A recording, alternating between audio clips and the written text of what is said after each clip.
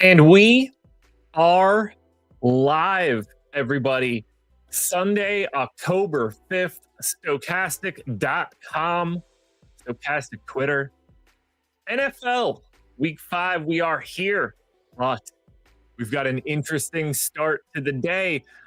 I'm not here to talk about the main slate. You're going to get plenty of that all the way up until 1 p.m. Eastern time. We're live right now. It's 9 a.m. This stream will not end for 4 straight hours. Minnesota, Cleveland, kicking this one off in 29 minutes. And we are going to break down everything we can in the Sims for this early start.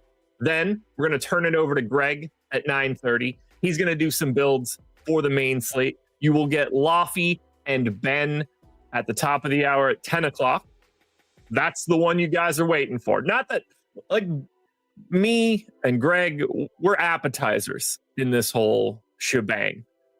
When you get Loughy and you get Ben, and they take the deep dive through everything, every single game on this slate, they're going to break it down. And then we're going to turn it over one final time, close this bad boy out, take you all the way up until 1 p.m. with Eric and Spags. We have a lot to talk about. We've got a lot of Sims to look at. We're going to look at DraftKings Sims, FanDuel Sims. We're going to build some individual lineups. But the focus for right now, Minnesota and Cleveland. So hit that like button, subscribe to the channel, hit the notification bell so you know when everything goes live. Make sure you're following me on Twitter at Josh Engelman. If you are, then you would have seen Loughy and I put out the perfect lineup for this week. A video, by the way, if you want to watch it on this YouTube channel, where Loughy sets up a core group of guys that we can put in a lineup. I take it to the Sims, the single lineup sim. We build it out, try to show you guys some of the different lineup structures you could put together. We dropped 3 lineups. We dropped a bonus lineup on tails, which you can check out at OddsShopper.com. Totally free, by the way. And then this morning, I dropped another one. We put out another perfect lineup attached to everything we've done. That's 5 lineups now that we've posted. You could follow along on Tails for that if you're looking for it.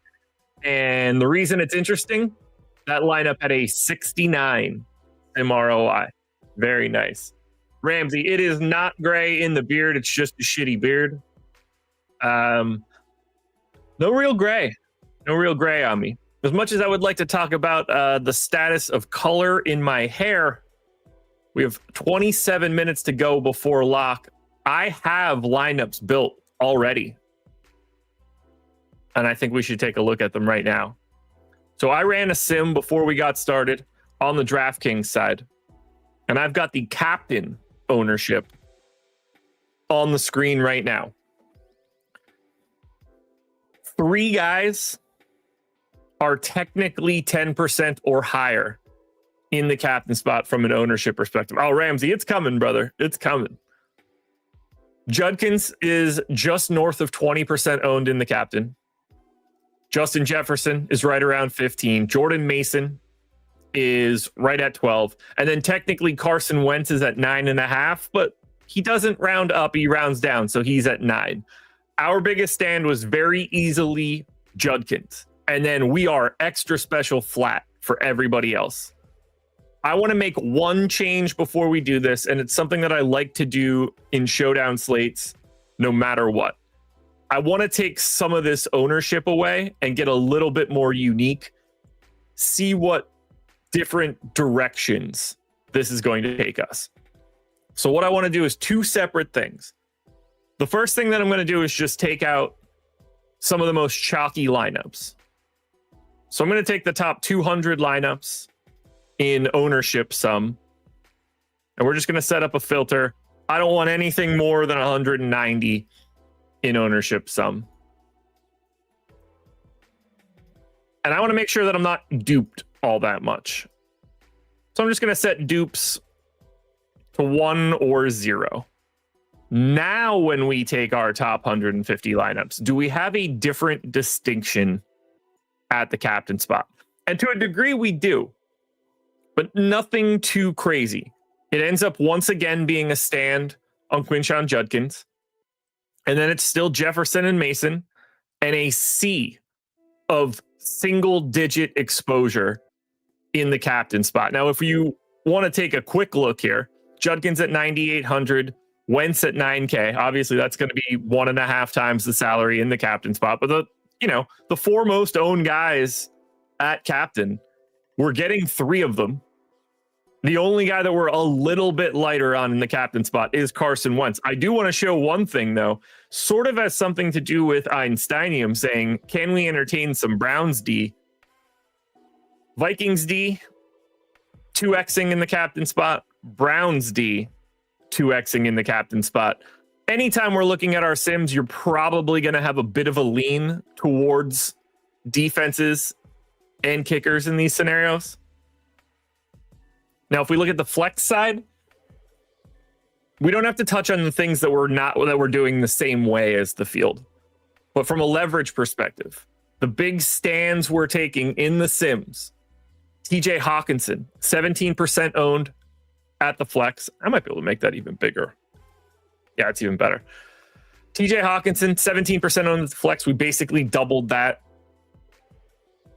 We're heavier on Browns D and Vikings D in the flex spot, but it's more about the negative leverage. A little bit lighter on Jordan Addison, a little bit lighter on Dylan Gabriel. Not a lot of Jalen Naylor, not a lot of Fannin. 21%, I guess, is still a decent amount. If we look at the top lineups in Sim ROI, Jordan Addison in our number 1 lineup is in the captain spot. Browns D, then we get a couple Judkins. There's an interesting path here. So let's hop into the single lineup sim and see what this looks like on the DraftKings side before we take a peek on the FanDuel side. If you've never seen this tool before, this is my favorite thing that we have, and it's not close. And I think this is probably the favorite tool for anybody that wants to play any sort of DFS sport. I think that making sure that you know the data is like the most important thing that we can do. But I understand that most people want to have their hands in a lineup.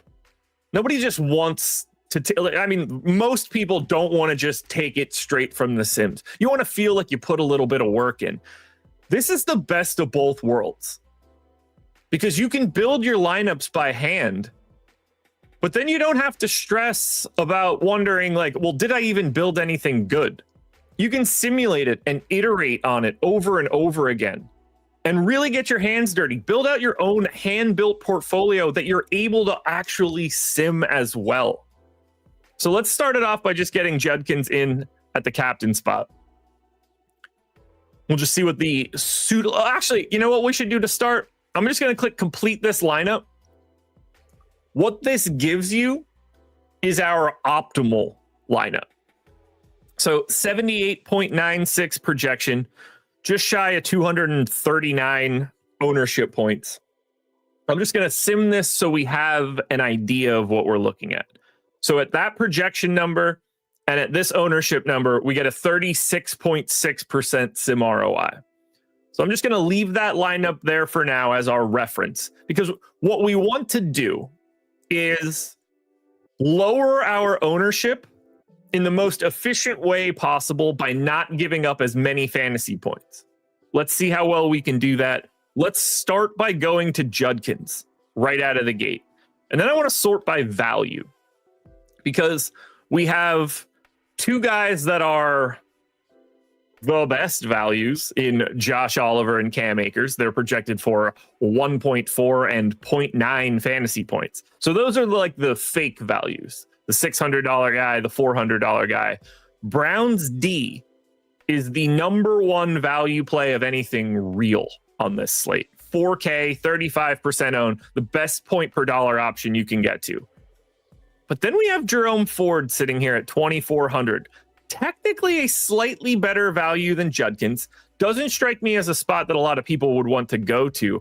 I want to try to buy a little bit of cheap ownership here by taking Ford.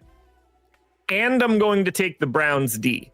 So now that we have those three pieces in the lineup, I'm just going to find out what the optimal three additional pieces are. So I'm just going to click complete this lineup. It's a button on the bottom that's technically hidden under me. If you guys see the complete this lineup button right here, hidden under my banner for right now. But I'm going to click it. And we end up getting Carson Wentz, Dylan Gabriel, and Justin Jefferson. And we leave $500 on the table. Now, that projection is 78.25, ownership 217. So we know in that first lineup, we have basically the same projection in the second lineup, but we have cut our ownership by 21 points. I'm expecting this lineup to look something in the 60 to 70 range in sim ROI. That's my goal. Let's see what we have. Okay, we'll take 49.7. We improved on that previous lineup. What I want to ask you guys now, because I've got a chat here. We've got 550 plus people in here on YouTube right now. What do you guys want to see me build on the DraftKings side before we take a look at FanDuel? Where do you want me to start? If you guys got a captain that you guys want me to look at, we can do that right now. I assume you guys got some sneaks. Anthony wants Fannin captain. Matt Corsetti wants a kicker. Josh Keane wants Wentz. I'm looking for the first couple double ups. And by double up, I mean, people to guess or people to want the same guy. Teddy Ruxpin wants the Browns. Justin Jefferson, Ford, Reichard, Ford, Vikings. There's another Wentz. All right, let's check Wentz. I'm going to do Wentz, and then I'm going to do a defense, and then we'll look at FanDuel. So we get Carson Wentz in at the captain spot. Now let's think about getting some value pass catchers here. I'm not going to do the Josh Oliver spend like $600 thing. It feels like you should go to Justin Jefferson, but if he's going to be 39% owned, I think we could take a path of like hoping he just doesn't get in. So let's go Addison Hawkinson, 3 Vikings.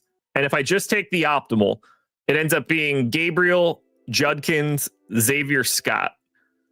Now, in this case, we've cut ownership dramatically, but we're also 6 fantasy points off the mark. We left $100 on the table. My expectation is that we're sitting in that 40% range again. Ooh, 1% sim ROI on the dot. A little interesting there. If I take Judkins out, Scott out, and Gabriel out, and instead of Judkins, I just go to Justin Jefferson, what does it fill with? Browns D, Vikings D. I am not a believer in this lineup.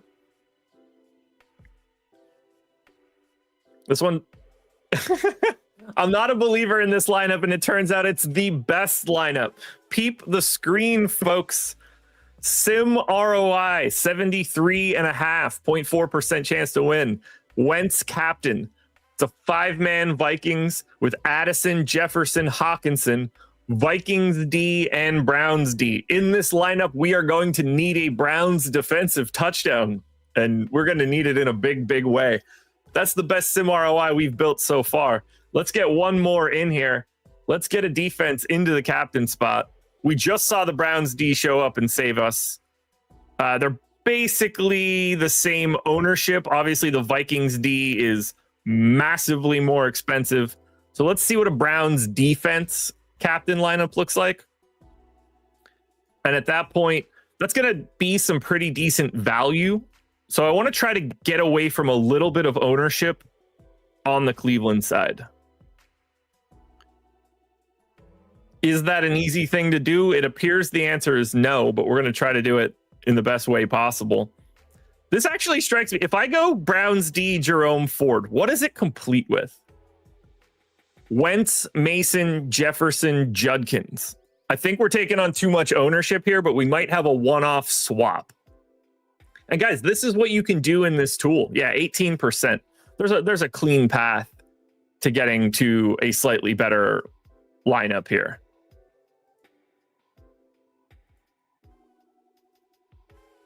Who would we want? I mean, in this case, I kind of want Dylan Gabriel, but he's just so expensive at 8K. Leaves 3,400 on the table. I can't imagine this ends up looking good, but 3,400 will keep you unique. Yeah, negative 32, as expected. All right, FanDuel crazies. It's time for you guys as well. This is not just DraftKings, everybody. This is FanDuel.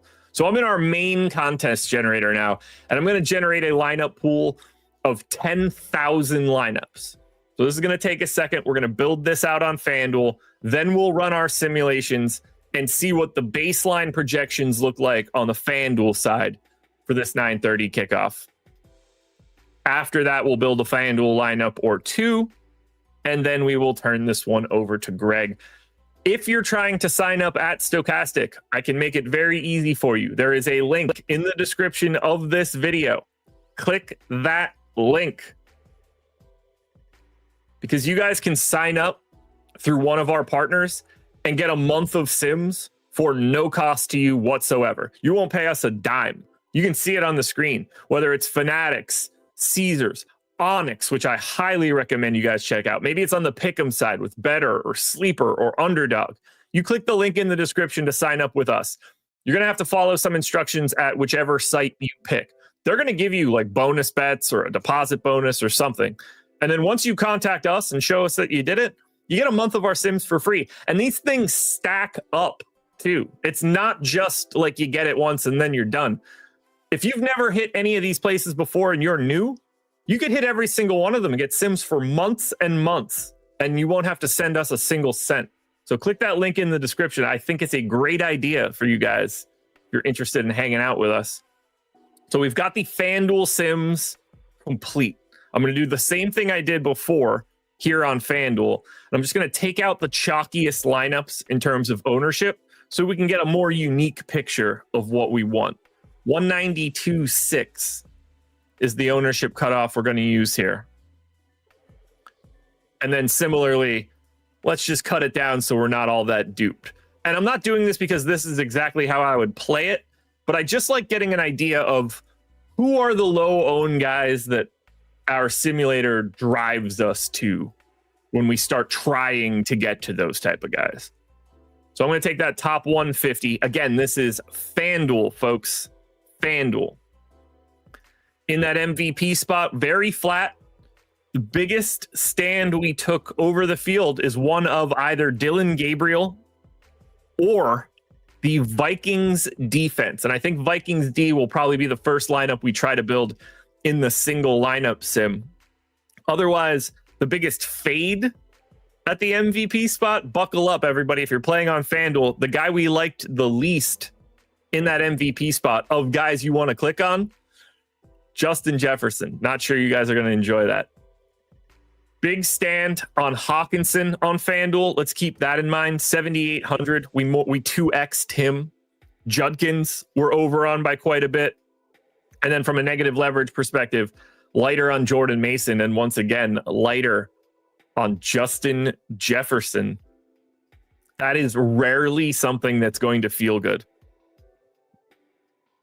You can see, or I can at least say to you guys, some of our top sim ROI lineups on FanDuel: Judkins MVP, Browns defense MVP, Will Reichard, Vikings D, more Browns D.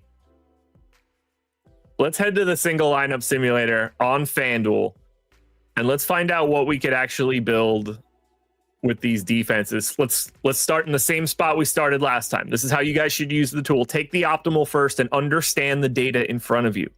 Judkins MVP, Reichard, Gabriel, Browns, Vikings, Wentz. 72.5 projection, 238 ownership. Let's get our baseline first. Once we get our baseline, then we know the changes we can make. All right, 47.5%.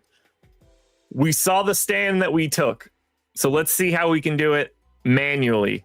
MVP spot, Vikings D. Reminder, this slate locks in 10 minutes. Start prepping these lineups. Get them in now. You don't want to waste it. All right, best values at the flex on FanDuel. Ford is solid. He is breaking free in a very different way. So I just want to see that. Right away, I'm going to only use these two things. Vikings, Ford, what's the optimal around those guys? Vikings and Ford, Gabriel, Judkins, Wentz, Mason, leaves $900 on the table. The projection itself is 3.5 points lower. We cut 20 ownership points. My guess is this is not as good. I think we cut too much fantasy points. Yeah. For ownership, negative 1.7. My expectation is that there's just not enough salary to comfortably take Jerome Ford in this scenario. We certainly don't want Xavier Scott. So then the next question is, do we want the Browns D? They're the third best point per dollar play. We already have the Vikings D. Browns D is pretty popular. But if we take the Browns D now, so the only two things we have are Vikings D, Browns D.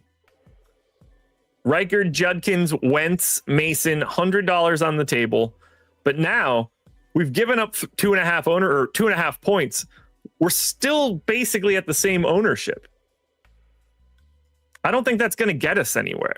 We need a spot to find an ownership pivot on FanDuel. So I'm going to sort by projection. I think this will be the easiest way to see it. Justin Jefferson is a really not good value, but you do get the ownership discount. Jordan Addison is even worse of a value option. I think Fannin is like sneaky in that spot. Fannin gives us Reichard, Judkins, Wentz, Jefferson. So we're starting to cut that ownership a little bit. I want one more.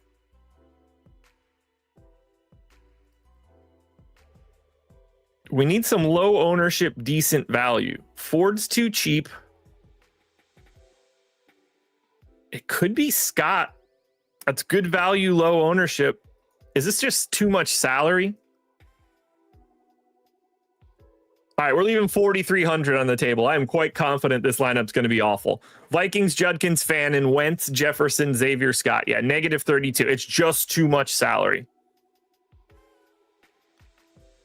It's just way too much salary.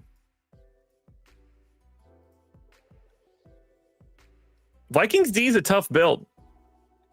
There's a lot of paths to these leave a lot of salary on the table defense spots. All right, FanDuel people, we have 7 minutes to go before I turn this one over to Greg.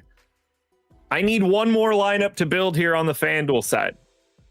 Don't forget, hit that like button. You're not going anywhere. 4 straight hours of NFL coverage. This stream is open till 1 p.m. The moment you're going to get kickoffs today, that's the moment we stop. We don't go anywhere. T2XX says Mason build. You got it, dude. First one out of the gate. You got it. Jordan Mason in. So let's think about what we want there. Let's see if Vikings D goes along with Jordan Mason. Let's also get Will Reichard. So we're going to go running back, defense, kicker. Finishes with, ends up being 5-man Minnesota. Judkins, the solo Cleveland, gives us Xavier Scott and Wentz as well. Let's see what this looks like.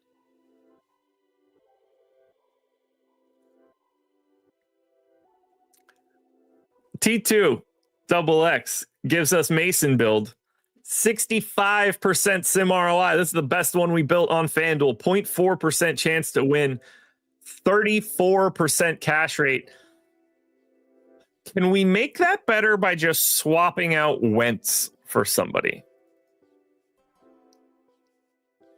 I think we give up too much projection and not enough ownership if it's just Gabriel over Wentz, but I do want to test it.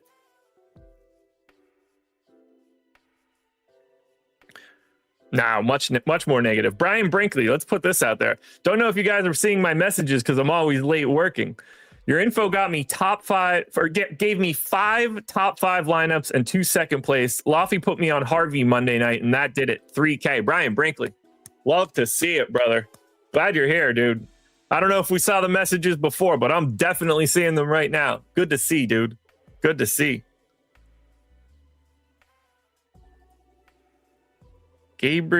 Wentz, Scott. There's something there, man.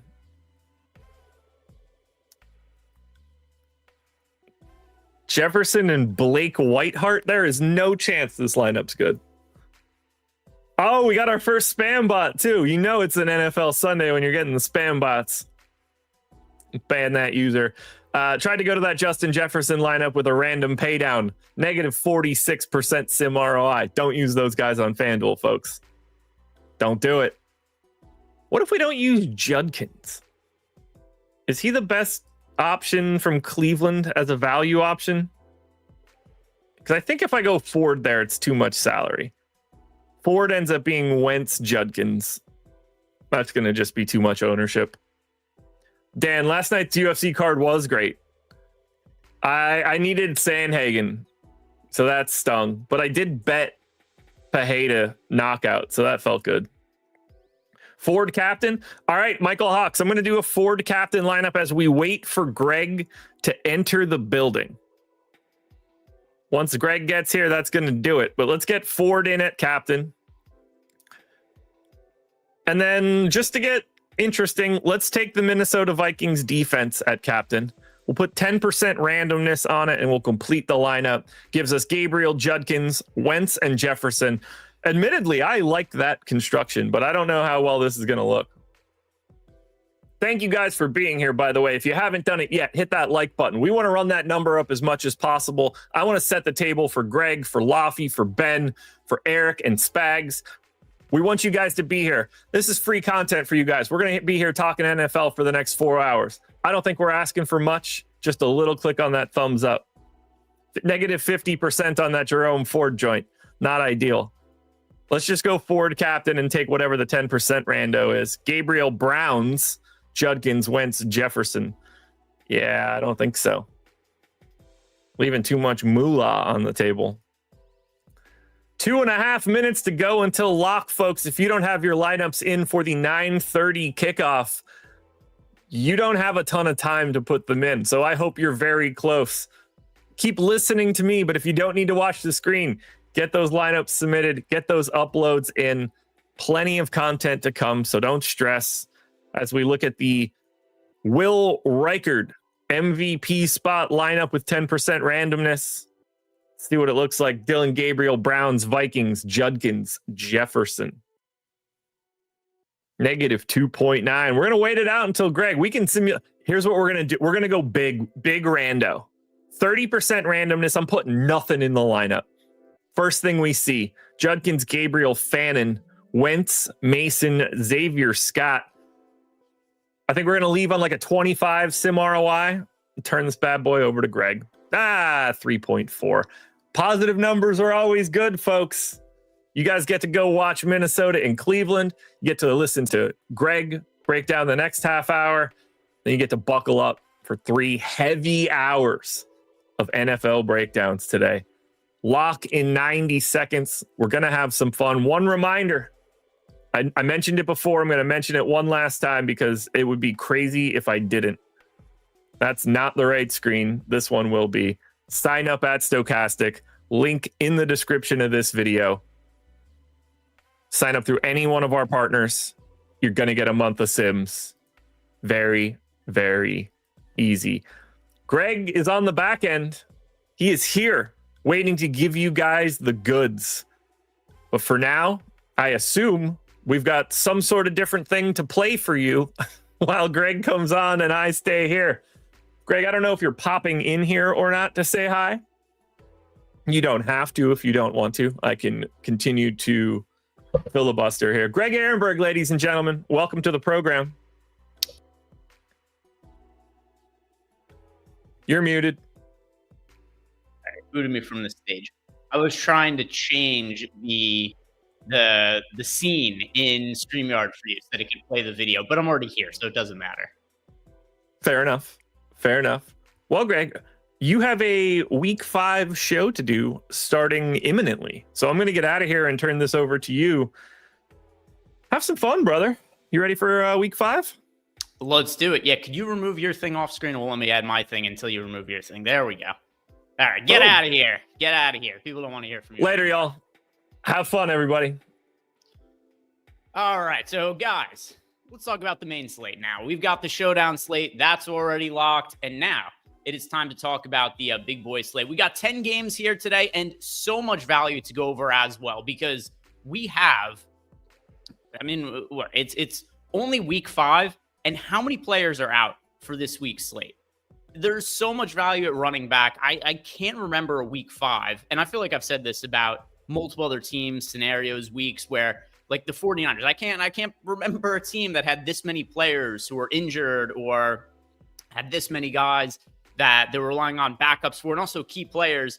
And this is going to be the same for this week as well. I actually want to start by looking at the running back position. Usually we start by looking at the quarterbacks and their projections. Do me a favor if you haven't already. Like the video, subscribe to the YouTube channel. But this running back spot for this weekend slate, we've got so many cheaper guys to roster and way more than we've had in any other slate so far this season. So I'm going to start here just by looking at the high-end running backs because we do have a couple of guys project for north of 20 fantasy points. You got Jonathan Taylor, who's just been an absolute monster for DFS purposes so far this year. He's projected for just under 22 fantasy points. You got Devon Achane for 21.5 fantasy points. And when it comes to Achane, he's going to benefit to some respects in the absence of Tyreek Hill because Tyreek Hill is such a key part of the Dolphins offense that even though it's not like Jalen Waddle in the same way where you're going to just be seeing more targets going his way or more routes run in certain high leverage situations where you can see Tua go to him. There's only so many weapons on the Dolphins offense. You just have to think that Achane is going to benefit from the absence of Tyreek Hill with a few other additional touches as well. So Achane, Jonathan Taylor, you see here, they're both projected for around 40% ownership. They're projecting really well. Then as far as the other high-end running backs, Jahmyr Gibbs just under 20 fantasy points, Barkley just under 20 fantasy points, and then you got guys in the 18 fantasy point range, Amari Hampton, Breece Hall. Breece Hall also benefiting from an injury. Braylon Allen coming into the year, we had this idea that Braylon Allen was potentially going to start to cut into some of the workload of Breece Hall. Ultimately, that ended up to not really be true and also is totally irrelevant now because Braylon Allen, he is out for the foreseeable future. And now that is going to be Breece Hall's backfield. If we look at the ownership at the running back position, Achane, Taylor, they're both nearly 40% owned. You got Breece Hall over 30% owned. You got Amari and Hampton just over 20%. We're a week removed from this at this point in terms of it being priced in. So Amari Hampton, even though he's now 6,500 as opposed to the salary he was at last week, he's still benefiting from the absence of Najee Harris. Najee Harris, torn Achilles, going to be out for the season. Well, we saw Amari Hampton last week have by far his biggest game as a pro this season, but also the workload was way more substantial in the absence of Najee Harris. So you had him getting a lot of touches against the Giants and also really coming through. So you had 128 rushing yards for Amari Hampton last week. He was also targeted 5 times in the passing game. So it looks like he is locked in to a top running back role going forward. Then as far as value goes, there's a bunch of value running backs. Rico Dowdle, no Chuba Hubbard for the Panthers. We could see ETN get a little more work as well, but Rico Dowdle at $4,300 and then also in a pretty decent matchup against the Dolphins, that's going to be a spot that we want to target. We've also got Rachaad White. Rachaad White, he's projected for 14% ownership, and he's a top value option. He is also benefiting from an injury situation because Bucky Irving, he's dealing with a foot injury. So he is not going to be available today. And there's been, some thought, is it going to be Rachaad White? Is it going to be Sean Tucker? Well, we got the report from Tom Pelissero this morning that Rachaad White is expected to get the bulk of the rushing attempts out of the backfield there. And we know that Sean Tucker, not a massive threat in the passing game, whereas Rachaad White is. So it looks like Rachaad White is going to be the guy in the Bucs backfield. Wouldn't even be surprised if his props go up as we get closer to lock. I did bet that earlier today. It was one of the bets that I had over on tails. I had Rachaad White over 45.5 rushing yards. So if you guys want to get some free bets from myself and Loughy and Ben and Eric and everybody, head on over to tails.bet, download the Tails app, and then also EMAC has got some baseball write-ups for the playoffs. So if you've been looking for some MLB playoff content, even on NFL Sunday, I know that's only going to apply to a handful of you, but I'm sure some of you are out there. EMAC's got you covered over on Tails with that as well. So that stuff is all free. But yeah, Rachaad White, You got him looking like a really strong value option at $4,700. And then also Michael Carter. We've got no James Conner for the Cardinals. And then there's no Trey Benson for the Cardinals. So it looks like DeMarcado, Michael Carter, they're both going to be getting some work out of the backfield at the flat min. You could do worse than Michael Carter. He's projected for 12.3 fantasy points, only 4% ownership. So if you are looking to save salary and be a little bit different, I think the way to go there is you could consider Michael Carter at the flat min. You could also consider going to DeMarcado. That is something else that I think makes potentially a little bit of sense. Where do we have DeMarcado? We've got him for 7 fantasy points, super low on less than 1% ownership, going to DeMarcado. So I wanted to open up here by talking about the running backs, just because it is just so many options to look at the position. So that's going to be a key position for us. A lot of decision points to be making at running back. At quarterback, we've got 4 QBs north of 20 fantasy points. Justin Fields leading the way by a lot. 22.2 fantasy points for Justin Fields and a modest $5,600 price tag.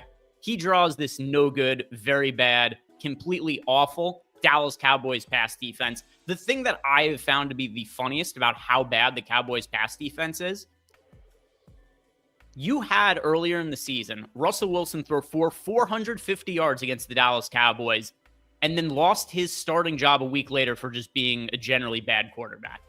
Anybody could put up big numbers against this Cowboys pass defense right now. So Justin Fields, he is the chalk at the position at $5,600, and it is totally warranted. And something else as well is that if the Jets have a big game, you could feel pretty confident that Justin Fields, Breece Hall, Garrett Wilson, they're all having big games. So that's a really sensible stack. It's going to be really popular, but I'm going to be on it as well.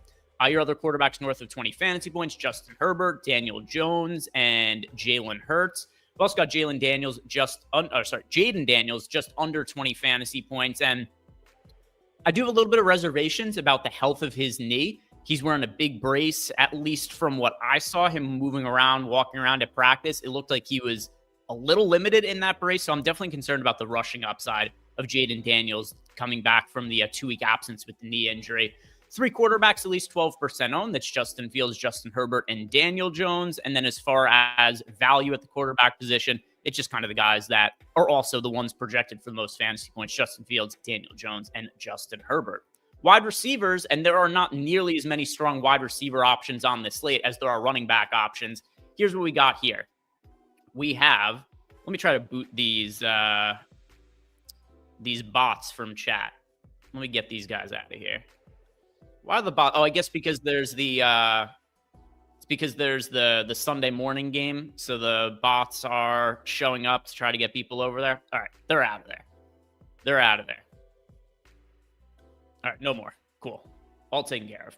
Wide receiver position. We've just got 1 wide receiver north of 20 fantasy points in projection. It's Amon-Ra St. Brown. Then there's a really big drop-off. 18 and change for JSN. Then you got 17 fantasy points for Nico Collins, just under 17 fantasy points for George Pickens and Jacoby Myers. And then you also got Garrett Wilson at 16 fantasy points. So Jacoby Myers looks like Brock Bowers is not going to be playing today. So as a result, you got Jacoby Myers looking like a pretty strong option. Really odd situation with Brock Bowers where he played through the knee injury for a couple of weeks. He said that he was a little bit limited, but he was practicing earlier in the week. Then all of a sudden he wasn't practicing. But they said that he was still going to play even though he wasn't practicing. Then it gets reported that Brock Bowers is on track to not play. So anyway, Jacoby Myers, he should be getting extra looks in the Raiders offense. We haven't really seen a true breakout game from him, but at $5,600 and Brock Bowers not expected to play, this could be a spot where we see a lot of looks go the way of Jacoby Myers.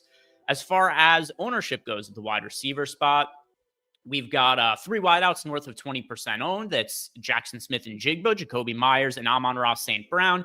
And then you got guys just under 20% owned in George Pickens, Quentin Johnston, Garrett Wilson, and Jalen Waddle. Jalen Waddle, also somebody who I wouldn't be surprised if we see his ownership pick up a little bit as we get closer to lock. No Tyreek Hill there. And, is Jalen Waddle a true dominant number 1 wide receiver? Probably not. Certainly not in the same way that Tyreek Hill has been in the past. But we've only seen Jalen Waddle play 1 game for the Dolphins since Tyreek Hill got there, where Tyreek Hill didn't play. I don't know if that follows, but Tyreek Hill basically never misses games. He has missed up until now, one game during his time with the Dolphins. And in that game that he missed, Jalen Waddle was targeted 9 times. He had 8 catches for over 140 yards and a touchdown in a matchup against a then pretty good Jets defense. So I do think he is certainly capable of having bigger games and seeing more targets. And also the matchup doesn't suck against the Panthers either. Value at the wide receiver position. We've got Jacoby Myers, Jalen Waddle, Chris Olave, JSN, Garrett Wilson. Those are your top guys. And then Ted McMillan here as well. So nothing really surprising in terms of names. It's guys that we hit on that were some of the top projected or in good value spots for one reason or another, mostly due to injuries. Now at the tight end position, and here's ultimately what I think I'm going to end up doing a lot with tight ends. There is so much value at other positions. I'm just going to end up paying up for tight end more often than not. Trey McBride, Tyler Warren, Jake Ferguson. These are the 3 guys who are projected the best in the Stokastic projections. And they're the ones who are pulling the most ownership and probably just where you're going to ultimately see your lineups end up getting pushed. You see here in terms of ownership, Warren is 28% owned. McBride is 21% owned. Jake Ferguson is 13% owned. It just makes sense. We've got all this value at running back. At wide receiver, we've got a bunch of mid-range guys who it's sensible to go to. So it's just not all that hard to spend up at the tight end position. And then when you're taking Brock Bowers out of the mix, there's only a handful of guys to pay up for. So Tyler Warren, and also pay up is kind of relative. Like Tyler Warren's $4,700. That's still a pretty modest price tag. Trey McBride is $5,800. This isn't like when Travis Kelce was $7,000 or $7,500 a few years ago. So pay up tight ends. I think that is the way to go about playing this slate. Now, let's build some lineups. And if you guys have any questions for me, you can leave a super chat if you want me to evaluate your lineup. If you are a Stokastic sub, you could tag me in Discord and I will plug in any lineups that you guys want me to go check out. If you are not a Stokastic sub and you want to be, sign up either with any of the links we have down below in the YouTube description box, or even better than that, even better, take advantage of our link join offer, because you guys know that for each one of our partners that you sign up for in the link join program, you're going to get yourself 1 free month of Stokastic Sims, and this includes Onyx. Onyx is the newest partner that has been onboarded here into the link join program. So go check out Onyx. There's a good chance a lot of you guys are not already there. And also, they've got great odds over there. They've got a lot of things like bonus bets and boosts. So go check out Onyx. It's available in over 40 states. So there's a very, very good chance you have access to it. And if you don't, or if you haven't signed up yet, I should say, sign up through the link join page, follow all the steps that are on screen. And for each one of the books you sign up for, in addition to Onyx, you're going to get yourself 1 free month of Stokastic NFL Core Sim. So take advantage of that offer, because you never know how long those ones are going to be around for. A lot of them come and go from the link join program. All right, let's go ahead and start building out some lineups. Were there any super chats for us? Not yet. So I am just going to go and start plugging in some of the things that I like for this slate the most. And I would be remiss if we did not at least start or at some point build a jet stack. That is inevitably going to come up here. So let's go ahead and do this right now. This is the chalkiest build you could start with on the slate, but I think it's very warranted. And I think it is a build that you guys should be making despite some of the ownership. And that is going to be Justin Fields, Breece Hall, and Garrett Wilson against this no good, very bad, terrible Dallas Cowboys pass defense. One thing that might make this a little bit unique is if you combine all 3 of these players together. I think that is something there might be some people in the field that are hesitant to do. I have no issues with that whatsoever. We saw the Dallas Cowboys give up 37 points and 1,000,000 yards to the Giants. We saw them last week give up 40 points in an overtime game where there was also a ton of fantasy points scored. It is very realistic to think there's enough fantasy production available for Fields, Hall, and Wilson, even if Fields comes into this game and rushes for like 60 yards and a touchdown. Even then, I still think you could see big fantasy games out of Breece Hall and Garrett Wilson. There's just been infinite fantasy points to be scored against the Dallas Cowboys. As far as a run back here, let's just do a full game stack. I'm going to plug Pickens into this lineup, and I'm going to plug Jake Ferguson. Once again, all these guys are pretty popular. But with that said, are they going to be popular when they're this all correlated together in the same lineup? Maybe not as much then. Now let's just put this on 10% randomness and just see what we get around this game stack. All right, we got Jonathan Taylor. We got Michael Carter. All right, so here's one point that makes the lineup a little bit lower owned. We talked about this when we were going over the running backs. Michael Carter does have a good matchup on paper against the Titans. There is a definite chance that he becomes the workhorse back for the Cardinals. Even though they said they're going to work all of their guys in for this game, I'm sure it's going to be a little bit of a hot hand approach. If somebody's playing well and is gashing the Titans defense, whether it be Michael Carter or it be DeMarcado, whoever I think plays the best is going to get extra opportunity. And there's so much good value running back on the slate. I do think Michael Carter is going to go overlooked here. 4K, 4% owned. That's one way to get different. We've also got the Saints defense in here and JSN. So overall, pretty popular lineup, but we do have the one low-owned piece in Michael Carter, and then the full-out game stack might also minimize some of the ownership there. All right, now we got some super chats coming in here as well. So I'll start running your guys' lineups after this one's done. All right, 49.8% sim ROI. 49.8% sim ROI. By the way, if you guys don't like the music, I could just turn it off. That's no big deal. I'll turn that off. I didn't even notice that Josh had that on still from before. Actually, it says it is off. Now I'm actually confused. Should be off now, I think. Let me know if you guys could still hear it, but I think I turned it off.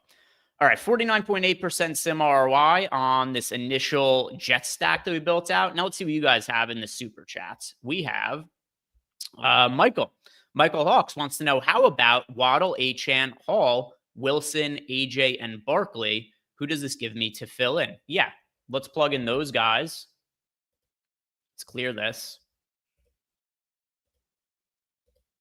And we'll build out your lineup. All right, so you're going Waddle, Achane, Hall. All right, so you've got, interesting. You've got like 3 mini stacks of teams here. You've got Jalen Waddle and Achane.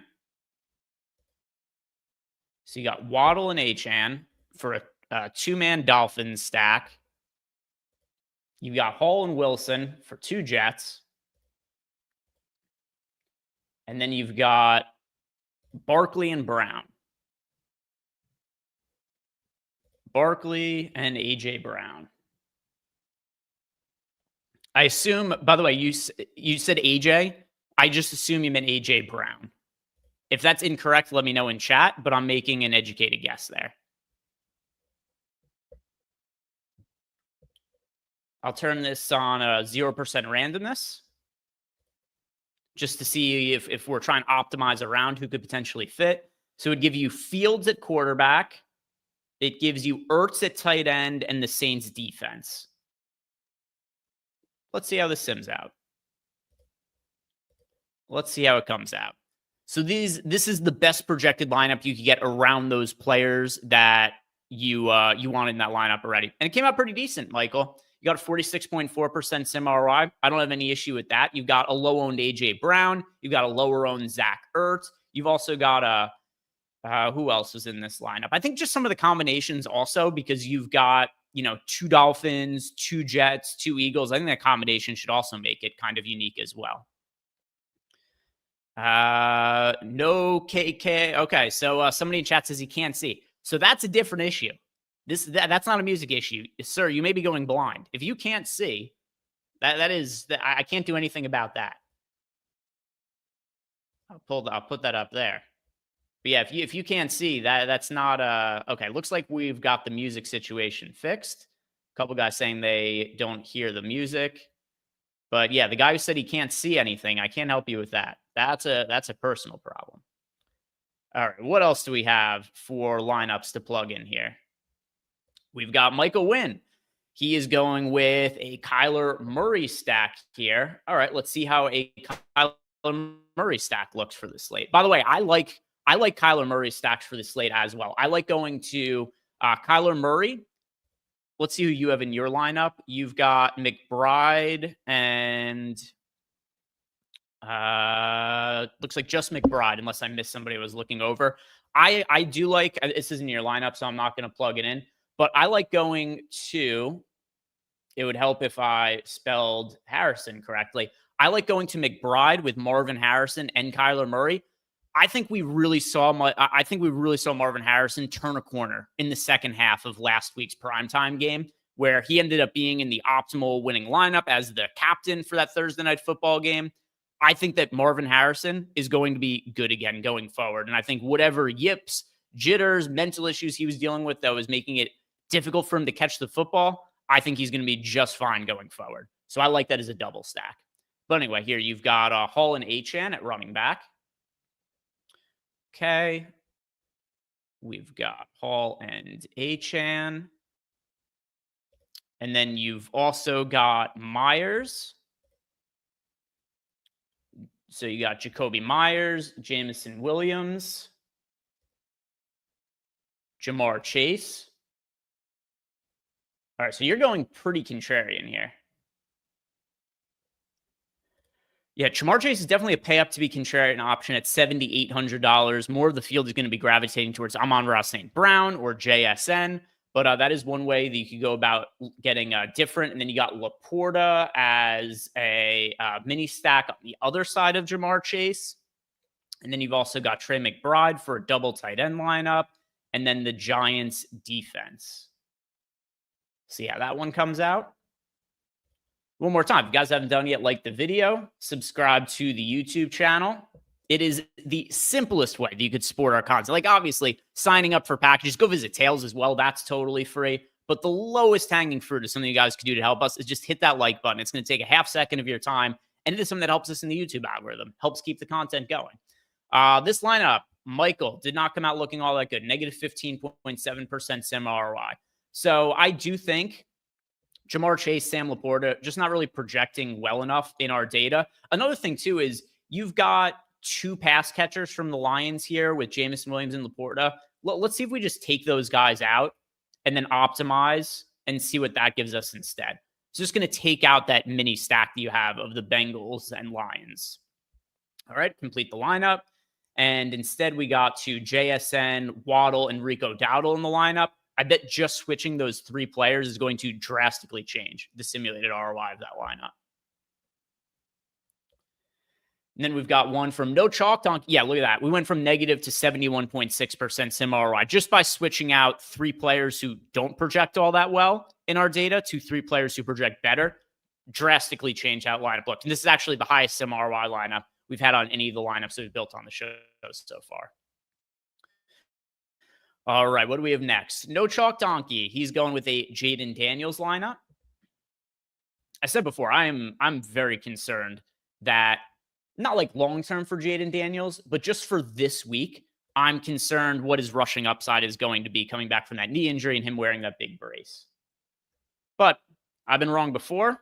I'll be wrong again. And this could certainly be one of the things that I'll be wrong on for this week. David Montgomery. I'm going to guarantee you right now this lineup is, I'm only three players in this lineup is going to come out simming well. Also, one of the things I could end up being wrong about. We'll see, though. Nico Collins. Yeah, I like Nico Collins to CJ Stroud stacks. If CJ Stroud has a big game this week, it stands to reason Nico Collins is probably going to have a big game. He doesn't have that many guys to go to, like Christian Kirk, Dalton Schultz. Sure, they're okay as other stacking options as well. But if CJ Stroud has a big game, it is so likely that you get a big game out of Nico Collins. So I like that as a single stack. All right, JSN. And then you've got Ertz at tight end. You've got Jameson Williams. And who's at flex? Oh, it was Jameson Williams at flex. And then you went with the Texans defense.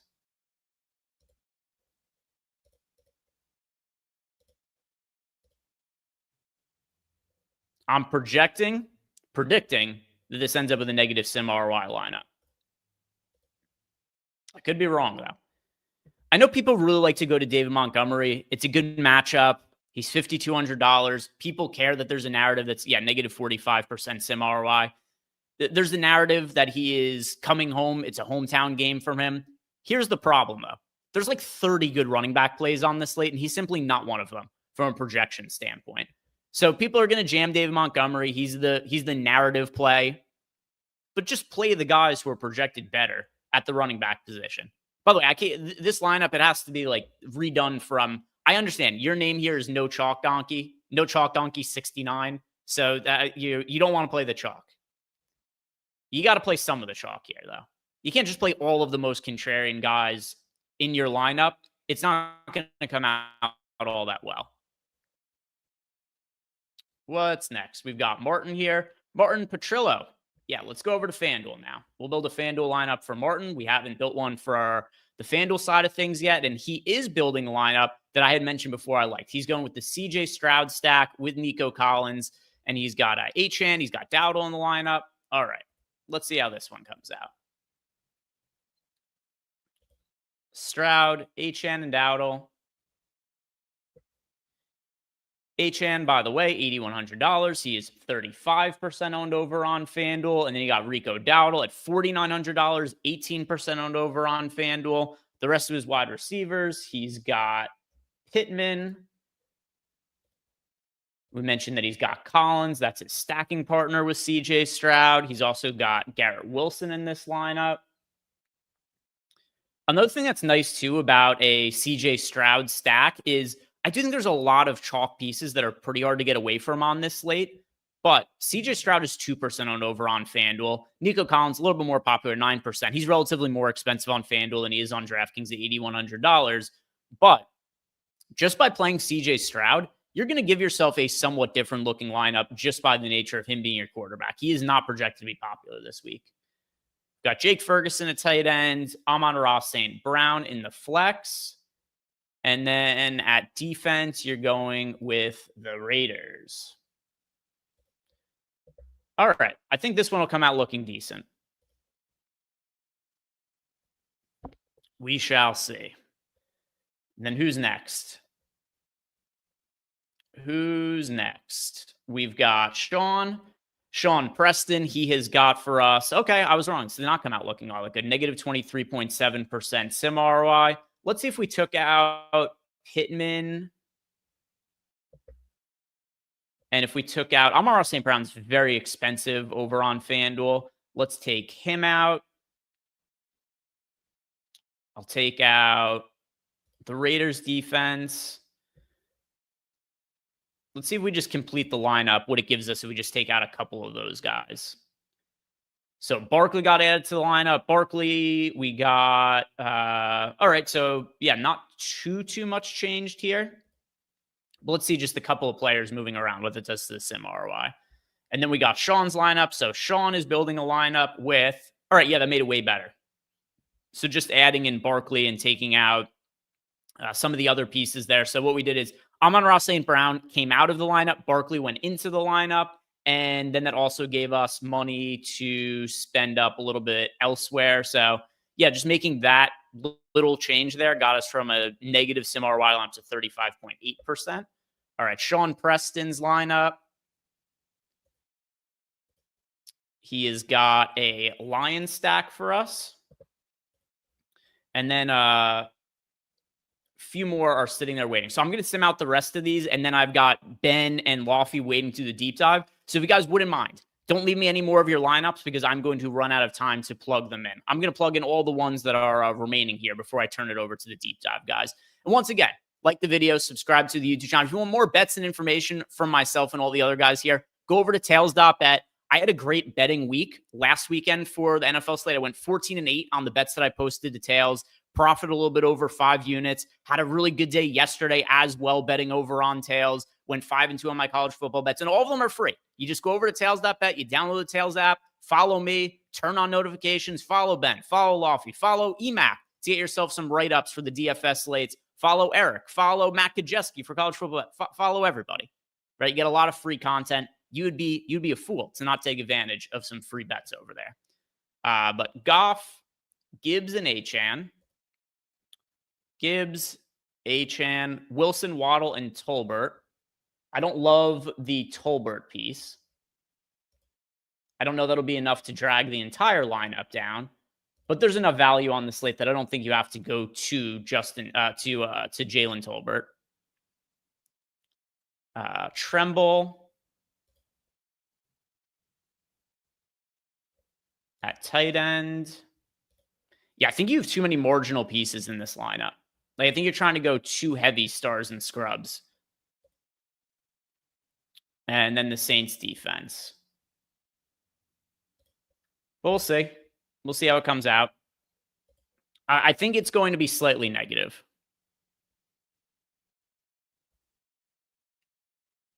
Yeah, just a little bit negative. So yeah, some of these pieces, like you're going too heavy stars and scrubs. Like Jalen Tolbert's not a great play for this late. I don't think that Tremble is all that necessary at tight end either. So yeah, I would just rework some of those pieces and make it a little bit more balanced. Instead of Jahmyr Gibbs, go to a cheaper running back. One of the guys like Rico Dowdle, for instance, or throw in Michael Carter or throw in Rashad White. Do something along those lines, and then give yourself a little bit more space to spend up and upgrade Jalen Tolbert and Tommy Tremble. I think that'll make the lineup look better. All right, next lineup here. We've got one. Boy, another Goff lineup. This is Goff, Gibbs, Amon-Ra St. Brown, Mason Taylor. All right. So here we go. We don't have to make too many changes here. We're going to... Oh, I can actually just lock these guys in. And then who else? Mason Taylor at tight end. Yeah, I'll plug Mason Taylor in.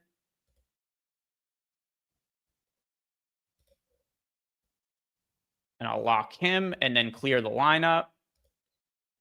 And then we'll complete it.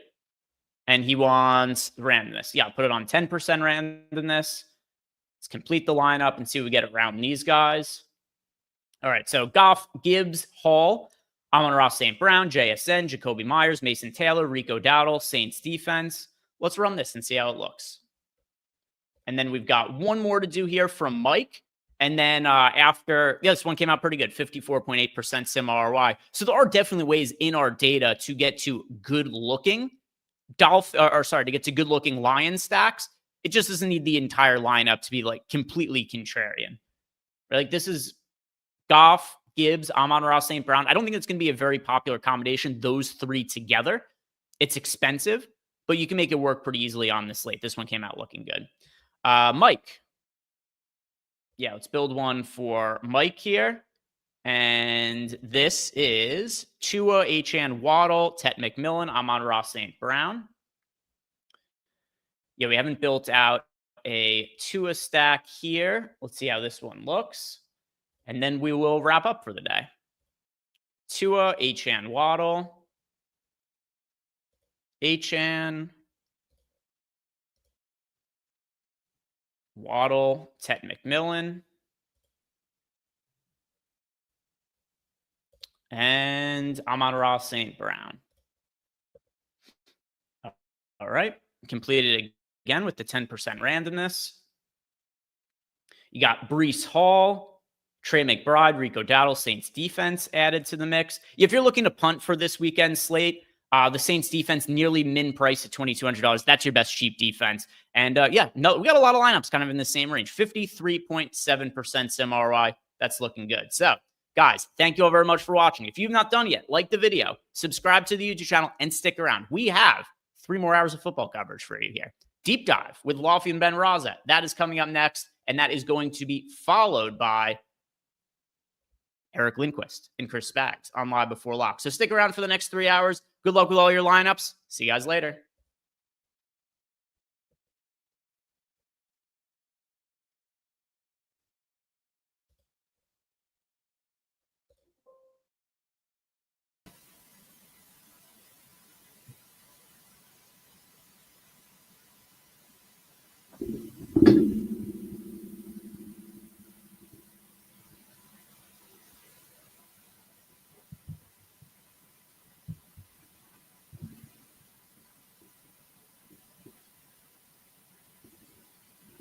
Hey, good morning. Welcome to the Stokastic.com NFL Deeper Dive Week 5, 10-game slate. You've got one game in action already right now across the pond.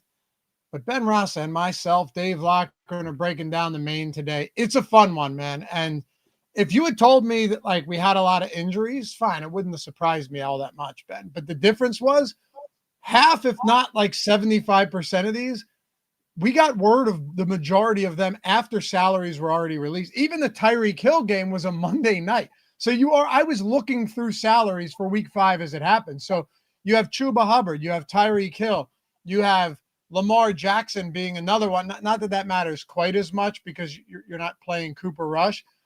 You have Bucky Irving being another one. People thought he'd play midweek. He's not practicing. And we're just scratching the surface, man. So very unique looking slate.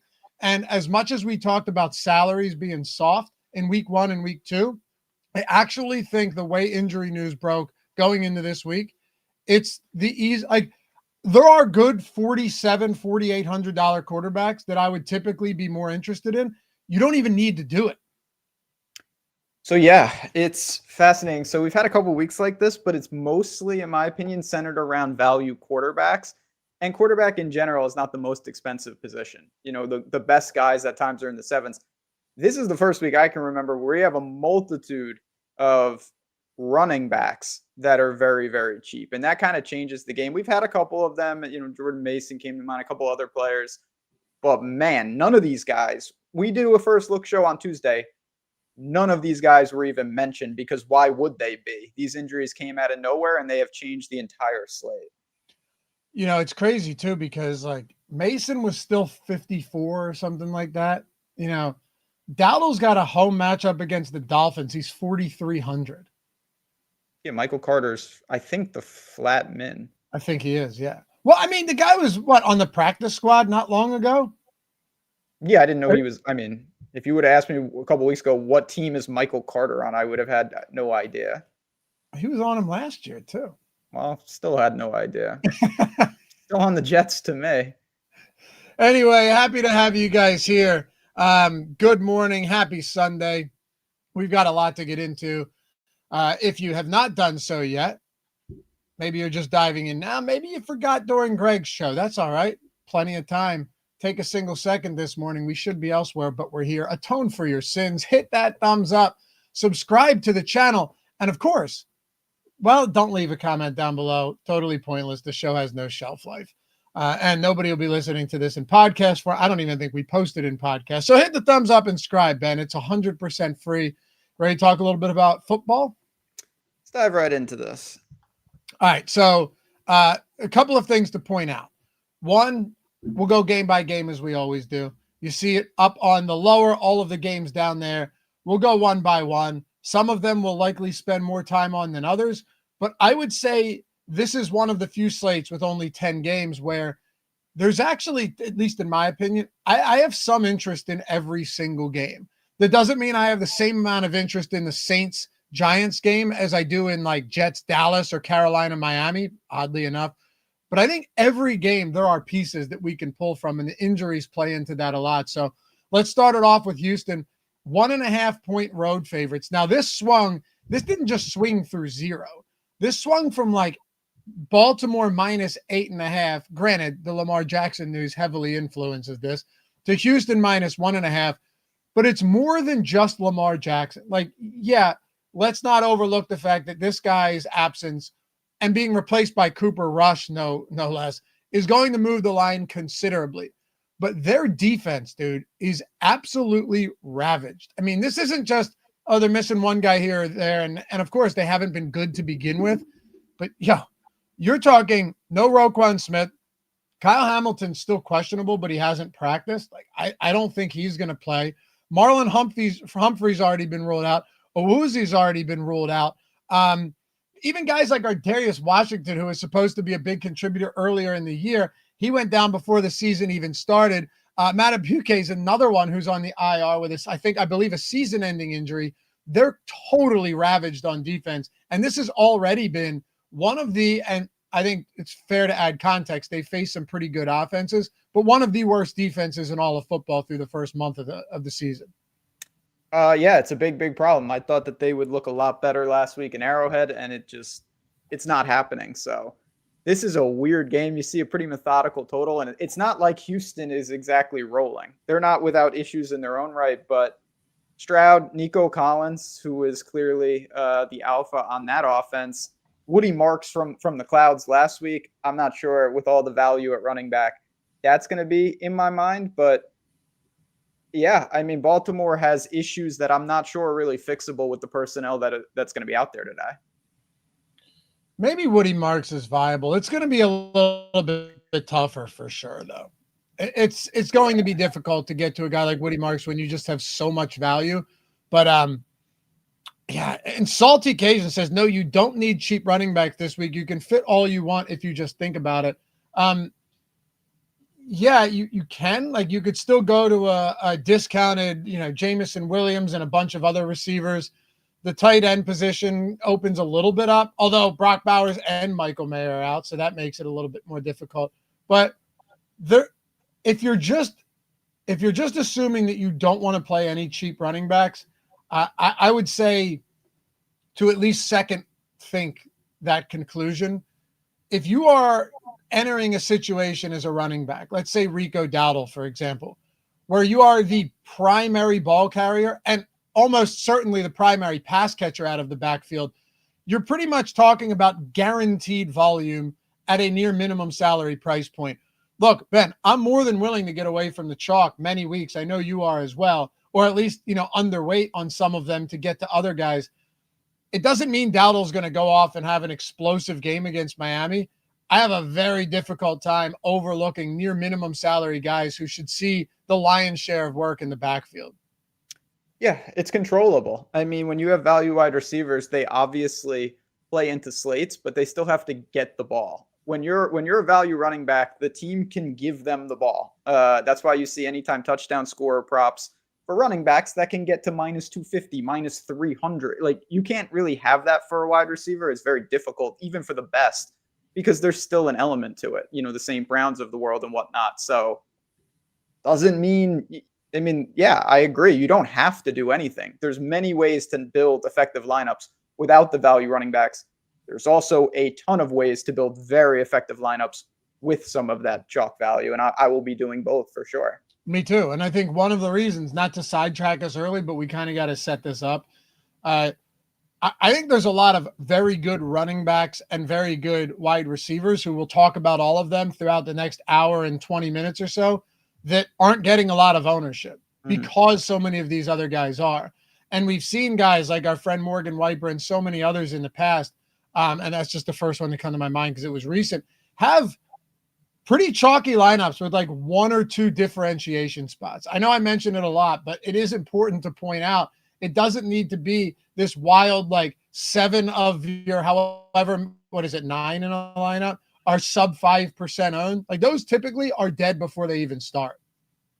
Definitely. You don't need to get overly creative like that. It's an unnecessary risk. So looking at this game, it's certainly not my favorite on the slate. If you told me you wanted to go skinny, or even with Schultz and throw him in what I think is a pretty weak tight end spot, I guess you could make a case for the Texans. I'm not throwing that out, but other than that, I don't have a lot to say on a pretty low total game that's not my favorite. Real okay. You like this game? I wouldn't say it's what's that? You like this game? I like some pieces in Houston, yeah. Okay. Yeah. Well, I mean, look, I'm not going to put it past John Harbaugh to come out and piece together a decent game. I said it on the Thursday Night Live before lock. When Adam Schefter tweeted out the starting lineup for the 49ers, you saw it. I did a bit on it on the show. Like, there it is. San Francisco is going to compete. They might win. Like, weirder things have happened. If Cincinnati comes out and competes today, you're going to have a lot of people go, oh, how did that happen? And you get, well, they're 10.5 or whatever it is now. Home favorites. You still have Jamar Chase. You still have T. Higgins. It wouldn't be that shocking to see it. So would it be shocking with all of these injuries for Baltimore to come out, lean heavily on Derrick Henry and end up winning the game? No, they're 1.5 point dogs without most of their team. That should tell you everything you need to know. However, I do think Nico Collins is a very good play today. It's just with all of the injuries to this Baltimore team and the front too. Like, the biggest issue with the Texans is they've been incapable of protecting CJ Stroud. Last week, it wasn't quite as bad. They got the run game going. Was it like a 26-0 win over a terrible Titans team? But still, if the Ravens pass rush is totally neutered, which it's possible that they're going to have a very difficult time getting pressure today, and Stroud has time to throw, I'm actually considering some skinny stacks with Stroud and Collins. Maybe I'll double it with a Schultz and a Christian Kirk or something like that. But yeah, I want a few of these, sure. Yeah, I mean, listen, I'm not going to push back on that. And I know it seems, we just talked about it, but like, I know it seems like, oh my God, Baltimore, it's like a pick 'em. So let's Yeah. not, Baltimore easily, of course, can win this game. And I think they could have pieces. They still have weapons. It's just clearly a damaged team at this point. So there'll be some contrarian spots. I'm with you. I think if I had to play one player from this game, it would be Nico.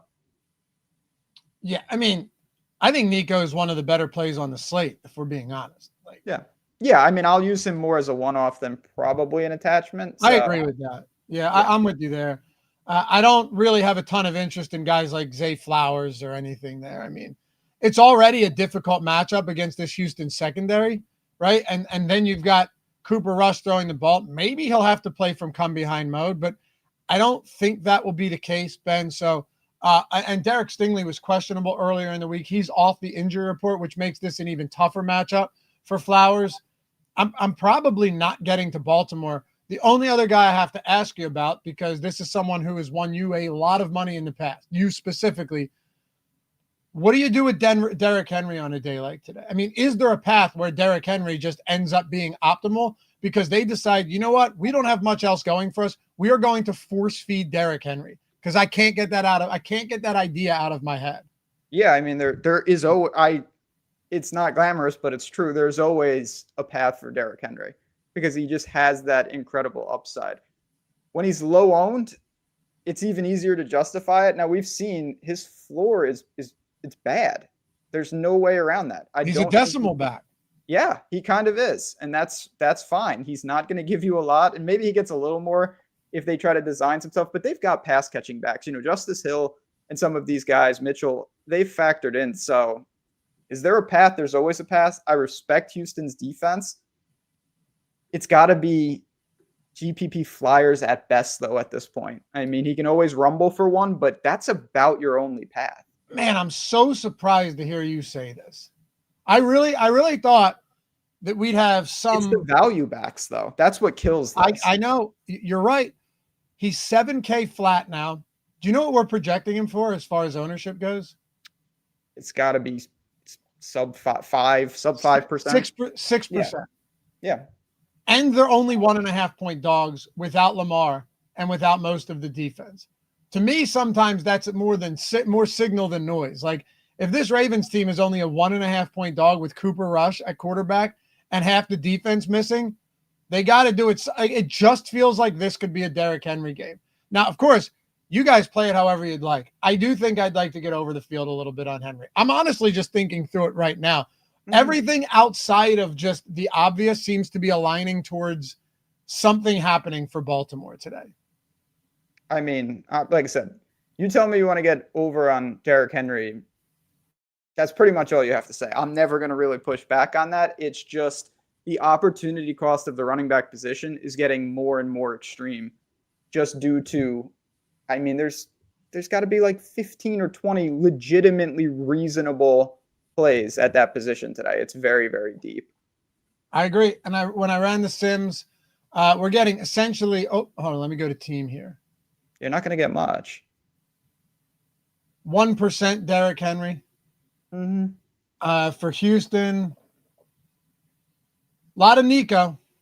Oh, full disclosure, by the way, as we move to this next game, Ben, we were getting an insane amount of Fields and Breece Hall just for the sake of this show. And I don't know what I'm going to do quite yet, but I put Fields, I capped him at 30% just to see what other exposures we would get to. We were getting like 70% Fields. Mm-hmm. And I figure that doesn't do us many favors if we're trying to look over, where some of the other great plays are on a slate like this. Yeah, that makes sense. That's fair. Very fair. All right. So let's get to the next one. Sean Lewis with a super chat. Waffles or pancakes? Definitely pancakes for me. Preferably like blueberry pancakes. I'll do some chocolate chip pancakes as well. Strawberry. I mean, I'll do anything in pancakes. What about you? I bet you're a neither guy. Neither for sure. It would be pancakes. I don't really like sweet bread. I prefer bacon and eggs for like breakfast burrito, omelets. It would be pancakes. I don't like waffles. You want the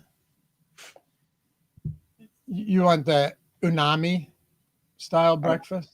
I don't know what that means.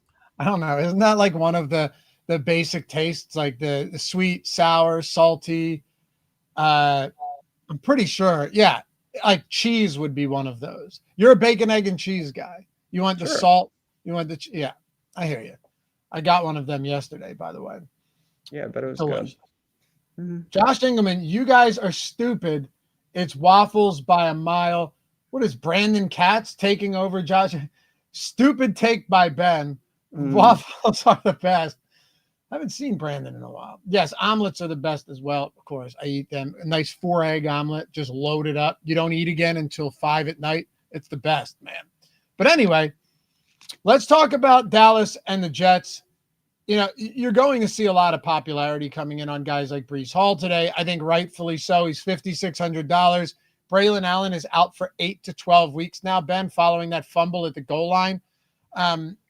You're going to get some Garrett Wilson, a lot of Justin Fields against a pretty abysmal defense for Dallas. This game is at home. They're slight dogs. When I pulled it up earlier, and I'll do it again, you look at the New York Jets. As I said, I actually capped Fields just to see what would happen. And we would still get, 30% Fields, 50%. I capped Breece at 50. Wilson's only lower because I capped Fields. He was originally like 40%. I actually like Mason Taylor. I don't hate him at all. If you wanted to go cheap there and just spend up everywhere else outside of a running back or two. But yeah, it's just going to be difficult to get away from this New York Jets team today. I do think, however, let me zoom in for you guys a little bit here. I do think that I'm not sure I want my entire day being dependent on this, only because at the end of the day, it is still the New York Jets. And you look at last week, they outgained Miami 404 yards to 300 in offense, right? They should have won that game. They took 13 penalties for 110 yards, Ben. 13 for 110 yards. They lost 3 fumbles. And still, the game was a 1-score game at the end. Of course, it was unlikely that they were going to get there in the final play. But there was that they should have just won that game. And self-inflicted wound on every single drive, multiple of them, resulted in yet another Jets loss, dropping them to 0-4 to the bottom of the AFC East. So, yes, I want this team today without question. It could shoot out, but there's always that thing of like, do I want the entirety of my week being dependent on Justin Fields and the Jets offense? Yeah, I mean, on a slate like this, obviously, a lot of that is just like risk tolerance, and that's why with the tools, you'll get a variety of runouts, even though the Jets are coming up a ton, no doubt about it. I think also you have to start to ask yourself, are you trying to leverage within this? Are you trying to do something different within the Jet stack? Or are you saying, okay, I'll use that. It's going to be a blocker and I'll try to get different elsewhere. Because if you go with some of these more traditional Jet stacks, you're really going to be playing a tournament within a tournament. And we had a super chat earlier that was mentioning, I think, something about maybe just going skinny and using where is this? Yeah. Fields single stack with just Mason. That's a way to be different within a Jet stack. It is kind of weird to not have Breece or Wilson with him, but obviously Fields is kind of a wild card because there's a chance that he gets there and no one else on the Jets gets there. So it's a team we want exposure to, but it's not as straightforward as a statue quarterback. No, I mean, his rushing prop is around 50. Yeah. So, yeah, he's definitely a different type of player. Oh, the bots are back, and they're here early today. They heard me say last week that they never come in on the deeper dive, and here they are. Trevor, fellas, what's both of your flags stand today? Wide receiver on DraftKings. Oh, that's a fun question. I mean, Nico Collins is a little obvious. I can give you one, though. Jamar Chase. That's a good one. I mean, he's still the best. You guys can argue all day in the chat. Go for it. But he's I'm going to say the best receiver in the league. And it sucks that Jake Browning is his quarterback, Ben, but they are at home. Last week was in Denver against what I believe to be a good secondary. I have a lot of respect for Detroit's defense, no doubt, but Jamar Chase, to me, I know he's expensive, but I really think his ownership will be much lower than we've seen before, especially with how Browning has played in consecutive weeks. Yeah, I mean, I have no problem. I love that strategy of attacking like big time wide receivers that aren't getting a lot of love. I think the easy answer is Jameson Williams. A lot of people like him, including you. I like him as well. I'll throw out Olave. I'm going to stick to that. You know, Okay. Saints are slight favorite at home here, and they've played an awful schedule so far. You know, the Giants are coming off a big win. Everyone, oh yeah, and look, they're underdog to the Saints. So I think that tells you something right there. I wouldn't be surprised. I know they're getting some weapons back, and it's a tough team to project. I like Olave, though. I will still hold on and have some exposure to him after a disappointing week recently. Another thing here, Adrian says, Jacoby Myers, they have to throw to some. Yeah, but Jacoby, I wanted to give you guys somebody that wasn't going to be chalky. Like, Jacoby's going to be popular again. You know, one way or he's just going to be popular again. And I'm going to have a lot of Jacoby. We'll get to that game momentarily. But, Ben, just talking about this with the Jets, I don't really think it's all that difficult to say, all right, I'm going to have some Hall. I'm going to have some, I'm going to have some clearly Garrett Wilson, some Breece Hall, and all of that. I want some Mason Taylor too. I thought the question, the super chat earlier was a good one. You know, could you go Fields, Taylor, and Fields runs 2 in and Taylor has the only receiving touchdown? I think you could. The other side is what's wild to me. Like, if we love this Dallas or this Jets team as much as the Sims do and as much as most people do, and we've seen that they've, believe it or not, been involved in some, semi shootouts, at the very least, some higher scoring games, and their defense has struggled, particularly in the secondary. I think Dak Prescott just kind of fits into this nicely, and you could just go with the one run back or even a double run back for the Jets. Definitely. You can flip the script. It's a high octane game, and the implied totals on these teams are basically even.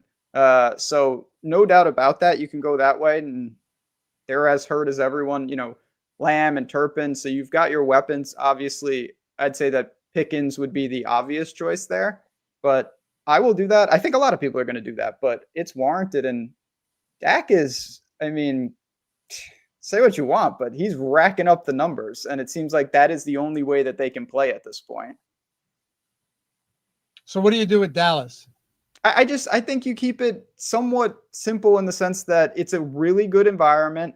Again, the implied total for the team is solid, and you know who the consolidated core of main contributors is going to be. I don't think it's a team to reach for like, oh, I'm going to play some made up person. I do think you go a little wider than what's on the screen. Like I said, Pickens is the obvious choice. You have some value with Tolbert on the outside, but I don't think you need to get crazy with Dallas in the sense of reaching. You said that at the top of the show, and I'm going to keep emphasizing that. Just because there's injuries, it's not really like basketball in that sense, at least in my opinion. In basketball, like when your point guard gets hurt, if you slide in another point guard for 35 minutes a game and they're the min, barring something really obscene, they're getting there. Facts. End of statement. But with football, it doesn't work like that. Like, you can have guys on the field, they don't automatically assume CeeDee Lamb's production. It's just not the same. Right. Yeah, especially a pass catcher position. That's what I mean. They have to get them the ball. It doesn't work like that. I'll throw Javonte out there, though, just because his workload's been insane. And Miles Sanders, he hasn't been ruled out yet. I don't think he's going to play. I don't think he practiced all week, as a matter of fact. My only question to you, and I'm not going to lead the witness, are you okay having Javonte in Dak lineups? Probably not. Okay. Only because of the context of this slate. That's fair. I tend to agree. I think on other slates, it would have been a lot more viable to do that. I did it with Mac Jones and Christian McCaffrey, with Ricky Pearsall, and I think it was Jawan Jennings the one week 2, I think it was. And the lineups actually ended up being great, but it was such a high-scoring slate that it didn't matter. And that's a question I have for you, to throw it right back at you. How many onslaughts or triple stacks do you think we need to go with today when you've got so much insane value spread across the slate? Like, a lot of times we do that because it's, the salary restrictions are a little bit tighter. So if you triple stack maybe a cheaper team or a team with one or two cheap options, if they go off, that allows you to just have all of them come along for the ride with the quarterback. Whereas on this slate, you could still make that argument, but how necessary is it when you're like, okay, I could play a $4,300 wide receiver in the flex to make this a triple stack, or I could play Rico Dowdle, who might see 18 touches. That's a real tricky component of this slate. What I would say is it's more applicable when you're building from the bottom up. And what I mean by that, if you like the stack and the guy that stands out as the value guy, I think you can go more onslaught centric, like Carolina, for example, Sure. because the pieces you like are already cheap. And to consolidate them, you only need if Carolina has 4 touchdowns on offense today, there could be 3 or 4 guys on that team that really crush their value. But if you're talking about an expensive team, it becomes really difficult because the raw points for the 3rd or 4th guy on that stack have to outscore value guys that are projecting as some of the highest values on the entire slate. Very difficult to do. So one thing I want to show you guys before we flip to this next game, this is what our exposure would look like right now. If you're running the Sims on factory settings, right? You're running the Sims on factory settings with no unique selected. All right. And this would be, of course, given that I reset the exposure caps to all of these guys. You end up getting 62% Fields. You end up getting 74% Breece Hall. You end up getting, where's Garrett? 35% Garrett. Now, Ben, one thing definitely recommended if you're 150ing on a main slate like this, go in and set some uniques. Yep. Let's go with 5 here, right? Go with 5 uniques. You couldn't do this on a showdown slate. You're going to be getting a ton of negatively simmed lineups. But if you go with 5 uniques on any sizable slate here with a ton of different combinations and see what our lineups look like now, this is what makes things interesting. Now, let me see. 5. We're still going to get. Let me go 4. Actually, no. Let's try it with 5. So now you're setting uniques within the Sims, and it's giving you the ability to spread exposures out a little bit more. What this does is it drops Fields down to 33%. I won't say naturally, but more naturally than if you're just capping him. It drops Garrett Wilson down to 21%, Breece Hall down to 44%. I actually think it's a way I do it as well. And I know a lot of people do this, but I think this is one of the ways you can do it kind of naturally and still get good exposures to all of these guys without your entire day being dependent on it.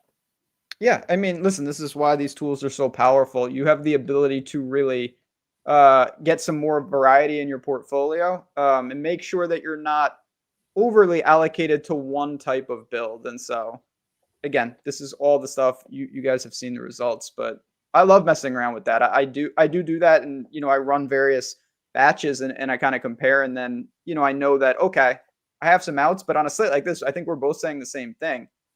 Even with these great value spots, there is nobody on this slate where I'm just like, oh, set it and forget it. There's too many other options. There's too much opportunity cost. And that's why this customization is so critical. Yep, for sure. And rule of thumb is, if you're 150 maxing, you want to play as many uniques as you can while still making sure that the last lineup in your 150 is positive. It's that simple. Because at the end of the day, Ben, like a 10% simmed ROI is not that much different than a 40% simmed ROI. No, I think that's something that people, and again, we have such a good Discord community that talks about this a lot. Like you don't have to take it literally increment where it's like, oh, the best lineup is that top line, and I'll go down from there. It does not work like that. Of course, that's an indicator, but like you said, if you're on the right track, there's so many good lineups in there. And if you can consolidate that within your pool, now you're really onto something. Yep. Little update: Minnesota and the Cleveland Browns tied up at 7, 5:35 remaining in the second. Does Judkins have any catches? What's that? Well, I wanted to check in on he doesn't. He's averaging 6.5 yards per carry he's good. I really thought he'd have. Scott have any? Who? Xavier Scott. Why did you bet that? Yeah, I did. I have him over 9.5 receiving yards. Not receptions, right? No, but no, he does not. Okay. Njoku does. Harold Fanning has 4 already for 13 yards. We're starting slow, but we're going to sweat that out. I got one eye on my tails portfolio as well. Yeah, man. We'll talk about that in a minute. Harold Fanning, 4 for 13 and a touchdown. But yeah, I don't know about you. I am a big believer in Quinshon Judkins. I think this kid is just going to be elite. Like, I really think he is that good. Yeah, I mean, there's no doubt that I haven't seen the game, but he seemed explosive, and maybe the Browns have found something because their offense, it's not possible to be worse than it was the past couple of weeks. So anything they get is a bonus at this point. You want to know how he's good? If you're Quinshon Judkins and you're breaking off like 30, 40, and 50 yarders every game after not being with the team all summer, and you're playing with a Brown, like a fully neutered Browns offense, and now with Dylan Gabriel, and he already has a 32-yard run, and someone in chat said he broke a big one and they already called back. That's just how you know he's good. Like, he's doing it with no help. Yeah. So I'm excited for him. I'm also semi-excited for this next game. I mentioned it to you earlier in the week. I'm going to take some shots on Barkley. They're 4.5-point favorites. Lane Johnson is back. He is off the injury report. That makes if you guys don't know, go look up the record of the Eagles when Lane plays and doesn't play. He's like, outside of, say, Jalen Hurts, he actually may be more important to this offense than Jalen Hurts at this point. That's how important Lane Johnson is. He's back. Kevin Patullo, offensive coordinator. They've talked about it. Like, they got to get something going here. I'm surprised that Barkley's pulling 15%. I told Greg I thought he would be sub 10% this week, Ben, especially after the Dowdle news broke, the Chuba Hubbard news. I'm really a little bit surprised about that. I am as well, but I think, honestly, again, it's all a domino effect. There is an element, I was messing around this morning, where you start clicking a couple values, you just have money to spend. And I think people are just like, okay, I have this money. Jonathan Taylor makes sense. Gibbs is part of Detroit, of course. Achane's probably the obvious choice, but Saquon is in that discussion, and I think that's where he's getting a little extra. He also might come in a little south of that. I wouldn't be shocked, and I do have him as well. You do? Yeah, I have some. I mean, so we get to sweat the Barkley versus Broncos game together. That should be fun. A little bit. Yeah, I mean, again, these are explosive players with crazy ceilings. And that's one thing that you never say never. That's one thing that value running backs traditionally don't have. Just naturally. Like, Dowdle might have a very effective game. Points per dollar, he might crush these guys.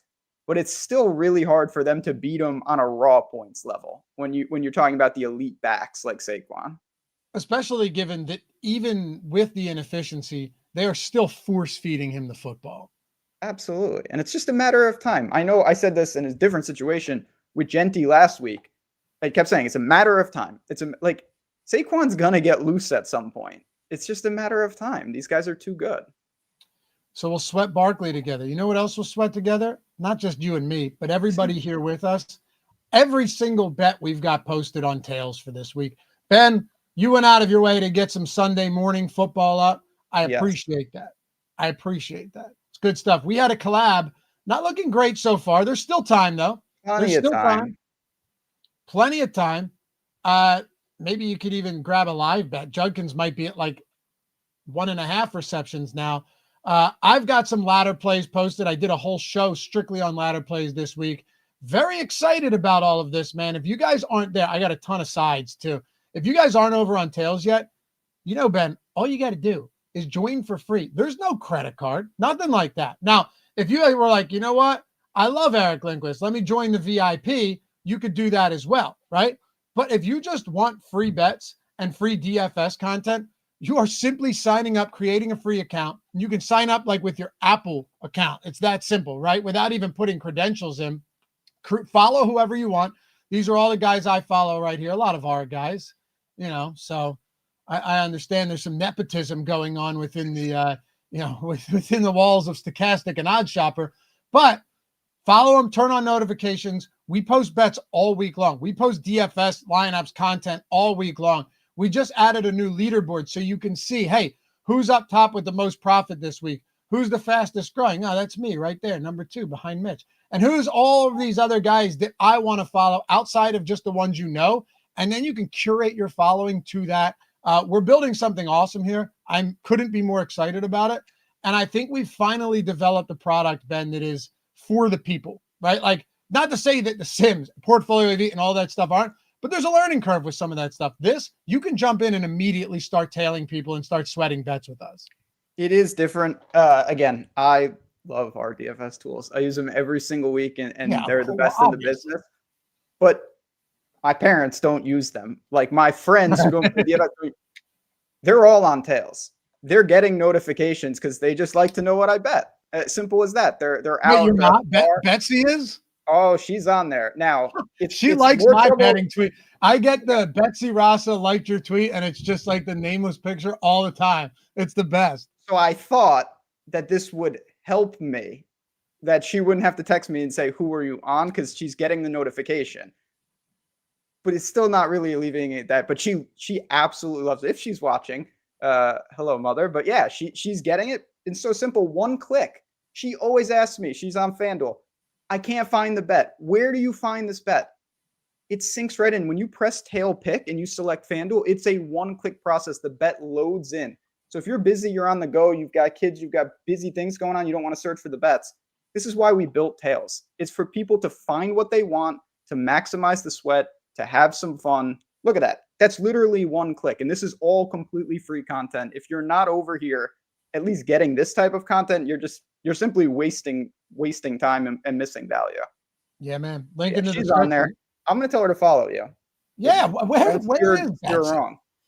Follow me, Betsy. All right. And if you haven't yet, links in the description, guys, for both of us. It's fun. And our friend Emac, all of his DFS stuff for the MLB season is up there. I follow him. Me too. You saw him up there. All right. I want to get to some. I really don't love the passing game for Philly today. And maybe that's a mistake because whenever you think the passing game is dead, they just pop off like they did last year against the Steelers. I'm just not getting there, Ben, because the prices haven't come down enough for me. Whereas the rest of the slate just looks too good. And for Denver, I don't have much. I mentioned on Monday Night Football that Harvey was going to be my stand. I think, hey, this guy could incrementally get more work. And we saw it, right? He had a nice game, biggest workload yet. But I'm not trying to decipher like who in this backfield it's going to be today on a loaded slate. I don't really have a ton of interest in Sutton against Quinyon Mitchell. I think it's mostly Barkley for me in this game. I agree. We've seen when the dynamic is needed, blah, blah, blah, the Eagles can throw and all that. I still don't think this is the perfect spot for any of it. So another game that underwhelms for me. I'll take a couple shots with Saquon. I have some Eagles defense because I still think they can put the pressure on, but that's about all I have. Okay, perfect. Let's keep it moving.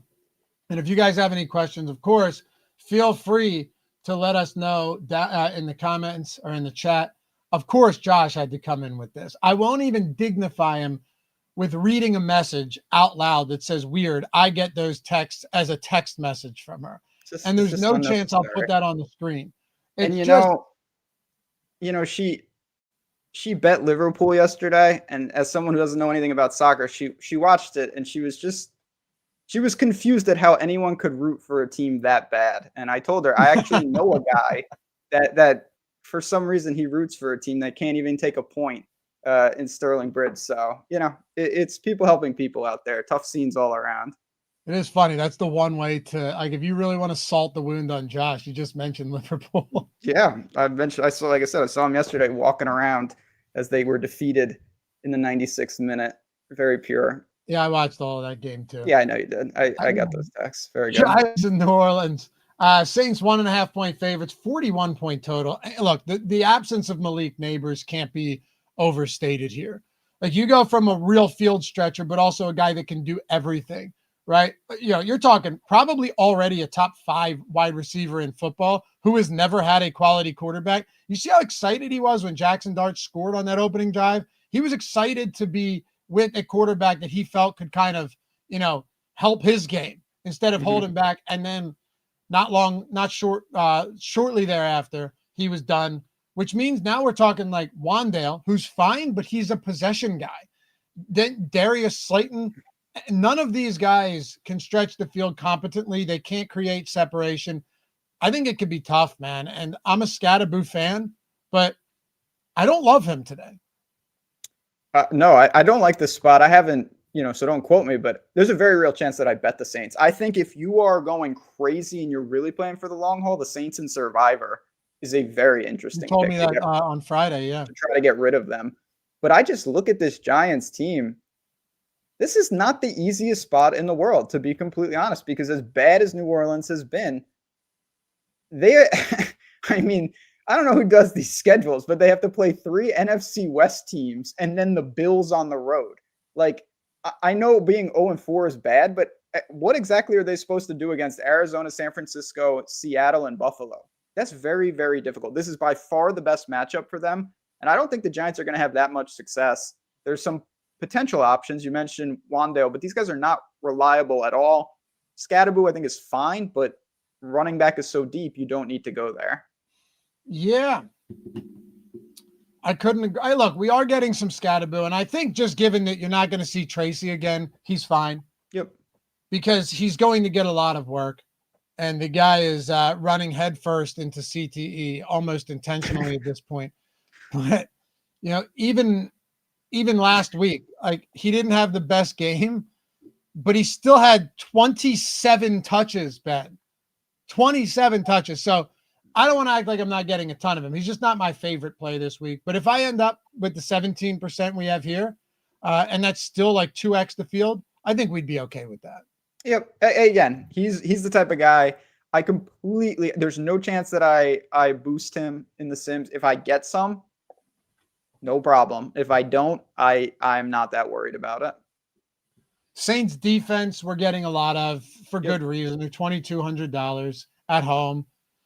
Chris Olave, your guy, 20% exposure in the Sims, running it on 5 uniques right now, 150 lineups, 20% to first in a 10K field. Alvin Kamara, 11%. Could be a nice little buy low on Alvin Kamara here. I actually don't hate it. Last week I had some ladder bets on Kendre Miller in that spot where he ran for almost 200 yards against Buffalo.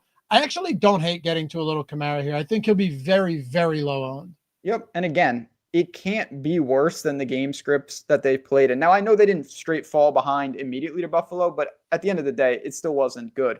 There's a very real chance that the Saints win today. And Kamara could he's already flirting with 20 touches, but that could boost to 20-25 in the right game script. So I'm okay with those guys. I don't know if I'm going to go as far to say I'm going to play Rattler. I would just play Bryce Young at the same price, I think. I would play Bryce Young, or I would play Jake Browning over Rattler this week, I think. Jake Browning? Mm-hmm. I don't know about all that. We're going to talk about it, man. That's bad. Let's see how many viewers drop off after that statement. I might drop off. You might do the show solo. I don't want to be here for that. What? Do you know, if you dropped off, you'd do a disservice to everybody, because then I would just give an hour-long dissertation on Jake Browning, even though I have zero conviction. It would just be for the bit. Yeah, no, Chad, I won't abandon you. And all the people we got a lot of people in here. Which, by the way, there is something they could do for us. Atone for their sins. Look at that. You can put it however you want, man. I have been dialed in with these likes, by the way. 2 weeks in a row, I basically nailed what we had. So set it again. I'm thinking. We're at 384 currently. All right, 391, and it's 1048. I will go with 704, but it's juiced to the under. Okay, so that means we're at 414. We need slightly under 300 in the remaining 30 minutes. We're not going to get, I mean, again, it's not possible. I'd say doubtful. Okay. Yeah, 667. That's not a bad guess. All right, perfect. Lock it up. 704. We'll get there. There's people who just forgot. I don't blame them. It's Sunday morning. They had things going on all weekend. That's not that many people. By the way, people are either vehemently opposed to the Browning spot, or some people are even saying they thought they were the only ones playing it. No, I'll have a little. the great thing is I could get like 5 Jake Browning lineups or playing him one single entry lineup and no one else is going to do it. So yeah, we'll talk about it though, Ben. Anything else on Giants and the Saints? I really don't have much outside of, I agree with you on Olave and Kamara. Kamara, I think, is a good buy low spot. I don't have much for the Giants outside of Scatterbill. I really just don't want to get to the passing game this week. Yeah, I'm not going to get too crazy. Also, I don't know what this means, and I haven't seen updates, but Taysom Hill might be back, and that always is a factor in stupid things potentially happening. Oh God, is he? What's his status? The last I saw, so forgive me if there's been news, is that he was questionable. And I'm not sure if that's updated or if we've got news. Okay. But he is someone that it matters. If you're on the 1 yard line and he gets involved, he can vulture critical touchdown equity. He's expected to play. Yeah, that is nothing. It's not nothing. All right, let's keep it moving here then. Next one up, Miami and Carolina. I do like this game. And this could just be like a death knell because this could be a 14-10 game. It could be disgusting. But yeah. I still want to get I still like Dowdle here. I still have interest in McMillan. I told you earlier in the week that I had some interest in Bryce Young. I'm just not sure it's necessary. I'm not sure you need to get to Bryce Young at his price point, Ben. I don't think you need to stack here. And also, if you intend on doing so, who are you stacking him with? Are you going Young, Dowdle, McMillan? Are you going Young, McMillan, Tommy Tremble with Jatavian Sanders still out? Are you going Hunter Renfrow? I just don't think the build fits for what I'm trying to do, but I do like this Carolina team today.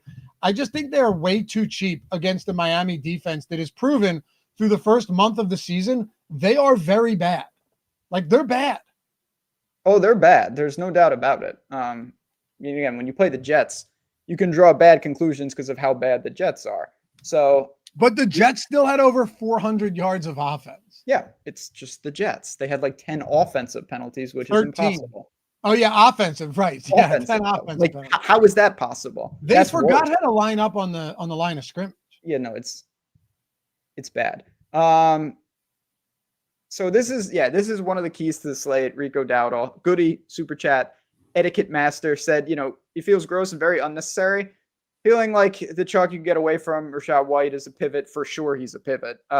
Seattle D just too good. No. Rachaad White I do like. We'll get there. I want to split the difference a little bit, Loughy, and this is kind of my theme of this. I think Rico Dowdle makes a ton of sense. I think he's a really solid play where you need to pay up. But he is unnecessary in my mind. I don't think you have to play this guy at all. That is my honest take on this. So I'm going to get to him because he fits. A, I have some interest in Carolina, and B, the price point is very, very low. And to loop in another super chat, which we appreciate from Heyman about Woody Marks, this is the reason that you haven't heard his name a lot, because of these breaking news Rico Dowdle situations of the price points being so much lower. So I'll look to him. I think unlike Javonte, who you mentioned, I'm fine just throwing him in Bryce Young stacks. I think you can just consolidate the entire Carolina offense. You can take Bryce Young, Rico, McMillan, Tremble combinations, take any or all of them. You're not paying anything. You can pick whoever you want outside of that. That's how I'll play Carolina today. I don't even disagree. I'm just saying I think you can do it without Bryce Young as well.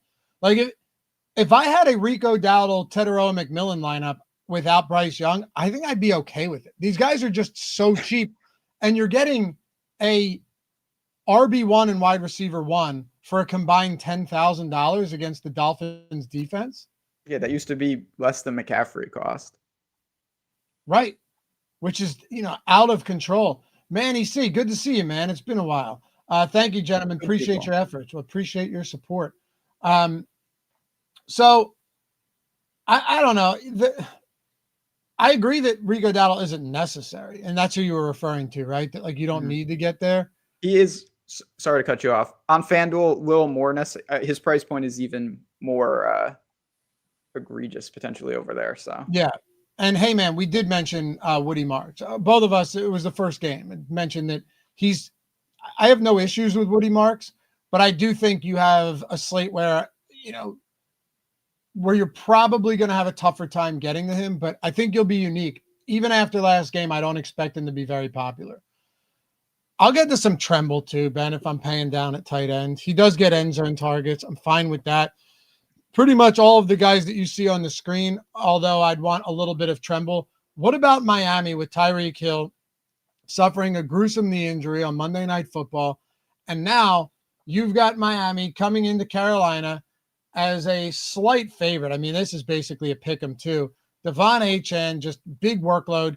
Jalen Waddle with no more Tyreek Hill. I don't know how much JC Horn he's going to see today, but JC Horn has been very good. I'm not sure it even matters at this stage of the game when he's $5,400. We're barely getting Tua though, which is interesting, right? Like if I told you we were getting to maybe right now the best pass catching back in football, or at least the most involved in Devon Achane, along with Christian behind McCaffrey, of course, and Jalen Waddle. And we were getting to both of those guys combined for what is that, 67% exposure.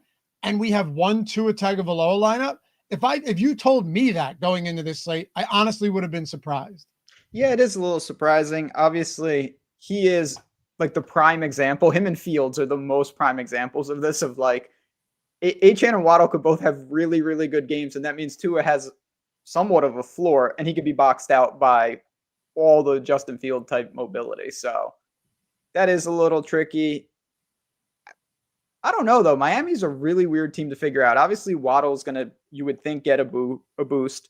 He should be busy. Achane's already busy, but Ollie Gordon is taking some critical carries, and I do worry about some of those passes, particularly in the red zone.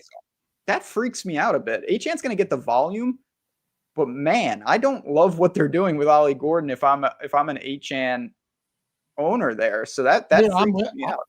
I said it earlier this week as well. And I'll never forget earlier in the summer when Tyreek Hill was asked about it, when Jalen Wright was actually expected to be used, Tyreek Hill jokingly was like, look, man, I love Devon Achane, but he's not a goal line back. He's like, Jalen Wright should get that. You remember that? And don't get me started on Jalen Wright. Well, for sure. But what I'm saying is maybe Ollie Gordon does legitimately start. We saw it against the Bills. Ollie Gordon had a lot of that drive and got multiple goal line touches. I'm with you. I think Devon Achane, though, his production is going to be buoyed by the fact that there's no Tyreek Hill. And they're probably going to get him so involved in the passing game that it doesn't matter. And SC, I agree with you. I love Achane because he's game script proof. Yes. Great. But to Ben's point, there is in the back of my head a little hesitation there that's like, shit, man. Does Ollie Gordon, does he vulture a touchdown or two today? It's definitely possible. I'm still playing some Achane. He's going to be in the lineups. Obviously, another thing, he's not even on the screen. I would recommend not chasing Darren Waller. He had 2 touchdowns on 4 targets. That was just a freak occurrence on an isolated 2-game slate. So I would chase it if he wasn't priced where he is. You're getting a lot of sub 3K tight ends that just look good. Coach Roos, welcome to the team, brother. Yeah. Clayton, one of the perfect lineup teams had Dowdle and McMillan without Bryce. Yeah, I built it that way intentionally. Perfect lineup. Quick, bite-sized DFS content every single week for showdowns and the main site right here on the Stokastic channel. I built it that way intentionally, Clayton. I wanted to see what it looked like. And I think it looks pretty good. I'm okay with it. I like this game overall, though, Ben. Like, I don't think I end up getting the much Waddle or even Washington. On another slate, I for sure would be overweight to a guy like Malik Washington. Or maybe even Darren Waller. But when you have, and if I said Waddle, I meant Waller the first time. If you have Devon Achane, you have Waddle at 5,400. You have Rico Dowdle at 43. You have Tedero McMillan at 5,700. You have 2 dirt cheap quarterbacks. I think I just know where I want to go here, and I'm going to hope that they consolidate the volume between the top guys on the respective teams. That's just where I'm at here. I'm not going to try and get weird in this game. I agree. It's similar to me, almost like Jets Cowboys. There's a lot of playable guys, but they're the guys you're thinking of. Like, I don't think it's a team to reach, to be honest. I genuinely just want to get weird, right? I want to get weird with good players that people don't want to play this week. I feel like this is the best week to do something like that. It is, because the worst teams happen to have all the value. Think of the teams we've spent the most time on. Jets, Cowboys, Panthers, Dolphins. That's all bad teams with really good price points. some of the elite players are not getting much buzz at all. Like, we won't spend that much time talking about Jonathan Taylor, who's in the next game, guys like that. That's right. Yeah. A lot of times we don't spend a lot of time on that because you just kind of you play them, right? Yeah, or you don't. know. But there's not a whole lot to say. The Raiders on the road, 7-point dogs against the Colts. We will spend time here on the Raiders because you have no Brock Bowers. And, this is not a surprise to anyone. The report came out that knee injury that he'd been dealing with was actually plaguing him and affecting his performance. That's not a surprise to anybody. And that he refused to they said the only way you fix this is if you rest. Well, Brock Bowers decided that he didn't want to. Admirable in some ways, but in other ways, if you're going to keep playing poorly, not great. You're looking now at a situation where Jacoby Myers probably just has to get a lot of work, even though he's been highly disappointing in 3 or 4 games. Yeah, I mean, the Raiders in general have been disappointing. Geno last week was extremely disappointing to me. He was throwing interceptions all over the place, and I'm pulling this up, he had 117 yards passing against the Bears defense at home. I mean, what are we doing here? I know Genty was amazing. He was fantastic. Everything that I could have asked for and then some, but wow, that was a disappointing Raiders passing game. Yeah, it was terrible. And now, I mean, what does he have? Like 6 interceptions in 2 home games or something outrageous? I mean, 5, I think. He's been an interception machine in Vegas. Yet here we are, Ben. What it all boils down to is price points, and Jacoby Myers is 5,600 with Brock Bowers not expected to play, with Michael Mayer out. DraftKings still has him listed as questionable, but he's been ruled out. And he actually he would have had a decent amount of work. So you have Genty, who's clearly going to get opportunities. Trey Tucker's 4,700, but Jacoby Myers, we're getting a lot of him, even running 5 uniques within the Sims. Yeah, it's just opportunity. I mean, he should be in line. I don't think it's a stretch to say double-digit targets. Game script should be in his favor as well. Healthy total. I know the implied total, of course, favors the Colts at home, but you're going to see, I call it like twists, where it's not a quarterback, but like I'll probably have some lineups that have Myers and Jonathan Taylor, just like a key weapon on each team of this game without Daniel Jones or Geno Smith, and just really capture some of the touchdown equity. I like it. I refer to it as a secondary stack, but yeah, twist is more fun, I suppose. Yeah, I'm trying to make twist work. So yeah, but one way or another, it makes sense. Like a Myers and Taylor, even if you wanted to go 2 pass catchers, Tyler Warren, right? Tyler Warren and Jacoby Myers makes sense. I mean, if you go ahead and look at our Colts exposure, and I'll show you something else after this as well to give you guys a better indication of what the kind of lay of the land is. Tyler Warren, 28% exposure here within the Sims. Taylor, 27. Daniel Jones, 11. Pittman, 9. Little downs. No Alec Pierce. And also, I don't know if you saw this, but Adonai Mitchell is expected to be active, but following his let's call them miscues in week 4, he's expected to have a limited role, which means 2 touchdowns and 110 yards. But if you look at tight end exposures in general, right? Let me clear these filters and just go to tight ends. Now you're talking Warren, McBride. Look at the rest of these guys on here. Yeah, Jake Ferguson, not bad. Jawan Jennings, fine. Laporta, Mason Taylor. But when you lose Brock Bauer and you don't have Michael Mayer either, which I actually think is kind of significant, and, you no longer have, and it wouldn't matter if he was on the slate anyway, but you no longer have like elite Travis Kelce's anymore. George Kittle, not on the slate, but fact remains, like he's not on the slate. You look at this, and there's just not a lot of reliable, trustworthy tight ends. Yeah, it's a position, like I said, where I'm a little more comfortable having that attached to my stack, having that attached to a price point, because there's just not that much. But Tyler Warren, certainly in the pool for me. Doesn't mean I need to play Daniel Jones. Not that I'm opposed to that, but yeah, he's just a very talented player, and he's perpetually in this, what I think, reasonable 4K range. Yep.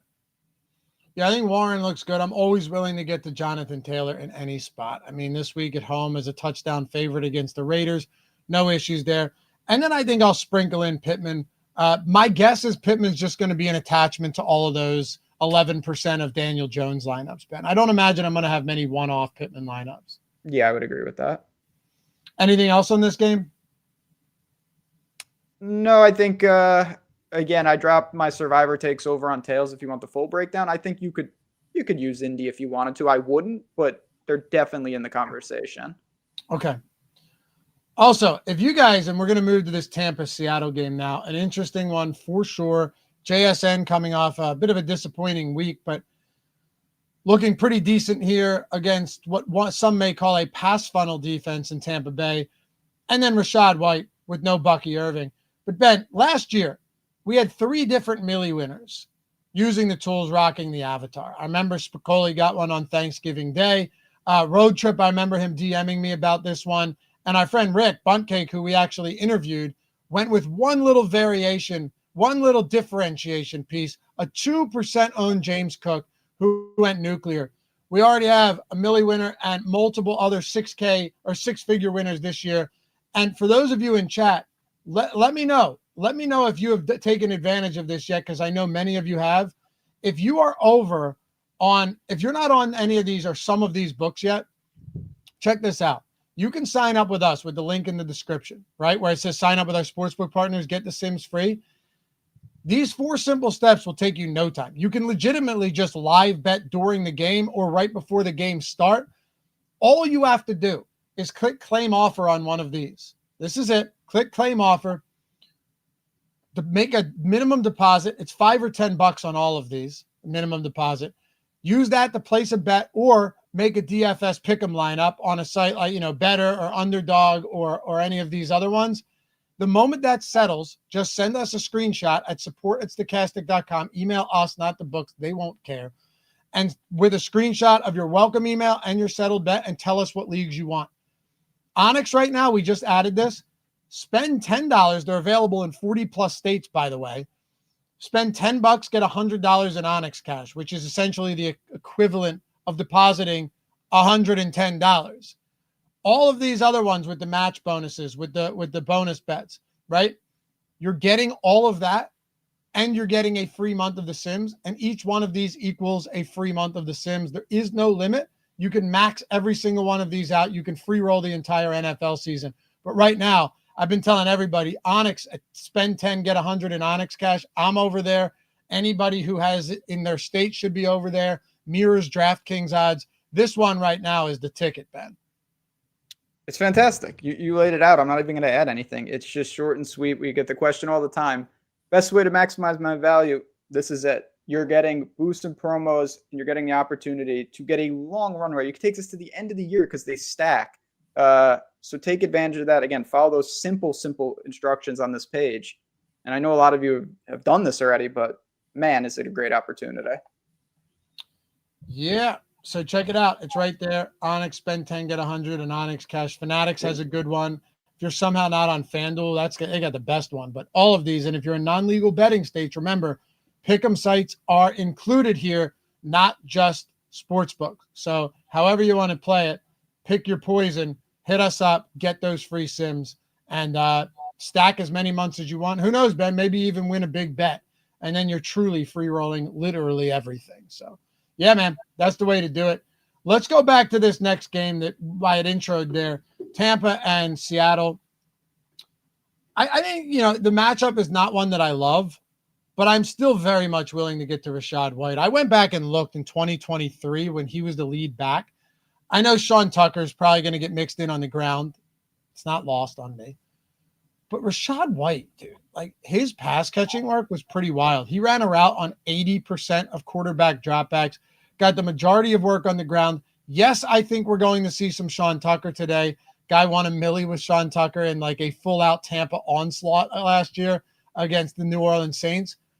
But Rachaad White's price just puts him in play no matter how you want to cut it, no matter how much you dislike the matchup. This price point, sub 5K, and what should be a starting running back who gets the large majority of pass down work out of the backfield, very hard to ignore today. Very hard to ignore. And yeah, this is This is a guy that we've been, or at least I've been a big advocate of. It was just a price point issue. That was our thing every year. Or all year, 7K. I said that. I've said this before, and I'm just going to kind of reiterate it because I think it's a pretty funny way to illustrate it. Like, when you roster Rachaad White, if you need him to get 20, he'll get you 20. But if you need him to get 25, he's going to get you 20 and 30. Like, he gets what he gets. And at the price point, when it starts increasing, you start losing the value. So him as value here, he grades out really nicely. I don't think he can be phased out of the game. Sure, it's not going to be solely his backfield, but a really strong play and one that I think makes a lot of sense given the situation that he's in. Are you doing anything else with Tampa, though? Not really. Am I going to push back if you told me you want to take Ibuka? No, not really. I think he's fine. He's a really good player, but that's about the extent of it. I don't see myself getting to Baker. Okay. I don't think I do either, to be honest with you. And by the way, someone said they signed up and haven't heard back yet. Somebody just DM'd me and said he heard back this morning. So my guess is that Ron is making the rounds and getting everybody set up with this. So, yeah. All right. On the Seattle side, we're going to get a lot of JSN. I'm okay with it. I am not at all, concerned about last week. I really don't care. He's 7,100. The guy still has a monster target share. He's still far and away the top option for Sam Darnold. Here's the big thing, though, Ben. I think the Seahawks are going to try to run the ball regardless, just as we saw the Eagles do last week, right? Like, they're still a run-first team, but it may open a little bit more up for JSN in the passing game. It's possible. I still expect them to try and run the ball. I do. But JSN 7,100, to me, he looks good. Yeah, I'm throwing out last week as well. I'm not worried about that. It is what it is. You have to deal with some of that nonsense. Elite spot. Might bet him. You might see him over on tails. We're going to do some fun anytime touchdown parlays. Might recruit a couple other tails creators to join in on the fun. JSN might be in there. And this price point is really reasonable. And, he only has one touchdown on the year. Like, he's getting crazy volume. If he starts bringing some TD equity to the board, you're going to see some really big numbers from him. You mentioned the pass funnel nature of this. I do think there could be some big plays on both sides of this game. Some of the defense a little banged up on Seattle's side as well. Tampa's personnel is just banged up. So it's kind of they're negating each other. JSN's my favorite player in the game. And honestly, he's the only one that I really have a ton of interest in, besides Rachaad White, who we already talked about as a great value play. I will point out our friend Arcatelza just disrespect. I think he means Godwin after running all those routes. Yeah, maybe you're right. Like, wasn't he targeted 10 times last week? He was out there way more than I thought he would be in his first game back after being out for almost a calendar year. Yep. He played, 81% of the offensive snaps, was targeted a ton. He's $5,900. Yeah, I mean, maybe you're right, Arcatelza. Maybe we are sleeping on Godwin a little bit here. Maybe this is kind of he's just flying under everybody's radar, Ben, with no Mike Evans and no Bucky Irving. It's definitely possible. I'm not going to push back on that. It's not always the case, but I will say he turned those 10 targets into basically nothing. It was very underwhelming. So you have a great data point that he got the opportunities. I don't have in front of me, all the things. Was it Baker's fault? Was it Godwin's fault? Was it the defense? But he's going to need to be a lot more efficient if he gets 6, 8, 10 targets today. Oh, of course. Yeah, that's all. But also he can't be Calvin Ridley of last year, who just buried me every single week. Or this year, or any year. Remember when Ridley had 10 targets? I laddered him. He had 10 targets for 0 receptions last year. Yeah, I mean, you'll have to be more specific what week you're talking about, because that happened. It felt like every other week with him. Insane. I'm a masochist with him. Not this year. I've gotten off of that this year. What? Terrible. Believe me, I played him this year. It hasn't worked out, obviously. Do you know he's still? I messaged you this. It may have been this summer when I was just doing best ball stuff. It's like, can you believe Calvin Ridley had 1,000 receiving yards last year? If I would have thought he had 650. Yeah, I mean, it just shows that if he was a little more efficient, he could have had like 1,500. Monster numbers were out there for him. Yeah, he could have actually helped me make money and not lose it every time I bet him. That's really the distinction. Yeah. I don't think I won a Calvin Ridley bet all year long. Not unless you were betting him to not do something, sure. Speaking of Calvin Ridley, the Tennessee Titans on the road against the Arizona Cardinals this week. 8.5-point road dogs. Ridley is, in fact, expected to play despite only logging one limited practice on Friday this week. What are you doing with Tennessee, who's also getting Tajay Spears back in the backfield? Yeah, fortunately, a lot of these injuries have popped up, which has rendered my potential bad ideas, I think, useless with Tennessee. It just seems wildly. You were actually considering him earlier in the week? I was considering Pollard. I still think that Pollard's going to have this backfield and have this opportunity. You just really don't need to go there unless you see something that I don't. And on the outside, although I like some of what's going on, it's wildly unnecessary to get to Cam Ward and this type of stack when you have other stacks in the same price point that are just in objectively better situations. I used Arizona in Survivor. I think they'll be the most popular Survivor play. They're going to be a popular teaser piece if you cross to 2.5. So what's there to say about Tennessee? They're awful, and their coach should be relieved of his job. I'm surprised he's still. If they get blown out again today, do you think he could be gone by Monday? I don't know, because I don't know what they're doing. He shouldn't have a job. They're doing Cam Ward a disservice because he's not developing. Because that's what I said. If this were different, and you were seeing some development in Cam Ward, except even though they were still losing, but Cam Ward's developing, I don't think there'd be nearly as much pressure. But Cam Ward is regressing week over week. Well, yeah, I mean, again, it's hard when you don't have a coach. Yep.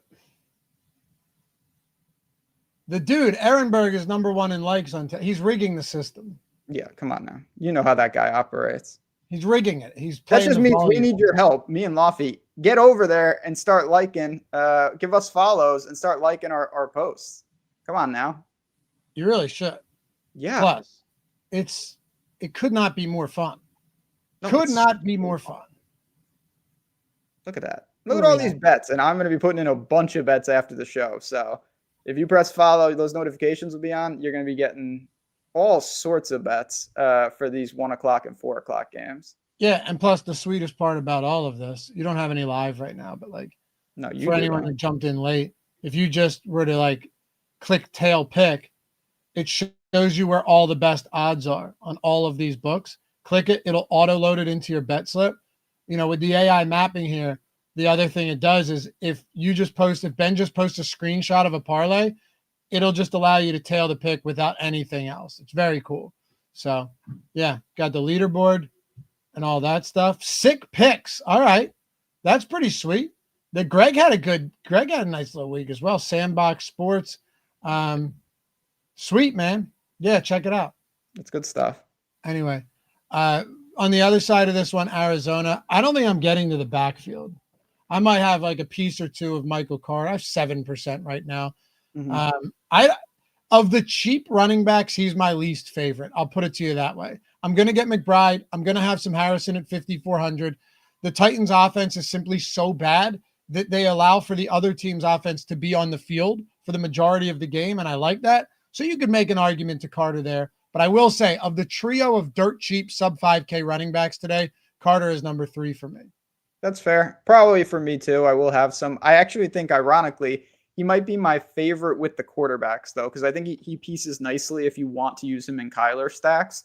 So I'm okay with that aspect. But you mentioned it. The best asset that Arizona has going is that Tennessee, there's a chance that they gift them 2 or 3 short fields. And with that opportunity, you can get some extra touchdowns for your offense. And Arizona is known to do incredibly stupid things. When they played Carolina, look at what happened in that game in terms of the unraveling late. So Arizona's a team to keep an eye on today. I do think some of these guys factor into the slate. I would agree with that. I like McBride. I like Harrison. What about Murray stacks? We're actually getting a decent. Check this out. I like them. If you look at Arizona today, Kyler Murray, we're getting 4% Kyler +2, 4% Kyler skinny stacks. I'm okay with that. 8% Kyler stacks, no 3-mans, which is what I prefer. I actually like that. I'm fine with that. I really am. And that'll be in my pool. I do think you could go a little more. I might look to the onslaught because it's very cheap, and this is a game that I do think could end up like 40-3. If you onslaught it, who is your third? Are you playing Michael Carter with it? Yeah. Or are you going like Michael Wilson? No, it would be Michael Carter for sure. It has to be, right? Like there's no real alternative there. Yes. Justin Fields skinnies is our most exposed, and Justin Fields +2 as well. But Herbert not far behind, Kyler, or actually they're all far behind, but they're all grouped up. Like Daniel Jones skinny stack, believe it or not, almost 7%. It's a decent amount. All right, let's talk about Detroit and Cincinnati. The Lions are 10.5-point road favorites, Ben. That's a crazy number. I get it. Cincinnati got manhandled by Minnesota. They can't protect Browning. Denver had their way with them on Monday night in Denver. They're 10.5-point dogs here.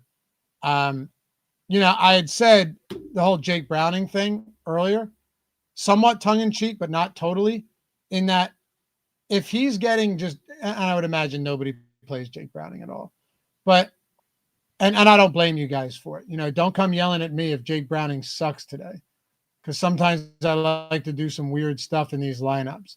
But just knowing that Cincinnati still has guys that can put in work on offense, Jamar Chase, namely T. Higgins, I might take a couple shots on a double stack here. It's just, I think I might do it. If they fall behind early, he has to throw. There's so many ways he could pull like a garbage time game with two stud wide receivers. And I do think this is a little different than last week in Denver against the Broncos. Not shitting on Detroit's defense at all. I have a lot of respect for him. But, I want to get overweight on Jamar Chase at the very least. He's just too good to be 8% owned on a 10-game slate, no matter who's throwing him the football. Yeah, I agree with that. And listen, the thing about Jake Browning, to be serious for a second, he's shown in spurts that he's capable. Like he's had games where he racks up a ton of volume. So I get it, and they're going to be trailing. So in that aspect, 3 touchdowns, and he against. I'm sorry, I think there's a delay here. My fault. Against Jacksonville when Burrow got hurt, Ben. Yep.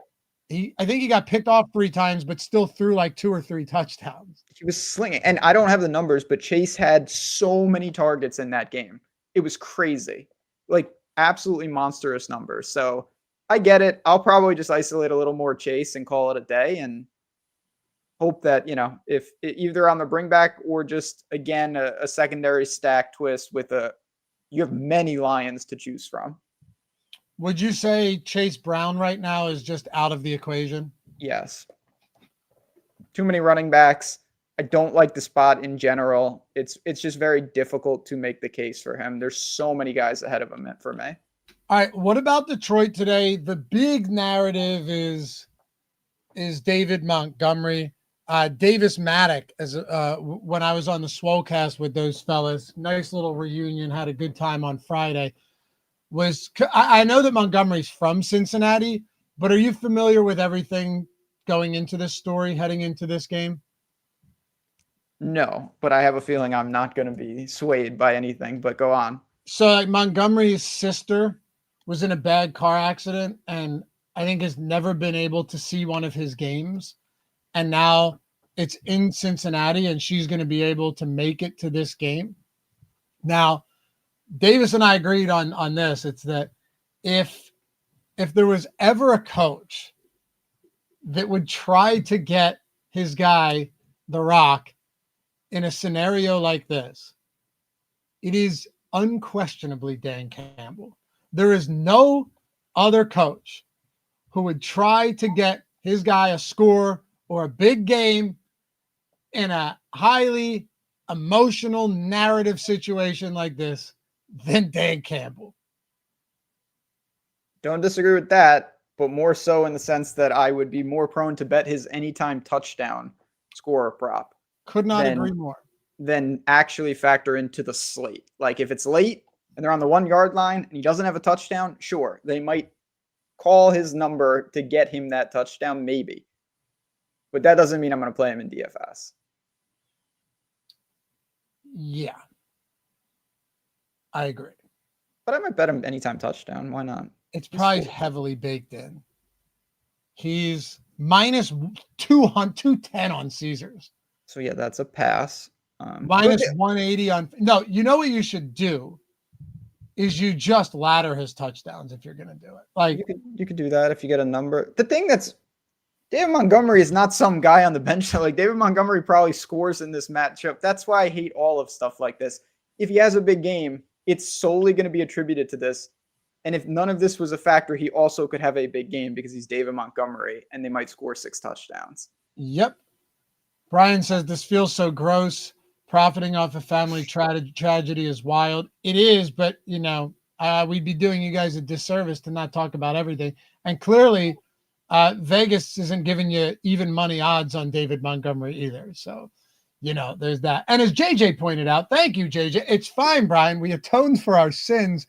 Ben, people get it around here. They get it. With that in mind, we are at 589. You said it at 704. I told you. So we need 115 likes in the remaining 4 minutes. Oh, yeah, sure. All right. Maybe you overshot. There are 2,500 people here. I said it was juice to the under. Yeah, okay. Juice to the under. He's just still like... potato. What are you, minus 130 on the under for a 704? Minus 175. I meant by juice to the under, I meant minus 20,000. Yeah, I just said juice to the under. I didn't clarify. That's fair. I think Jameson Williams is a sneaky play, though, that I want to get a little bit of. You don't have to get a lot, Ben. You really don't, but he's 4,900. He's still out there essentially running a route on every single time Jared Goff drops back. Like he had a couple spots last week that could have turned into a big game and they didn't. No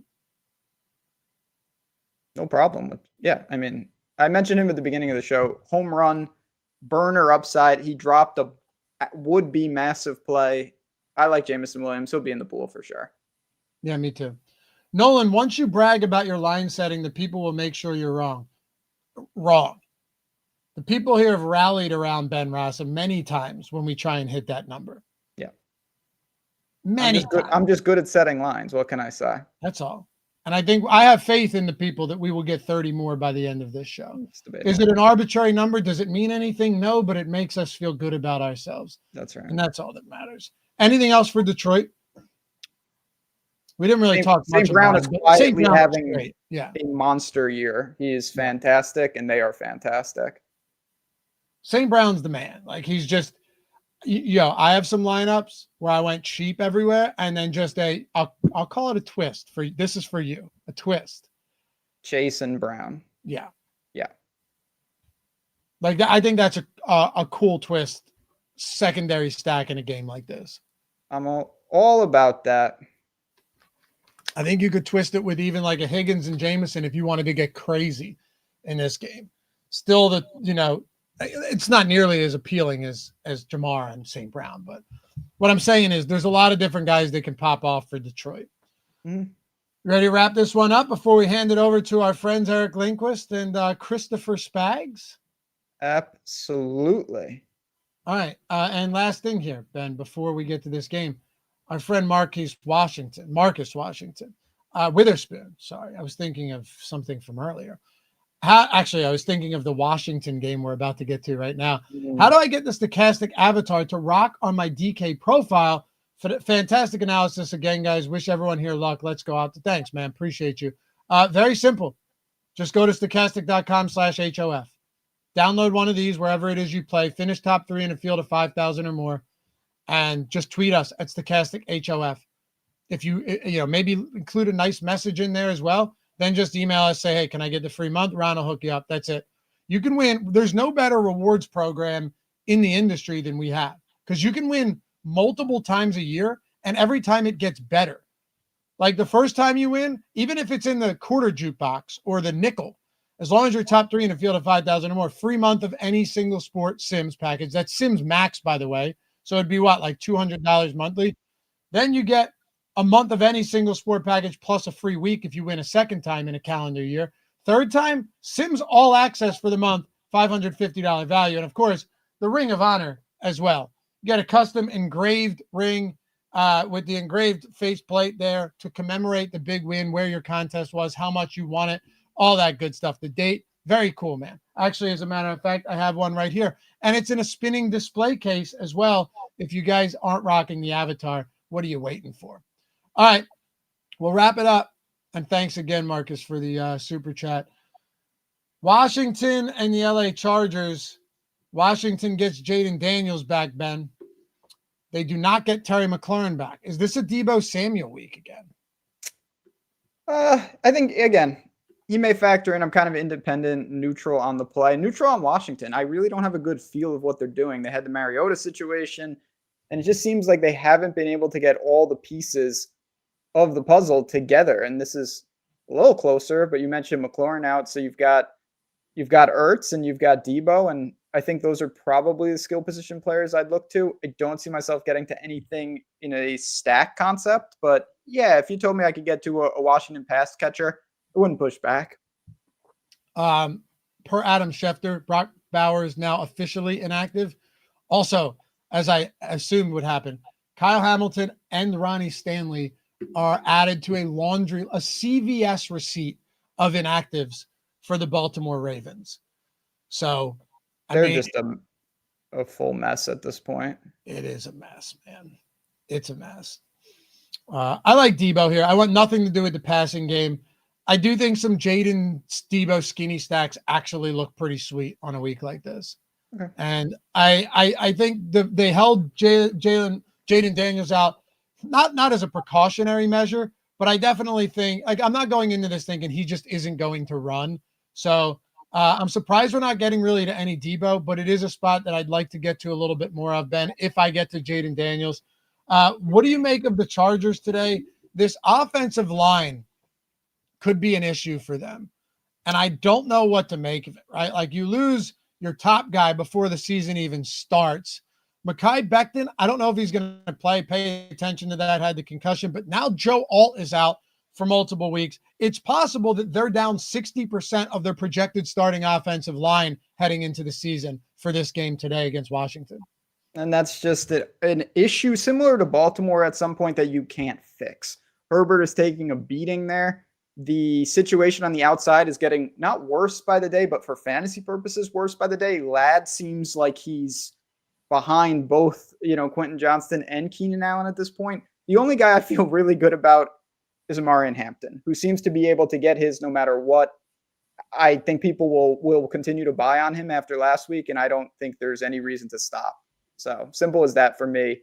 Hampton, and then a big drop off to everybody else. I want to take some shots on Ladd today. Really? And well, the Sims are giving me 7%. I'm fine with that. But I'm also surprised that we have him at 11%. Like, I don't really want to get overweight there at 11%, but I'm fine having sprinkles of Ladd McConkey. His price point has come down $1,000 since we last talked about him on week 4 slate. Okay. I mean, listen, there's some home run ability there, but man, it's been bad. Yeah. Maybe the way to play it is just like bet his over 4.5 receptions or something like that. Yeah, or the longest reception to score. There's a lot. Again, That's why last thing, and I know we're leaving, tails.bet. Ladd might be on the card. So if you want some free bets on that front, there's a lot of ways to get exposure to these guys. It doesn't have to be just your lineups. Yep. Don't close the screen. Yeah, I'll go right back to Hampton here and some Herbert. The Sims do, in fact, like Justin Herbert today. So I'm going to lean on him in this spot because I don't have a great feel for this game. I worry about the O-line, but I know, odds and the totals are baked in to these projections in the Sims as well. They like Herbert. And I think I'm all right with that. I'm okay with getting to 12% Herbert today. Also 30% Hampton. guess what? You got Chris Spags and Eric Lindquist coming up, taking you all the way up to lock for the next hour and 26 minutes. Appreciate you guys hanging out. 10 up, 10 down. These guys right on the other side of this very, very, very brief break. Let's see how well Eric can do with the changer. Let's see if we can just, real fast. Snappy. Pressure's on, fella. Love you all. See you back here for the. Oh, wait, I'm sorry. Did we hit it? What? 7:36. There we go. Perfect way to get out of here. Toss it over to the boys. Yeah, there's a timing. We nailed it. We'll see you back here for the next one. What? No, you went over the time. It's an asterisk. All Good right. luck today, friends. Bye-bye.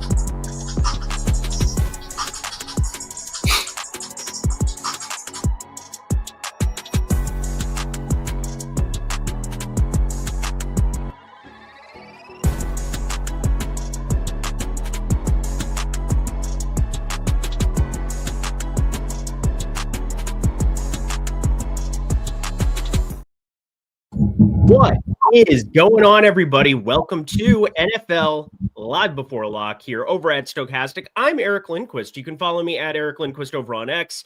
It is week 5 of the NFL season, and for a 5th straight week, I am joined by my good friend Chris Spags. Go follow him at Chris Spags over on X. Go follow him over on the Splash Play podcast over on YouTube's.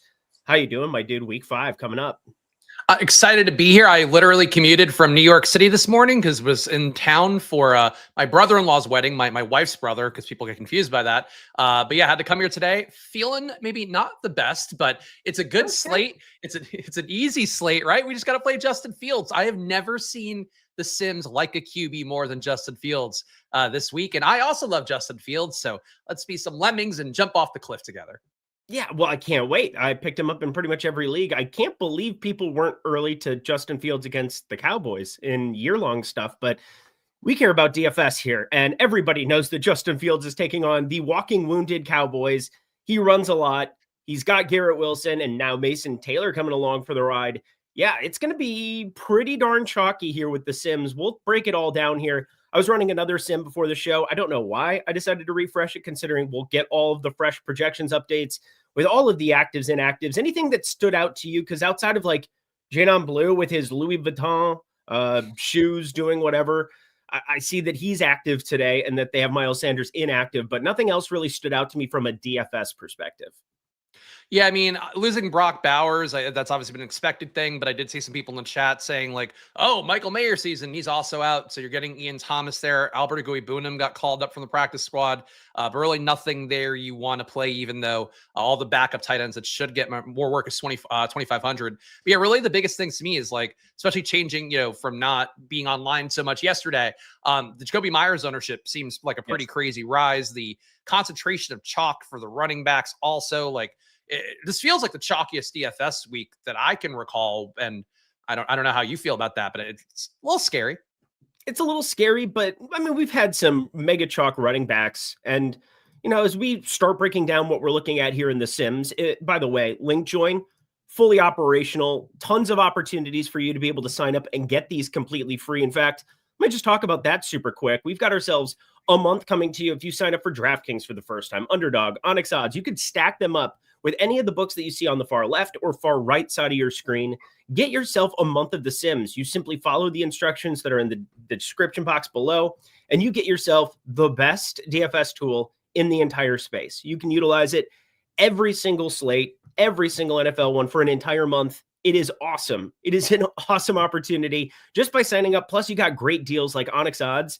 It's like $50 that you're going to be getting when you play your first 5 DraftKings, kind of the same deal. DraftKings Pick 6, bet $5, get yourself $50 in Pick 6 credits. Awesome opportunity for you to be able to jump over at any of these sites, left side, right side of the screen, stack up some months and get winning. But as we start looking at the Sims here, I do think, we're going to get some very consolidated chalk, but like, I find some really interesting game stacks and like ways that people aren't putting together games. Like, Indy Vegas, like we have so many pieces on the Indy side that we can kind of assort through that have massive ceilings.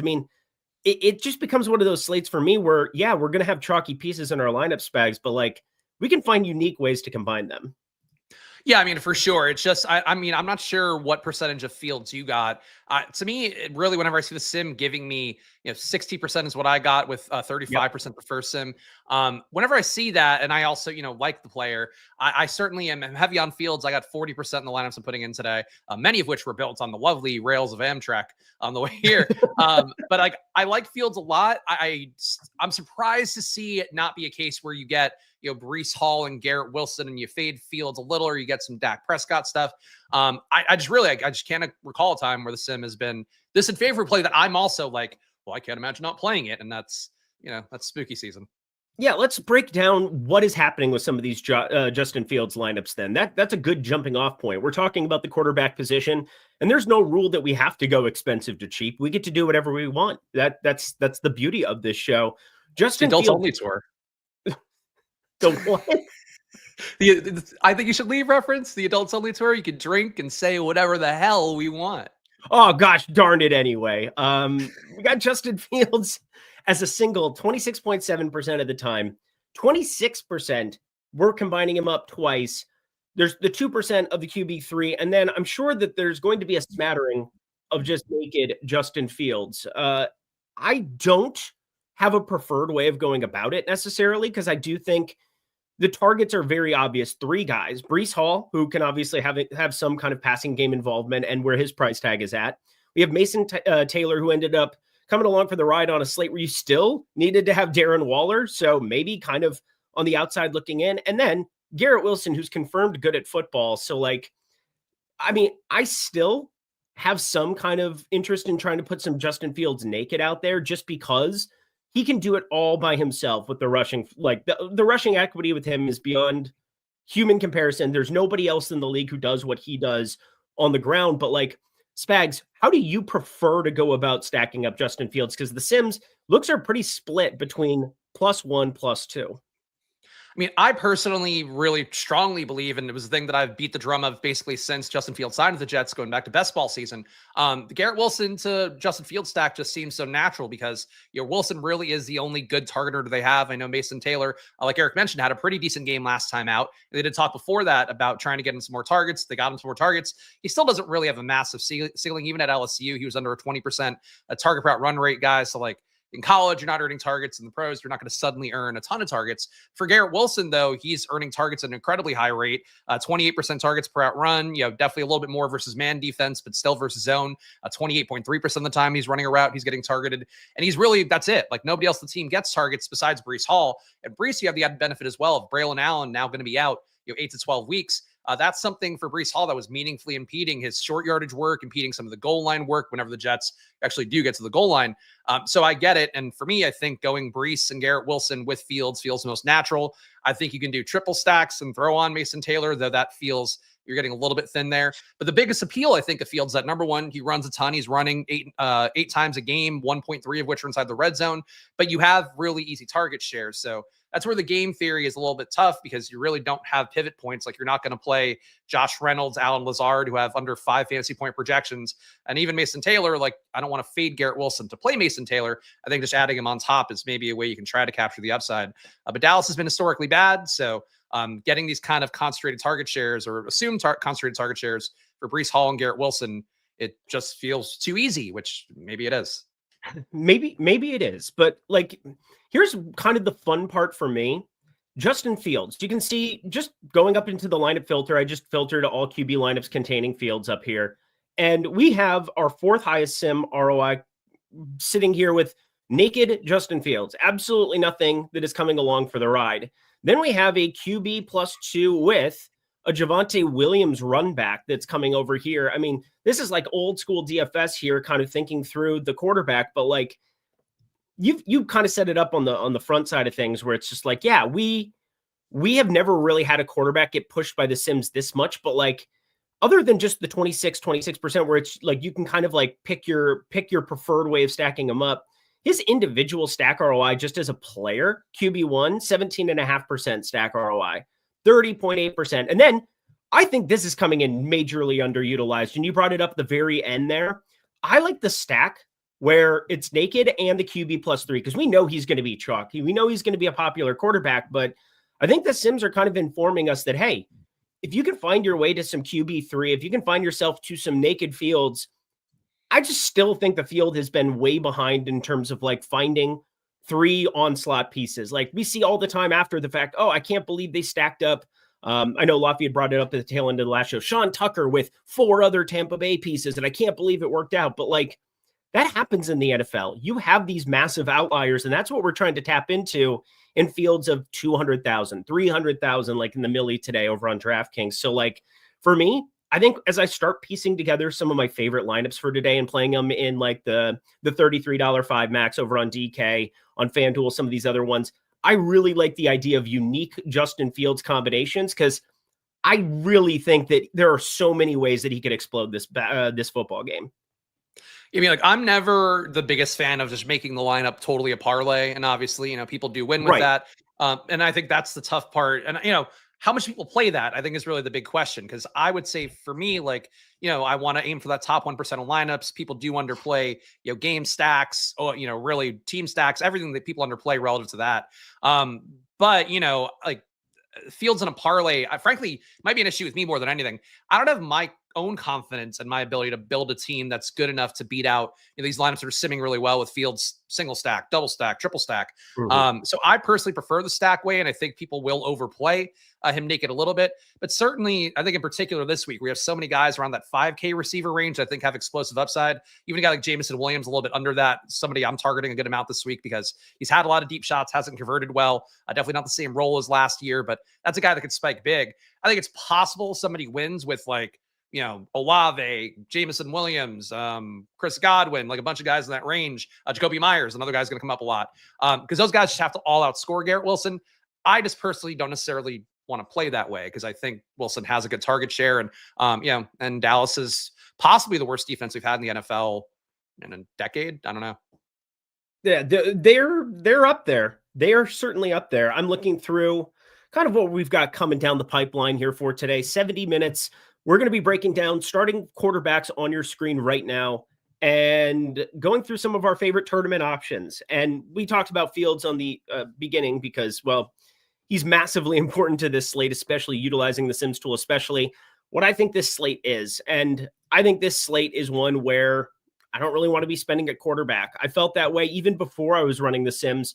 And now look at this, Spags. I mean, we have some of the highest negative average simulated ROI numbers, 38%, 34.5%. What does this all mean? It means if you're spending up at quarterback this week and trying to bring stack partners along for the ride, you really need to hit in a big way. And I only have one quarterback that I'm really getting to in double digits above 6K, and that is Justin Herbert. He's the only person currently in my lineups that I've got more than, just nominal single digits of like Jaden Daniels with a knee brace, Jalen Hurts on a team that, obviously is trying to run the football, has a lot of whispers about Devonta Smith and AJ Brown being unhappy, but like They're freaking 4-0. I think they're doing just fine. Jared Goff, Baker Mayfield. Yeah, we're probably going to see some volume there, but boy, is it tough to get up here to spend at quarterback. Do you have anybody? Because, yeah, Herbert, I have 11% of. The next most I have up here is 4% Dak Prescott, and I don't even know if I'm a big fan of that, Spags. Yeah, I mean, I forced some Jaden in today just because I'm a Jaden stan. That's my brand. But also for him too, I'm kind of surprised he's not getting played at all. The sim really hates him though. He didn't even come up in my top 150. So it definitely scares me a little bit. But I do think Jaden has the upside. Brace, no brace. That doesn't spook me too much. What does kind of appeal to me about that is he's going against a Chargers team with a really high pass rate right now, one of the highest pass rates over expectation in the league in a year where really not a lot of teams are doing that. And I think that's the kind of game script for me with the Commanders where there actually is upside. And in a week 2 where you don't have McLaurin out there, you don't have Noah Brown, like I think it's another kind of concentrated target tree, especially with the running backs being mostly kind of useless. Concentrated target tree with Debo and Zach Ertz. So I like Jaden. I did put him in some single lineup sim stuff that I got to an okay number, but the fact he doesn't come up in the top 150 at all, like that's me being biased. Jalen Hurts, I could see the case for because you are going against a Denver team that people are going to be afraid of the Patrick Surtain matchup, but possibly the squeakiest wheel double wide receiver core in history with like Ian Rappaport reporting that these guys are not happy with their roles right now. AJ Brown put out a tweet last week bitching about it. And it is a man defense heavy matchup which AJ Brown has killed before. Really not Surtain specifically, but any man defense matchup. That's where AJ Brown's biggest upside is. So I think there's more of a case for the pay up guys, even Jared Goff. Like I actually got a good amount of Jared Goff lineups because you're such a high team total in that game. And certainly some of the David Montgomery narrative I know Loughy talked about last stream. Not sure how much that pushes Montgomery's ownership, but I don't think people have talked enough about Jared Goff's stacks and these kind of games where Detroit's a huge favorite. You sometimes see them pile it up. I wouldn't sleep on the elite QB tier is really my main point here because especially if you're putting in a 150 max, like Fields grades out well, but like if you're not playing Fields, play some Cowboys D, play some other outcomes, and just mix in these stacks that also have decent upside. They're just not projection-wise, there's not anywhere close. Yeah, the Goff one's interesting mainly because like week 2, so much got skewed with Russell Wilson being the Millie winning lineup and Dak Prescott being such a high score that you really didn't need Jared Goff, even though there were some big tournaments won with Jared Goff stacks in that week 2. It's a Super Saiyan ceiling. Like Jared Goff has that to him, but it's all going to come by way of Amon-Ra St. Brown, by Jameson Williams, by Jahmyr Gibbs, more than likely, not David Montgomery, although the chances of David Montgomery, taking a 50, 60-yard swing pass to the house is still there. But like Jared Goff is at 6,500 outdoors. Just, it's so hard for me to still click on it in this specific spot just because like they can get things going on the ground and it just becomes so difficult for me to imagine having a need to get to Detroit here, Jared Goff. And plus 6,500, I mean, that just seems like a little bit more zesty price point than we've had for a while on Jared Goff as well. It is. It's definitely a pretty high price point, but 29.8 implied points for the team, one of the highest totals we've had this year, besides like Buffalo. So I think it's worth it still. And Cincinnati's defense has been bad enough, giving up. They're not Dallas bad, they're not Jets bad, they're not Miami bad. They're still giving up 0.13 EPA per dropback, 0.14 EPA per pass, 0.07 EPA per rush. They're pretty much bad at everything. So whatever Detroit wants to get should be there. But it's definitely a team where I can make the case for Goff because I think in particular JMOs do. But really, it's a team that's running a ton, and if Cincinnati doesn't push them, they might just run Montgomery as much as possible, I guess, to feed that narrative. Yeah, we'll talk about that narrative at running back. Arkathelsik, can you guys hit on the Arizona backfield? We will definitely be doing that and kind of covering everything as we go position by position on this show. Also had one more question that I wanted to take a look at. It was basically just a question about Justin Fields relative to playing him on FanDuel as opposed to DK. On FanDuel, I like him even more. He is like by far our highest projected guy, sitting north of like 22 fantasy points. And I ran the sim over there. I got like 75% Justin Fields for today. And you know what? I'm actually okay with it. The rushing equity there, plus 140 anytime touchdown for a quarterback. I mean, everything is just lining up for him to smash. Yeah, the pricing is definitely, I would say it's similarly advantageous. The projection similarly advantageous. And, in FanDuel, to me, the biggest difference is really like, is this guy a PPR scam, like a QB that doesn't matter as much? So yeah, Field, same play to me, but a guy like Achane, I probably have a little bit less interest in on FanDuel. Absolutely. Let's go sub 6K here. Obviously, we've covered Justin Fields multiple ways and talking about that, but just above him, I think is probably the second best tournament play. I'm considering playing him in single entry as opposed to Justin Fields. I'm probably going to end up just playing Justin Fields when it's all said and done. But this Indy Vegas game is extremely intriguing. Daniel Jones has played confirmed good football. Tyler Warren is very special at the tight end position, can do multiple things, and now is getting like red zone carries. That's like a real thing that we're doing. That's how we're handling football in the year of our Lord 2025 Spags. We're going to give Tyler Warren goal line carries instead of my boy Jonathan Taylor. All right, cool, whatever. But that's like their tush push or whatever they're calling whatever. Just the box sets inside of the one, but that's neither here nor there. What is here is Daniel Jones at 5,800 over on DraftKings. We got Kyler Murray. I really don't know what Arizona does to move a football on the ground. We're going to talk about Michael Carter and DeMercado, and it's just brutal if you're an Arizona fan looking at that backfield and its current construction. Kyler's going to have to be some kind of continuation of the run game. I know that hasn't been his forte the last 2 years, but I think he's still got that dog, and I'm hoping it can still come along for the ride. And Trey McBride is probably my favorite tight end play on the slate, bar none. So Kyler Murray, Daniel Jones, who do you prefer between those two specifically if you're not playing Justin Fields in a lineup? I would say relative to ownership, I see the appeal in Daniel Jones. I personally didn't get there as much as Kyler, because Daniel Jones, obviously with Jonathan Taylor being so well projected, being potentially one of the chalkiest players in the slate, with Stokastic currently having it about 33% ownership. Like you go to the pass game stack, try to capture it that way, or even pair Daniel Jones with Jonathan Taylor and then tack on Warren on top, or Pittman, or even Josh Downs if you want. I think that's a logical way to do things. I like the Kyler side more, though, because of the fact you don't have those real running backs. And if people are intrigued by Michael Carter, I know there's been a lot of questions about him. Redraft people in particular who are just hurting worse than anybody because their teams are so injured and they have to pick up guys like Michael Carter. They want that run game to be something. I really don't think it is. I think you have a better shot of it being more of Kyler dropping back to pass. And Arizona on the year, actually, I believe passing above expectation. They're passing about 2.4% above expectation overall, 3.1% in the red zone. You do have Marvin Harrison getting one red zone target a game, McBride getting one a game as well. There's ways that this can hit, and then the running game just does absolutely nothing. I like the double stack with Kyler. So I see the case for both QBs, but to me, Kyler, I think, is a better play. And sim-wise, too, Kyler's the number 2 QB I got today.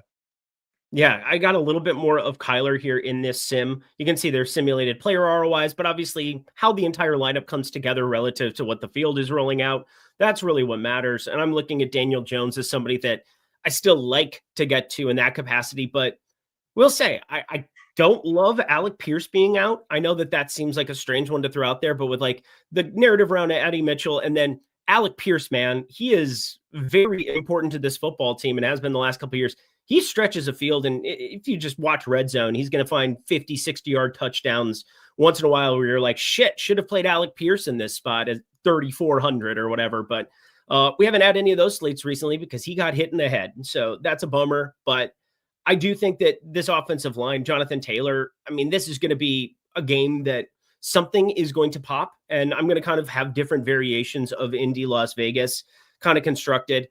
And then that kind of leads me to the other side of this one. Notice how Geno Smith, who is showing up in the Sims ad nauseum, isn't even showing up on your left side of the screen. He's not in a single lineup in the top 150, Spags. This is a football team where, I mean, we just lost Brock Bowers, Michael Mayer, anybody who's, a functional tight end is basically dead there in Vegas. But are we just completely sleeping on a 5,400 Geno Smith? Because I really have been attacking this Indy secondary. I don't think that they're very good. And this is the first time I think all year where the Sims haven't been targeting against Indy. How do you feel about Geno Smith at 5,400? Because I think he might be like my contrarian play du jour. Yeah, I didn't get much of him sim-wise, and I didn't force him in with some of the handbelt stuff I did on this morning. So not a guy for me this week, but I see the case for it in particular. The fact that he busted so noteworthily the last time that he was chalk. Going back to those guys, always a decent move. And for Geno, the big thing is like you've seen the explosive Trey Tucker 50-point game. You've seen him have functional games. You've seen him have really bad games. When nobody's playing Geno, that's sort of the time to play Geno. So yep. I'm conceptually with you. I don't think Indianapolis' defense is as soft as a lot of the ones that we're going to talk about in the slate. Again, there's like a lot of really bad secondaries in football right now. Indianapolis to me is like closer to league average, 80% catchable ball rate. That's dead average, 0.03 EPA per drop back and pass. That's a little bit better than league average.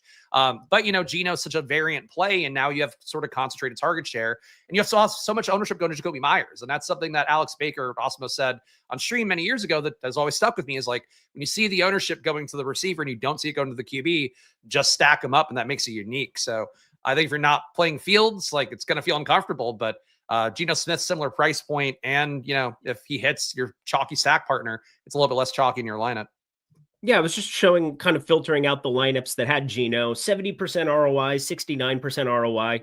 Nothing great, nothing terrible overall, but like finding mixtures of this game environment. Again, all of these are basically stacking up with a run back. And again, this is kind of like old school DFS week 5.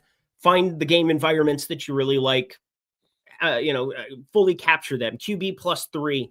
I just find Geno to be very appealing because I could see that game going nuclear in a number of different ways. Big plays from running backs, from quarterbacks, from wide receivers, probably not tight ends outside of Tyler Warren because, well, who's even playing tight end on the Raiders side? Is it going to be Ian Thomas? Is he back in our lives today? I think it's going to be Ian Thomas. I mean, sort of hard to project, but Ian Thomas should be the lead, would be my guess. And then I think you get a Gooey Boonham in for some amount here, because I don't know why they would call him up for the practice squad if they weren't going to use him a little. So neither guy should have the big upside. I don't really want to play them, but they are 2,500. So if you wanted to take that shot, I would say, well, I guess, would you do it in lieu of Jacoby Myers then? You do Trey Tucker maybe in the tight end? Yeah, I think, well, I'm probably not going to do any iterations of that, if I'm being honest. It's one of those things where it's like the game theory seems nice, then actually playing it seems not so nice. Yeah, because Ian Thomas is Ian Thomas. We saw, block-handed Ian Thomas in Carolina enough times to know that probably not going to be ideal. Yeah, for me, the ideal construction with Geno is going to be just finding 2 of these wide receivers, QB2, and that's kind of what the Sims is emphasizing up here. Jacoby Myers, Trey Tucker. I think that's the chalk version, but I think it's probably the right version. Trey Tucker's Super Saiyan ceiling we saw for him against Washington, mostly all in garbage time. But you know what, Spags? Garbage time counts the same as regulation time, as normal time. That's what I was told one time. That's true. Garbage time is still a credible time of day, but I mean, I don't know. I don't think Vegas gets smoked. They're only a 7-point dog. Like, I think that game could be competitive. I think if you're going to play Geno, you're playing it being competitive into the 4th. Indianapolis pulls away. And I think Trey Tucker can be a part of this team being competitive today, or I hope he could. All righty. Let's get ourselves out of this Geno Smith talk because, again, nothing like bringing up the guy who isn't even showing up in the Sims here at the moment. Let's finish things out here. Player ROIs, stack exposures here with some of these quarterbacks that we have a ton of interest in. And I got that super chat over here as well from Sean Preston. Ownership of Gibbs and projected points. I will definitely get to that at the running back position here coming up next. But rounding out the quarterbacks, anybody on cheap that you've got your eye on? Because Tua, well, he loses Tyreek Hill, but now all of his stack partners are cheap. Darren Waller, maybe he's the new Jonnu Smith, who Jonnu Smith won people a lot of money at the tail end of 2024. Maybe this is the version of 2025. Darren Waller just comes back. He is a massive target in the red zone. That worked out nicely for people who I saw firing up 2 touchdown tickets, you sickos, on Monday night. But how do we feel about some of these cheapies? Because the other guy I think I have my eye on, we're going to see a pretty chalky defense in New Orleans on the other side. I think mixing a little bit more Jackson Dart into our lives and hoping that he ends up running all over the place, not the worst idea, Spags. Yeah, I mean, I would say for me, out of the cheap guys, Bryce Young is the one I'm the most intrigued by because you have Rico Dowdle at a reasonable price tag there, as people should play a certain amount. Though frankly, with how much the chat's talking about guys like Woody Marks, maybe Rico Dowdle comes a little bit lower owned. I had a guy on Friday on my stream that was like, I'd rather play Trevor Etienne than Rico Dowdle. I'm like, that is one of the dumbest takes I've ever heard in my life. Rico Dowdle's a pretty good value, but he should pick up ownership, projected right now by Stokastic for about 17-18%. I think he should be like 20 to 25%. He's a guy that last year in an absolutely dead to rights Cowboys team kept putting up 100-yard games. I think he's equally as good as Chuba. Like, Chuba's really not a special talent, even though he's gotten a pretty good workload. But then you have Bryce Young as well. If you don't play Rico, you could play Bryce Young with him, sure. But you could also go to Tet McMillan, can go to Tommy Tremble if you really want to go to a cheap tight end. He's getting targeted about 21.5% of the time he's running a route, which is actually pretty good for a tight end that nobody talks about. I like the Bryce stacks the most. I think Rattler, you have a credible case there, but I just didn't play him. But Bryce, I did kind of go out of my way to get a little bit, because when you have ownership projected to go to Rico, like, think about the QBs a little bit. And Miami, as bad as the Cowboys defense in a lot of ways, as bad as the Jets defense, like, they're just 0.4 EPA per dropback is a really tough number for a defense to hold. Bryce isn't good, but he can hit and be really a nice savings to get all the star players, especially at running back. I bet Trevor Etienne over 16.5 rushing yards. So that's fine. Don't play him in DFS though. It's fucking insane. I will say this: 2 red zone carries for Trevor Etienne last week, 0 for Chuba, 0 for Rico Dowdle. I'm just saying. I've done dumber things. The main reason is I'm literally looking at one lineup in particular. That's a hand build, of course. That I'm like, am I really going to do this? Am I actually going to go and click on Trevor Etienne? I can't do it. I'm going to probably play something awful from Arizona, but oh boy, there's a part of me that wants to, Spags, especially now that you said that. That's one of the worst things ever. I'm like, please. Or of course, that means it hit. That's the law of how this goes. When you actually are brave enough to have a stand and go, this player is not one you should play. But look, he's a guy with a 4-point projection. You have a million credible running backs to play on the slate of all sorts of prices. I would not play Trevor Etienne this week, but anyway, that's me. Spags, we've done enough shows together, 5+ years of doing this in the content space, and I will say, nothing will ever reach the levels of me playing 78% MVS in the Millie Maker and him at 0.6% putting up zeros and ran like a route on every drop back from Mahomes. So like, it can't get worse than that. So like, the way that I look at it, you can say anything on the show and it won't be the worst take ever, because mine will be the worst. It will live forever. MVS, thank God he's not on the slate. Thank God. Do you know how much I played in Showdown the other day? An egregious amount of heavy. I need to get even on this guy. You're the one that made Kendrick Bourne pop off. Like, once they knew that you were playing MVS, the Vegas was like, oh, we got to boost up now. Kendrick Bourne. God, what a time to be alive. You guys want to get some more bets? Tails.bet. That is definitely where you want to be heading here. I'm going to share that on screen. I do want to try to get one refresh of the Sims tool here, because I know we got some updates that just came in. Yes, ownership just updated, 9:06 a.m. How unbelievable is that? So as we start jumping over to the running back position, why don't you head to tails.bet? I think that would be a great opportunity for you. I'm pulling it up on my end here right now and taking a look at some of the top bets that I'm seeing on the board. You simply go to the Tails Expert Picks, the picks feed that is sitting there. It should be the first thing that pops up when you go to tails.bet. But if you haven't checked it out yet, now is the time, because there's so many free bets from so many sharp people, such as Greg Ehrenberg, Loughy from the last show. Ben Roz and myself also have both free and paid offerings over there at Tails. Check it out this second as I get everything refreshed and we talk about the running back position, where we have cheapies, we have expensive guys, we have a little bit of everything coming into our lives. All right, I'm going to do this and begin our boarding walk as we talk expensive running backs. And that's kind of where I want you, as I'm setting everything up here in the Sims for this rerun, I want you to just tell me your favorite expensive options that we've got, because Jahmyr Gibbs is still Jahmyr Gibbs in this spot, regardless of the David Montgomery news. If you don't know what we're talking about, we'll definitely get into that. But Jonathan Taylor, he is chalk du jour. He probably should be chalk du jour. How much Jonathan Taylor is too much Jonathan Taylor for you today, Spags? I got more than in the lineups that I've already done than the sim is giving me right now, but still getting Taylor in 23%, Fields at 34%. I really have no issue with Taylor. The biggest issue to me, frankly, is that he's so close to Jahmyr Gibbs. Gibbs, though, was projected for 20% ownership. I think that feels a little bit heavy to me. I think that he's going to come in lighter than that because of how much people want to play Jonathan Taylor every week. He's obviously smashed enough times. And I think people will want to play the David Montgomery narrative. And just to get it out of the way, if you missed it, I know Loughy talked about it with Ben a little bit before on the last stream. But basically, David Montgomery, first time playing in Cincinnati, I believe, in his career. Yes. And then also his sister it's going to be the first time that she's seeing him in person after she got paralyzed in a car accident last February, I believe it was. So yeah, like I think Loughy said it pretty well, where he's like, Montgomery getting a touchdown, that like that can happen here. And that does suck away from Gibbs a little bit. Whereas Jonathan Taylor, there's really nothing on the Colts that takes away from him. Like the backup running backs don't touch the ball there as opposed to Gibbs. Taylor's like a better play, but I think when you have a live tournament pivot like that, and we just saw this happen a couple weeks ago, whenever it was with McCaffrey, and you had Bijan right there, Bijan ends up being the one you need. I think playing a guy like Gibbs when Taylor's going to be such an obvious play, and it's really industry-wide too. It's not just Stokastic data. Everywhere's pushing Jonathan Taylor so heavy. I think Gibbs is a pretty strong play, again, in a game where you have 30 implied points for Detroit.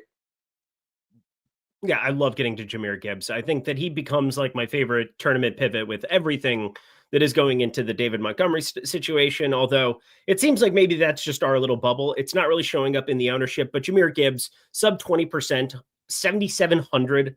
I got to click on that button. I think you got to click on that button. The one I'm not clicking on is Saquon Barkley. And I'm nervous because I did have like a massive Saquon Barkley stand last week, both from a DFS perspective. It was like north of 25% of him. Didn't end up working out all that well, but got the touchdown that I needed. The lock from Lindy's Leans, Likes, and Locks. Check that out over on OddsShopper, breaking that one down day in, day out in the NFL streets. But how do you feel about Saquon Barkley? Because Denver's defense looked alive for the first time in a long time, and I think they've had the defensive pieces. Is this a spot, though, that we really want to get crazy and fire up Saquon? I'm probably going to pass and regret it. Yeah, I didn't get a ton of Saquon today. The Sims gave me a little bit more than I got in my last lineups things that I put in. But I got 13% in the top 150 right now for Saquon. I think that's more than a fair amount with him being projected for 18%. The big thing with Saquon is that, and I kind of talked about it with Hurts a little bit in the Eagles, like you're going against a Denver team that does play a lot of man defense. You've had the receivers complaining pretty loudly. If Saquon this year, frankly, for me, like he's playing this year like I thought he was going to play last year, where he's not bad, but he's also kind of inefficient and he's not breaking 50-yard runs over and over again. I don't know that him going against Denver is the day where you expect those explosive plays to come back, given that they are, a pretty sound defense. But if they do come back, certainly he has the upside, and he is projected for less ownership than Gibbs. So like if you don't like Gibbs and you want to get away from the Taylor chalk, I could see playing Saquon. But he barely made it into any lineups for me in terms of the one I'm actually playing today. So I really don't want to make the case, but quality running back versus a defensive-minded team, those things can hit. So I don't want to poo-poo Saquon, but when you have Achane right there is like a really potentially very strong PPR scam. You have the ceiling for Taylor and Gibbs there. I'm pretty cool just kind of leaving Saquon out of the group. I think so as well. And that's Devon Achane, 7,300. My favorite of the grouping, the Sims favorite of the grouping. I'm just a Devon Achane guy. It's ironic because the very first time I was not a Devon Achane guy on a slate where he was just like the most overowned human being ever. And of course, he broke off like an 80-yard touchdown right from the get-go. Was it 2 years ago? Unbelievable stuff. But I've always been a fan of his going back to A&M. And boy, is he a good NFL player. He is so good in the passing game. And now with no Tyreek Hill, he needs to be an extension of that. You can see a lot of like inline in the slot type Devon Achane as well. Like there's not really any rules for how you're going to utilize a back who's that special now that there's no Tyreek Hill on the field. Because Westbrook-Akine, we kind of know what he is at this stage. I mean, that's a red zone target type dude for sure. But Malik Washington, gadget type. I mean, there's so many of these like Swiss Army knives. They don't have like real football players for Miami when it comes to like the contextualized idea of the position that you have in your mind. Like they've always had these different gadget type dudes. Devon Achane's definitely the most special of all of them, though. And at 7,300 against Carolina, there's just no way that I'm not clicking on him the most. I must say, though, would you ever imagine a world where we would have like 1% Derrick Henry against Houston, which is for everybody who wants to know ball. And it's like, oh, you can't fade Derrick Henry against Houston. I think everybody wants to fade him with Cooper Rush now in the backfield there, hanging out with him.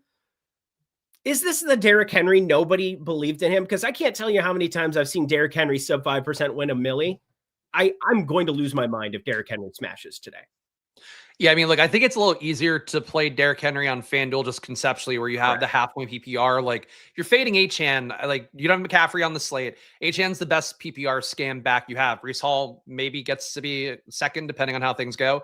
But Achane's role has been so good. Last year, he was basically targeted the same amount as Tyreek Hill and Jonnu Smith. This year, he's targeted 26% of the time he's running a route. For comparison, Jalen Waddle's only been targeted 22%. that like it's going to go up a little bit with Tyreek being out, but in reality, Achane should benefit from the fact that Tyreek's out. I would say just as much as Waddle does.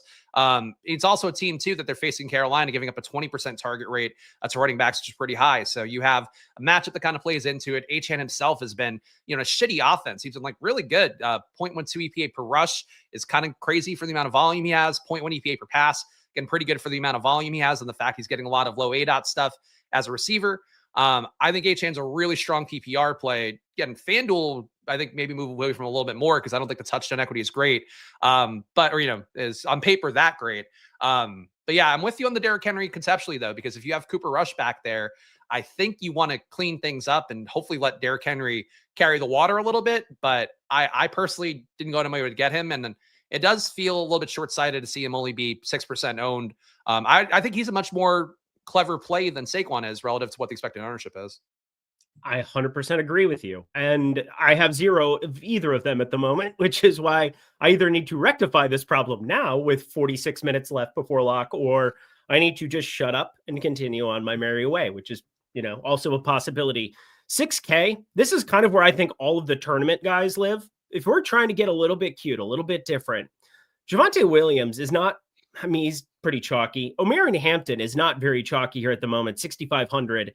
I'm not really sure if it's because of the slate, because of, what we've been given. We have JT and Gibbs that I think are both underpriced relative to their ceilings. And then we have so many cheapies to rotate through, but like the guy is playing every snap now for the Chargers. There's just no way around it. With Najee Harris gone, Omarion Hampton is in such a good spot week in, week out. And maybe there's a little bit of juice there. I mean, obviously he's a rookie. He's somebody who's very, very heralded out of UNC. And Omarion Hampton has some wheels, but like it hadn't been pretty to this point in the season. Last week showed out against the Giants. I don't know if that really counts to me, but Washington at home, Omarion Hampton, probably the guy that I'm going to give a little bit of a boost to in this range.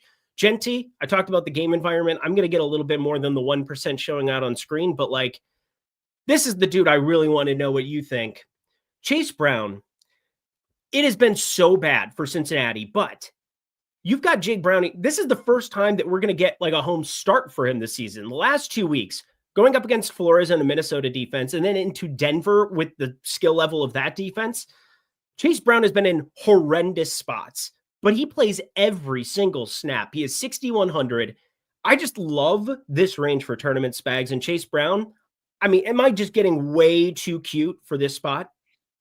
I think so. The Chase Brown work has still been pretty good. I mean, he's getting 18 and 10 touches a game.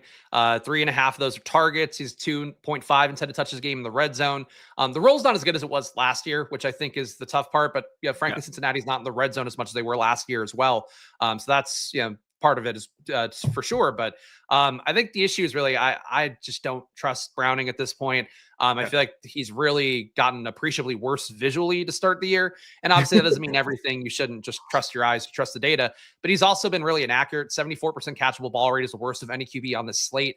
People love to shit on Justin Fields. He's got an 80% catchable ball rate. Like he's getting the ball where it's supposed to. Browning is not. That said, it is going to be probably desperation mode from the moment the Bengals open this game. So I think that helps Chase Brown's potential PPR scamming a little bit there. But I'm not really a Chase Brown guy. I agree with you on the range, like Javonte Williams, Hampton. I think those guys are nice tournament plays. It'd be hard for me to get to Chase Brown, but if it makes me uncomfortable, I guess it'll probably make everybody else uncomfortable too.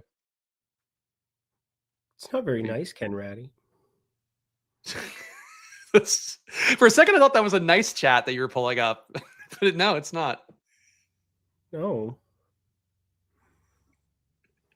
Sub 6K. We have lots of guys to talk about. Breece Hall, by far the highest owned that we've got on the slate, 65.3% ownership coming his direction. They're going up against Dallas. He's still getting the bell cow work, the majority work. I just want to be cute again, but it's fine. Sub 6K. Talk to me about Breece Hall and why he's such a good play today. So I just reran the sim with the data update that just came through, and I'm now getting Breece Hall 75%, Fields at 33. So another massive stand in favor of the Jets today. For Breece, like we talked about earlier, he's absorbing Braylon Allen's role. That helps. It's also should be a matchup that the pass game is going to be fairly plentiful, decent team totals well for the Jets, with them being implied for about 24 points. And I think the big thing too that stands out in this Dallas matchup in particular, they're giving up a 23% target rate to running back. So you have Breece Hall, who already gets targeted 36% of the time he's running a route. That's McCaffrey levels. You're adding in a matchup that benefits it. You're adding in a matchup as well where Dallas's secondary should be easily attacked. You throw in the rushing upside that gets a little bit higher with him seizing whatever goal line, short yardage work, because it's not going to go Isaiah Davis's way. Like, he's just not that guy. I think it looks good for Breece. So I really think the price tag as well is too good. I have no quibble with playing Breece as much as you want. Obviously, knowing how chalk works, knowing how game theory works, he's one guy that if you want to peel away a chalky lineup and play somebody who's not Breece Hall, that's a good way to do that. But just over the course of a portfolio, like, the Sims love Breece, and you should love Breece too, I would think. Yeah, it's really tough to not like Breece Hall at 5,600. It's a price point thing. It's an opportunity thing. It's a matchup thing. I mean, you can check every box, I think, that we have for like what makes it a good cash game play. And like, cash game plays are traditionally going to be your best plays on the slate. That's hand in hand kind of what we're looking at, point per dollar, everything thrown together that people have used the normal nomenclature of this and that for years in the DFS space. I mean, Breece Hall just kind of checks every box. What do you think about Tony Pollard now that we've got Tajay Spears back in our lives? Because I don't know what to make of it, but I think more of an afternoon slate play for me than something that I really want to be getting to here. But I just want to get your no ball take on Tennessee and how they're going to handle Tajay Spears and Tony Pollard in different game scripts, because this is a low number for a guy who's projected for 16.5 rushing attempts against Arizona Spags. Yeah, I mean, I'm a big Tajay Spears guy. He's actually, very unfortunately for me currently, but it's fine, my highest exposed guy in best ball is Tajay Spears, because he was just so good end of last year when we saw him get that role, and then he got concussed, and that sucked. But I love Tajay Spears' talent. I think he's a lot better back than Tony Pollard. That might be sacrilege to some people. But Pollard's getting paid more money, so he gets kind of the first opportunities. But I think having Tajay in does hurt Pollard a bit. And I'm also with you that, like, it doesn't feel like a main slate play to me. I think you might get some decent leverage against that Cardinals defense if you hit it, in a short slate. But yeah, Pollard, I would much rather, I'd rather take the Montgomery narrative shot at that price tag. I'd rather go down to Rachaad White and Rico. And maybe that's what makes Pollard appealing, but sim wise, he only came up 2% in my top 150. So I don't think I'm missing out on much with Tony Pollard. All right, let's get to the two major chalk pieces to round out the running back position. Rachaad White taking over, no Bucky Irving there. You have Sean Tucker. We've seen three-headed monsters at times, then it became a two-headed monster, then it became a one-headed monster with Bucky Irving at the tail end of last year. This year, it's still been majority Bucky Irving, but Rachaad White had been mixing in more. He ends up being the guy who gets the goal line carry in week 2 to beat Atlanta, ends up being a pretty, like, I will say this, I'm not a Rachaad White guy. I never have been. He's impressed me more this year than just about any year. And maybe that's just like, oh, shit, Bucky Irving's really good. If I want to see the field and actually be there, I need to get better at football. And Rachaad White, this is the best version of him I've seen. I'm more than happy to embrace that chalk. You know what I find to be terrifying, though, Spags, is Rico Dowdle. This guy couldn't do it with the Dallas Cowboys, and now we expect him at 40% of our lineups to do it for the Carolina Panthers. Sure, it's against Miami, but what is your confidence level in Rico Dowdle, and how much are you planning on deploying today? So Rico sim-wise, I'm getting at 26%. Does seem like the latest data around knocked down his ownership a little bit closer to 14. Good. Rico's not been great to start the year. I do think, though, again, last year was really impressed with what he did with that Cowboys team, where, like, you knew what they were trying to do. They were trying to run the ball, and he kept hitting 100 yards over and over again. But this year, Rico, not super efficient, negative 0.14 EPA per rush, negative 0.45 EPA per pass. Like you mentioned, Trevor Etienne is getting some red zone work. Still less than Rico. Rico's getting 1.5 red zone opportunities a game compared to 1 for Trevor Etienne, 1.3 for Rico inside the 10-yard line compared to 1 for Trevor Etienne. It's not like that does get you a little bit worrisome, I think, if you do get that touchdown flowing Etienne's way. But I think Rico at his price tag is a better play to me than the Cardinals guys. I played more Rico than Rachaad White, but I'm with you on Rachaad White. Like, he's been really efficient this year in a way that Bucky hasn't in the run game in particular. And I'm not a Rachaad White guy either. In fact, actively campaigned for Bucky last year in all the content I did. And he was one of my most important best ball plays. And same thing this year, even though it's not looking so good with him being out a couple weeks. But Rachaad White's actually been pretty solid. And you do have the third down work that'll be out there for if the game script gets weird. It's definitely going to be Rachaad White out there because they're not going to put Sean Tucker in passing situations. I think Josh Williams, the third back, they want to get some touches too, but probably not enough to matter. So I think Rachaad White and Rico are stronger plays. I would favor Rico just because the matchup is softer, and I think he's got. We've seen him have bell cow ability, but they're not as great of a play as I think they seemed like they would be a couple days ago. Yeah, Rachaad White, it's a difficult spot, no doubt about it. Seahawks defense confirmed pretty good. I mean, what are they doing? They've put together, I think, one of the more surprising defenses in the NFL. Like, I didn't expect them to be this good, Spags. Like, it's definitely terrifying. And we can all look at Miami on the other side and know how much better of a matchup that is. But, yeah, Rico Dowdle. It's just a weird click to me this week. 4,300, I totally get it. Let's touch on the Arizona running stuff because none of it is showing up in the Sims, but I do know that there's some interest that a lot of people have trying to make something work there. Talk to the people about North Carolina's own Michael Carter and the timeshare he was in there, Javonte Williams. I mean, that's just going way back there. But how do you feel about Michael Carter as a potential option today? I'm not stoked about it. To be honest, I kind of don't get it. Like he's a guy that, and I think somebody on Stokastic has talked about it in content this week. It all blurs together. But somebody mentioned that like Michael Carter basically was a pass down back on the Jets. And, for his Cardinal stint, he's been used a little bit more in the run game, but he was also, bumped down to the practice squad. Like he wasn't really on the roster. DeMercado actually had a pass game role, but doesn't really get, rushing touches. I think that Zonovan Bam Knight might be the best runner, like actual rush play runner out of that group. And he might get some work today as well.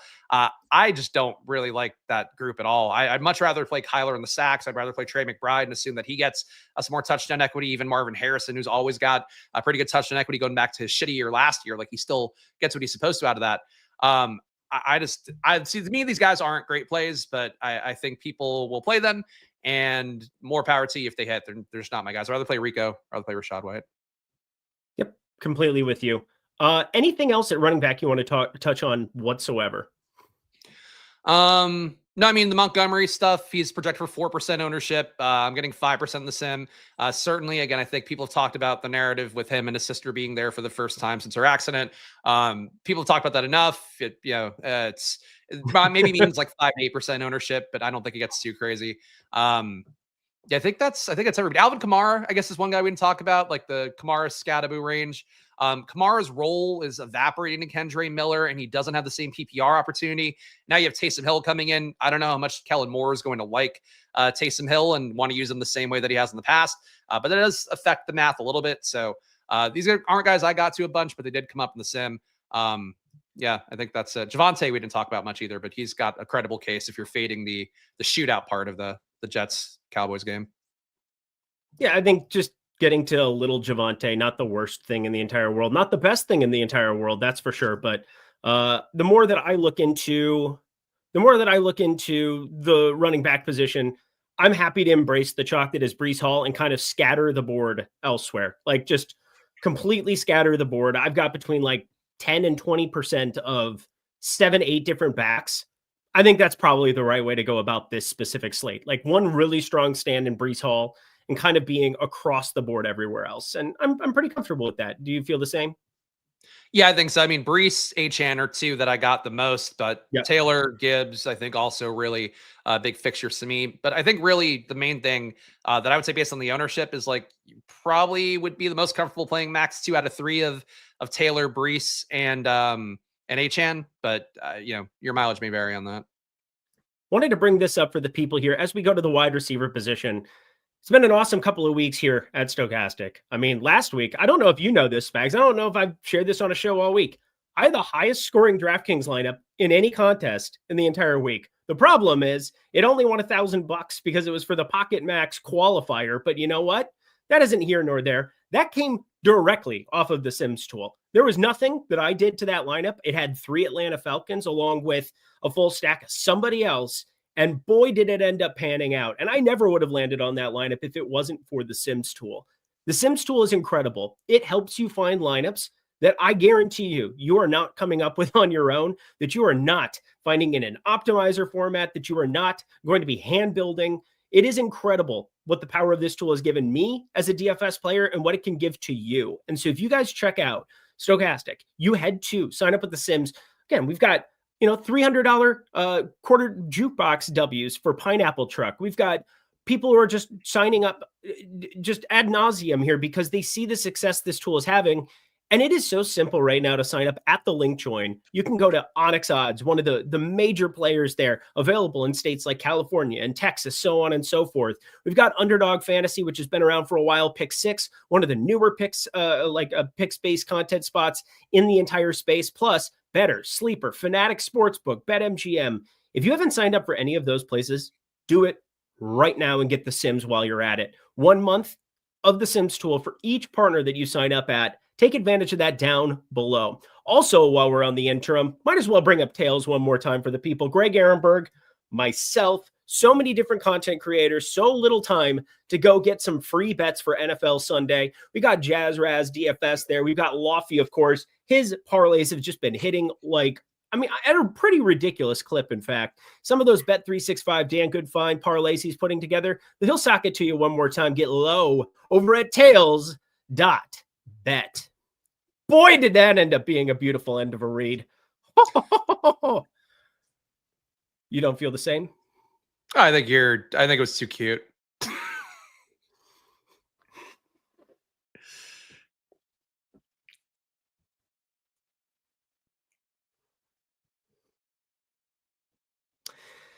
Wide receiver position, Amon-Ra St. Brown, Ja'Marr Chase, Jackson Smith and Jigba. We got a lot of guys with a lot of ceiling. Jackson Smith and Jigba is my favorite. Just talk about the 7K range while I cry. Yeah, Amon-Ra has been the best receiver for Detroit. He's really benefiting pretty handily from John Morton, the new OC there, seemingly not wanting to use Jameson Williams the same way. I think for Amon-Ra, look, I expect there to be a better day for Jameson Williams, the Coach Speak. Coach Speak Index, great Twitter follow if you want to check them out. They posted a few times that the coaches have talked about Jameson Williams getting more involved downfield. Dan Campbell feels like Goff and JMO have been not that far off. Definitely the role for JMO has not been as good at 17% target per route run compared to 27.4% for Amon-Ra. Amon-Ra's getting 2.8 red zone opportunities a game. JMO's getting 0.3. The role last year seemed like it was getting closer, and it's not the case now. But I think Amon-Ra is a strong play. You have that really high team total for Detroit. I'm with actually a little bit above the field on Amon-Ra, 20% in the top 150, field to 17. Not getting to Ja'Marr Chase, I just couldn't do that. Again, I'm just down on Browning. If I'm going to do a bring back, to me, T. Higgins, I think makes more sense. He's the one that's been getting a lot more targets versus man defense, and Detroit plays man about half the time they're out there. And Higgins is getting targeted 40% of the time he's running a route compared to only 13% for Ja'Marr Chase. I don't think that holds the entire year, but Ja'Marr Chase has been quietly a really bad first overall pick. And had the one good game, but it's not been looking good. Point being is I think Amon-Ra is a good play. Chase, not so much. JSN is going to be the data play of the week that comes up with every site's projection. But I think JSN is probably the best play of the group, just because Amon-Ra kind of feels like he should come down. Chase, I just can't trust it. JSN, at least we know he's much like Breece Hall, a very good PPR scam this week. You are muted.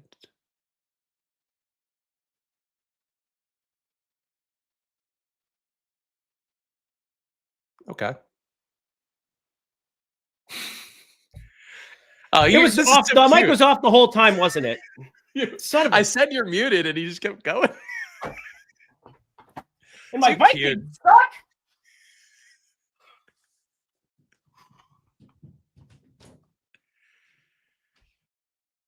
Are you muted again?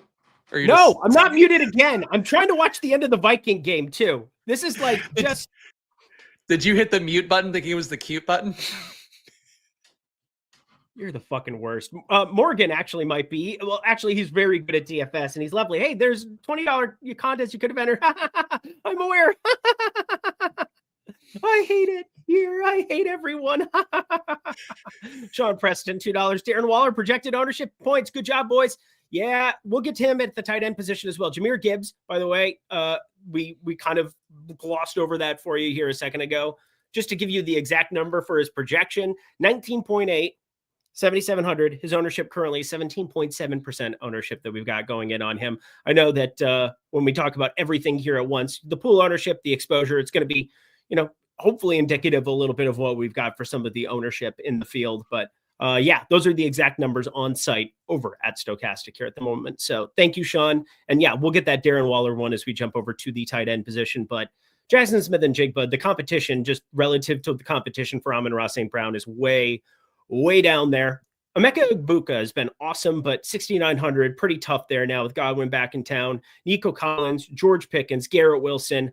Obviously, Wilson, when you have such a popular Justin Fields, is going to come along for the ride. But in that same game environment, I kind of prefer George Pickens in some of those Justin Fields lineups where, hey, Justin Fields just goes nuclear. I've talked about the QB +3. Obviously, those will have Garrett Wilson, Breece Hall, Taylor, maybe something else that I'll mix in here as we finish out our lineups. But what do you think about George Pickens in this specific spot? Because he has been in alpha absent CeeDee Lamb.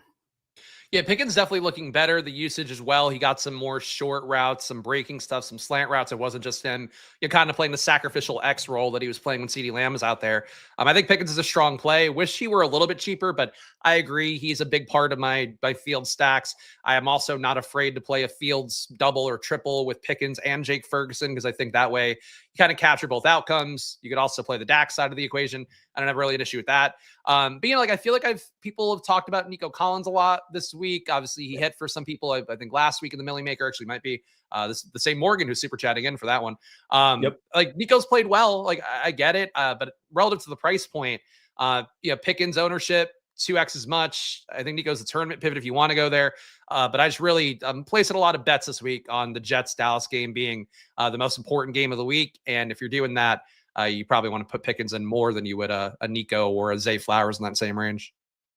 Totally agree. I will be doing that, going along with the ride for it. But now we get into the 5K range. Quentin Johnston not really showing up in the Sims for the first time as his price continues to elevate. I still think he's just got the big playability. And man, has he come back from the grave. Who would have thought that week 5 in the NFL, I'd be worried about not having enough Quentin Johnston exposure, Spags? Yeah, Quentin Johnston's been great. I mean, the big thing for him is that he has a lot of touchdown equity that Ladd absolutely doesn't have, and Keenan Allen doesn't have as much. The thing that's always tough to me with Quentin Johnston, at least at this stage of things, is that it does feel like Ladd McConkey should get more involved at some point. He's just been so far behind both guys, where McConkey's getting targeted, I believe 18% of the time he's running a route. And then for comparison's sake, 18%, actually 17%. Keenan Allen's getting targeted 27% of the time he's running a route. Quentin Johnston's at 24%. It feels like it's a little bit off kilter compared to what we think of Ladd McConkey. Part of the issue is that Ladd's playing out wide more, and he's just not as good there as he is just getting all the slot routes. And really, Keenan Allen getting targeted more in the slot. Quentin Johnston, even though he is most of the out wide guy, he still has 17 slot targets. It's all eating off of Ladd's plate, but I like Quentin Johnston. I'm playing him a decent enough amount. Got him 12% in the sim. I put him in a good amount of my hand builds as well. But it just feels like there's got to be a Ladd breakout at some point. If that does happen, I think it's unlikely that Quentin Johnston has the same ceiling or even makes a line if Ladd does. Anthony Masilli, $1.99. Favorite 3 stacks on DK. Justin Fields, I think, clearly the number 1 for me. Number 2, going to be Justin Herbert when it's all said and done here, as I kind of finagle with my final iteration of these lineups. My third one, I think, is off the board. I like getting to Jackson Dart plus Wan'Dale Robinson. I think that one is very sneaky, sir. You underestimate the sneakiness. And I feel pretty good about going up against a very chalky New Orleans defense here at the moment that we'll talk about as well. But those are my 3 favorites at the moment. Who are your 3 favorites, Spags? I would say for me, Fields, Kyler, Jared Goff, but I have the same Goff exposure that I have to Jaden and to Herbert as well. But I would say Goff, I think you should prioritize Goff more as a third stack out of that group. And Chris Albers, $2. Advice on Super Chat from last segment was not read. But hopefully that was the Super Chat you were referring to, the 3 stacks here. Usually want to cover that one here. Oh my God. Something about Jackson Dart stacks, I think. We scored a touchdown. We scored a touchdown. We scored a touchdown. We scored a touchdown. Jordan Addison scored a touchdown. Jordan Addison scored a touchdown. Why is no one on Dart or skinny stack with Scattaboo? New Orleans defense is bad. I agree with that. I'm surprised we haven't heard more Dart talk this week. I wasn't actually, despite the win, wasn't super impressed with Dart last week. Just felt like he had to run out of desperation a lot more than I want to see. But frankly, I thought Wan'Dale was going to be chalky this week. I thought people would kind of treat him and Waddle both. I thought people would immediately go to those guys a lot more. So I think if you want to play Dart, you can. I'm not super stoked about it, but like Eric just mentioned, you do get leverage on a fairly chalky Saints D that I think comes up in a lot industry wide because that $2,200 price point and the fact that there's probably some volatility in Dart's play. But if you get the good side of that volatility, you'll vault yourself past all the Saints D lineups. Skull, baby. Skull. Daddy's back. Jalen Waddle. I'm cute. I'm very cute. Okay. Jalen Waddle. 5,400, about to smack that ass. That's what's going to happen there. Chris Olave, F that. No, thank you. Michael Pittman, very much thank you. Hi, how are you this fine day? Him, Daniel Jones, Daniel Jones, something I really like getting myself to because, Daniel Jones on the low because Daniel Jones is about to blow. Back then, Giants didn't want him. Now he's hot.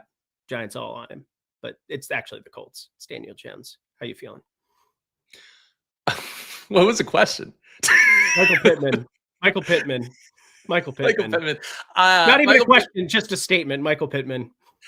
That's a statement. I've not been a big Pittman guy this year. Got him right a couple of years ago in AR's rookie year. Felt good about that. Since then, I just feel like he's been overpriced and not the most appealing in every format. He does gain some more opportunity because Alec Pierce is out. He'll get more routes outside. I think he's been outperforming what he actually is as a player so far this year. His efficiency has been a little bit higher than it probably should be, 0.43 PA per target for Michael Pittman. He's like kind of running hot in my opinion. Still got Pittman relative to a 150 set and 20% of my lineup. So I'm not fading him in terms of like the sim and data and all that. But in terms of like guys I want to hand build around, I would rather get Olave at 5,200. I'd rather get JMO at 4,900. Just not the biggest Pittman guy because I think you're paying. I mean, he's not expensive, but you're kind of paying for like what he's already done. And I don't think he's going to do that every week. All right.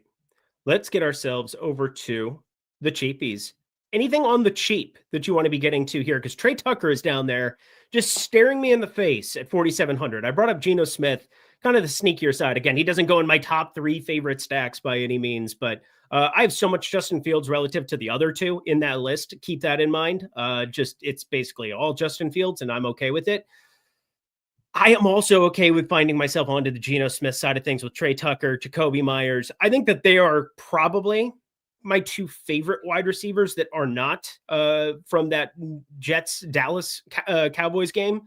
I really like Jacoby Myers. I really like Trey Tucker. Is there anything else, though, on the cheap, though, that we can rotate in? Because Cooper Kupp, no thank you. Christian Kirk, no thank you. I'm trying to find something down here. It's not really necessary on today's slate, though. Yeah, I mean, I didn't get a lot of the super cheap guys in the sim or relatively cheap guys in the sim. Christian Kirk got 1% of, Jalen Tolbert got 1% of.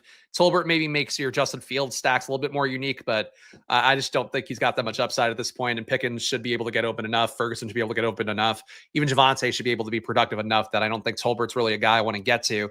I do think Malik Washington, he doesn't come up all in the sim, but he's, I believe, 3,900. He's pretty cheap, and I do think he works well in some lineup constructions. He's a guy that should benefit from just being able to be out on the field more. He was a massive targeter when he was at UVA. Granted, he was at UVA.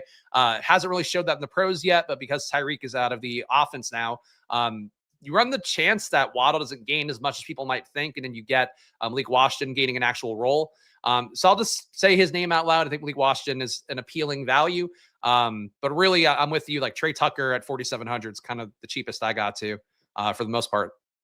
Yep, that's the same for me, which leads us into the tight end position. We're kind of spacing this out nicely today. We're going to have plenty of time to talk about tight end, defense. It's almost like it's week 5, and I've had some practice at this. You might not be able to tell because I still suck at a lot of this shit. But for the most part, I'm figuring it out, and I get to hang along with my dude Chris Spags talking about my lineups as we're building them here together, which is, I think, more difficult than people give us credit for. For 5 years, I've been building lineups live on this show, updating projections, trying to do things in real time.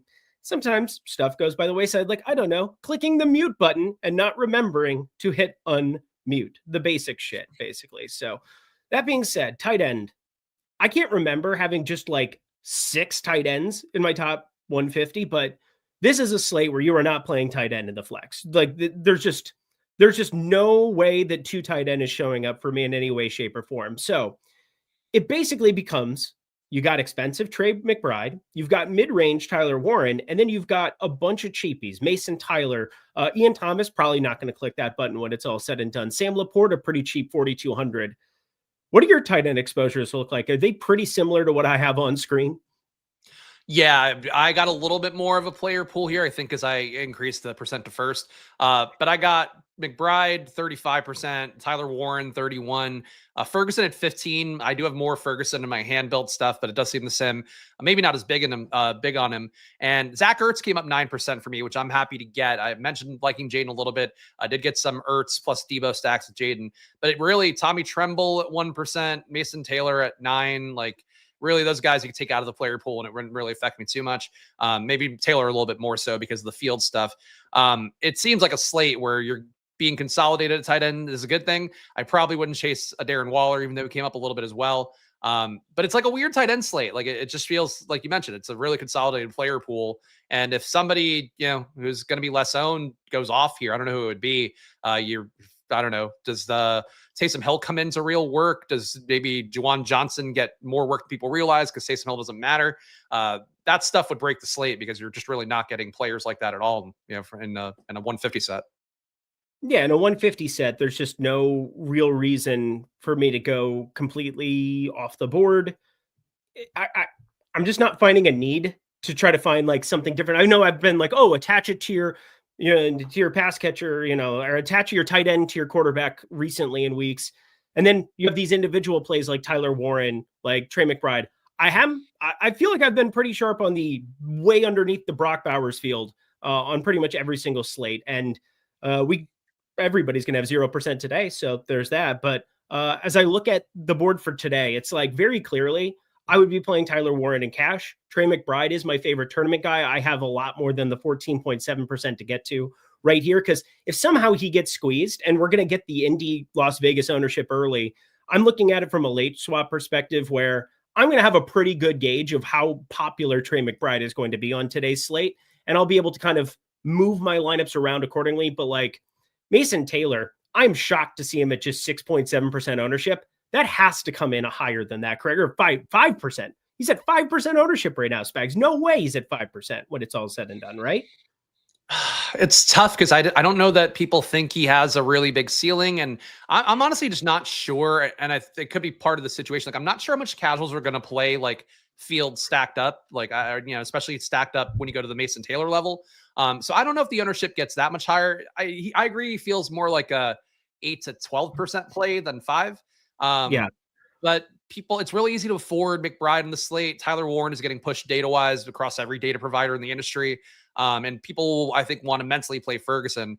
And Laporta has been touted a little bit across the industry as well, because then you have the high team total. So I think Taylor, he could be 5, but if I had to guess, 8 to 12 is where I'd try to peg it. Okay. Darren Waller wanted to bring that up as well. We had the super chat for him. Currently sub 3%. Our last run, he is 2.4% ownership, 3,500, and optimal 3 and change percent of the time. So a little bit of positive leverage. Do you have any Darren Waller interest coming off of his nuke in his debut there for Miami? What a time to be alive. Waller, to me, if I get the payout, it'll be in best ball. I think at this stage, like I want to see him be out there running more routes. And that's the biggest thing is like you catch 2 touchdowns. I think Ben mentioned it last show about 2 touchdowns on 4 targets. It's not really the work you want to get. That said, like he was schemed deliberately targets that could be successful for him. He was targeted 40% of the time that he was running a route, but he only played 16 snaps in that game, ran 10 routes. That's not enough volume to get there. Even if he runs hot and catches a touchdown again, I just don't think you need the play here, and it's probably not worth the ownership. So wouldn't shock me if Waller scored again. I just don't think I need to be there today. Yep, completely agree. Oh, everybody's looking at all my stuff on screen as I'm uploading it. Great.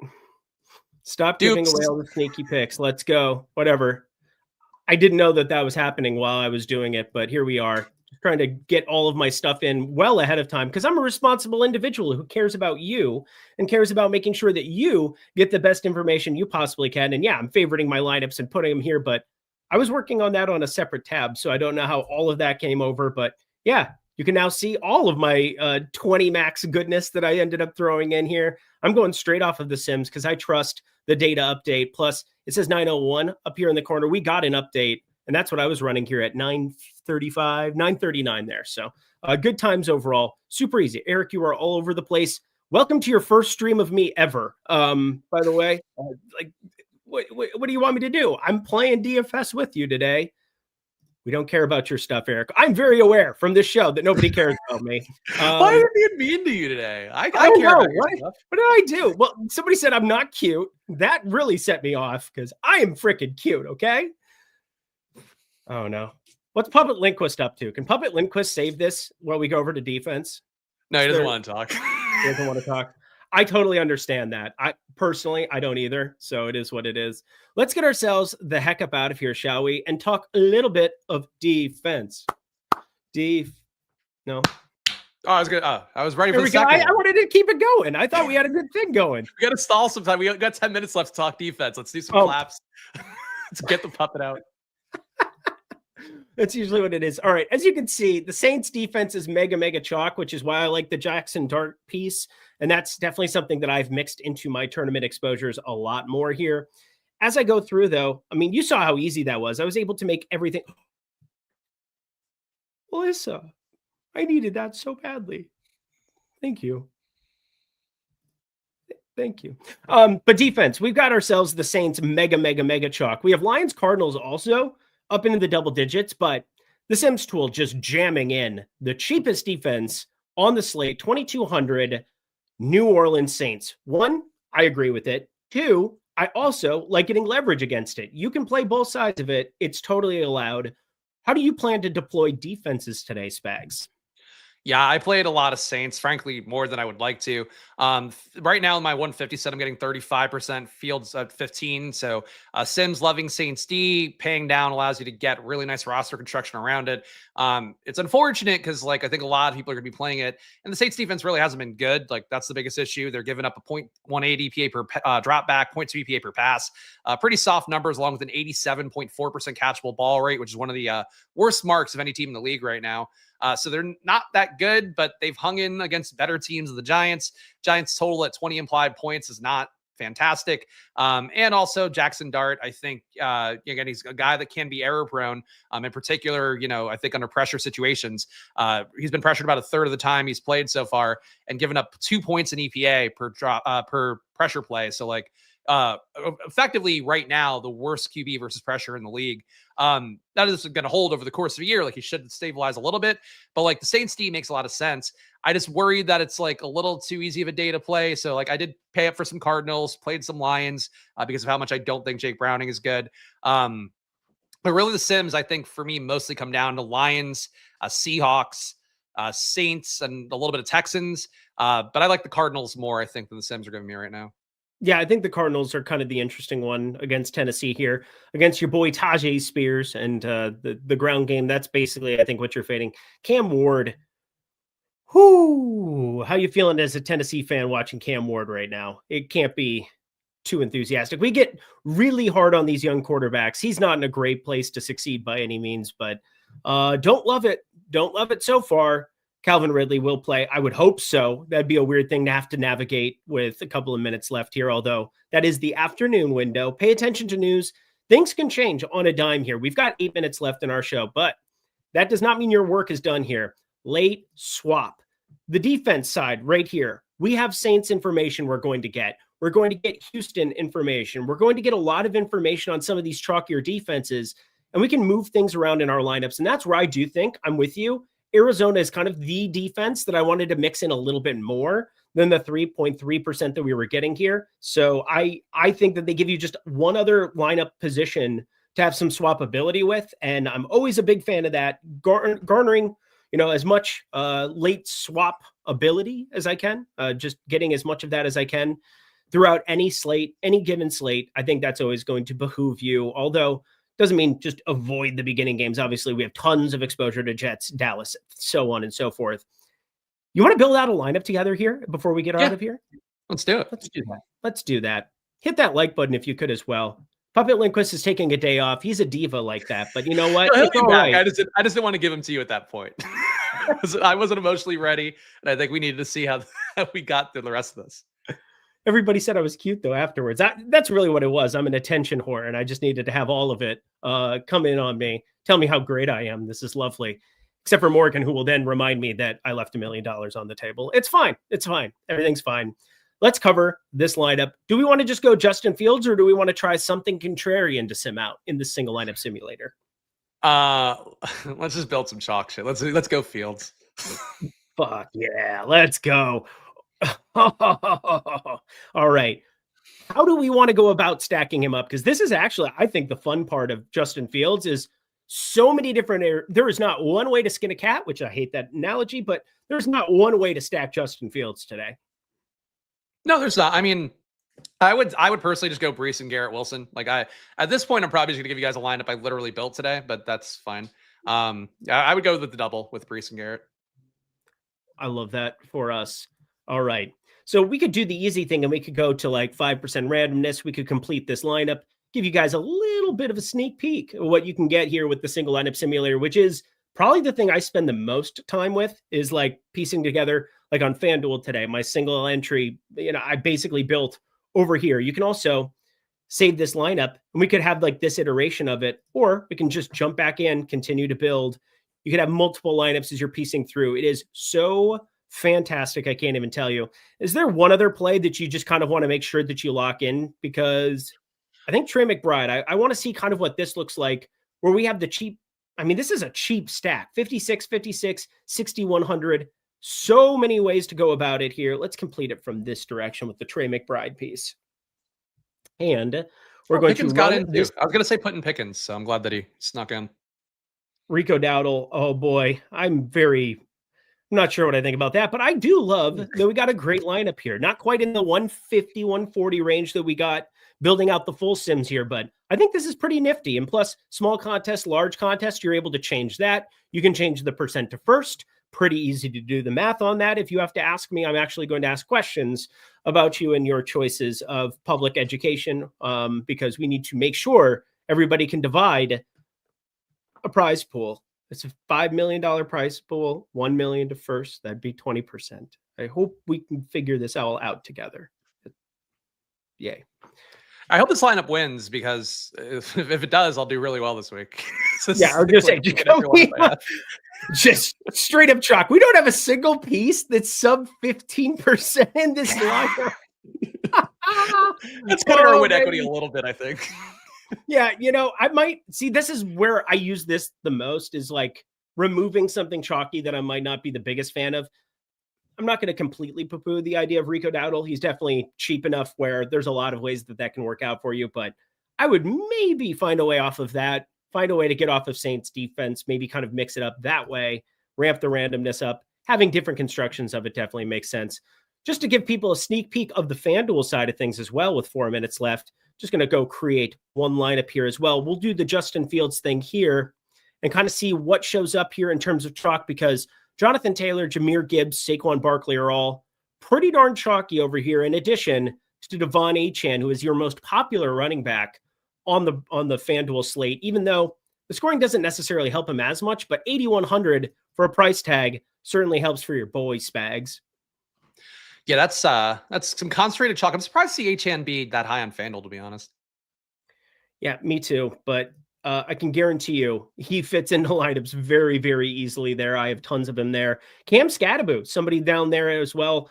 Didn't talk about him. The leverage you're getting against that Saints defense, I think, is very useful. But yet again, pretty solid lineup we're looking at here, stacking up Justin Fields. But I think that's going to do it for us here. We were able to perfectly space out quarterback, running back, wide receiver, tight end, defense, give you guys some lineups, and get the heck up out of here so we can all carry on with our Sundays. Skol, first of all, we got the dub. Life is grand for me, but it's always grand because I get to hang out with Chris Spags on Sundays. My good friend. Go follow him at Chris Spags over on X, and then check out the Splash Play over on YouTube as well. You need to be checking that out on a week in, week out basis. NBA starts up in 3 weeks, Spags. I know you're going to be firing up your NBA streams again. Tell the people where they can find you. Yeah, check out my at Splash Play Pod channel. That's where you'll see all my NFL content. In particular, I do previews for the showdown slates, in particular Monday and Thursday, the main slate on Fridays. Great place to be on at Splash Play Pod. And of course, I would love to introduce you one real fast to my cute friend, Puppet Linquist. Hi, everybody. How's it going? That's not his voice. You did not. You hit bail immediately. You're like, I can't be nice to this guy. What? Oh. I'm cute. There we go. We're back. I'm Good. cute. Everybody, look how cute I am. There's my cute face. I'm a big cutie pie. Come tune in to Puppet Linguist Creams. I am too hungover for this guy. Like I tell you, I just didn't feel the puppet today. And I know you didn't. It's okay. We have the link join though. Maybe people feel like getting some free stuff. Built some afternoon lineups, DraftKings underdogs, Onyx odds. The link join is so fantastic, as is Tails. Head to tails.bet right now. Go get yourself some free bets. Rockin' in the free world. Great opportunity for you here over in the afternoon to go kick it there. I mean, what am I even doing with my life? You guys have been a lot of fun here on this Sunday. Spags, any final words for the people as we get out of here? no, I mean, good luck, guys. It's going to be a chalk fest. I think really my bold take for the slate is going to be, it's going to be about the players that we don't play. Perhaps that's maybe the way it goes. But we built some really nice chalky lineups. I think that's good for you. It's good for Puppet Linguist. It's good for me, hopefully. Yeah, Eric Chalkquist over here. Always good to tune in with you guys. Chop it up here on the streams. He's Spags. He's awesome. I'm Eric. I have my moments. Let's go watch some week 5. Let's go make that money, honey. We'll see you back here. Same time, same place next week. Bye.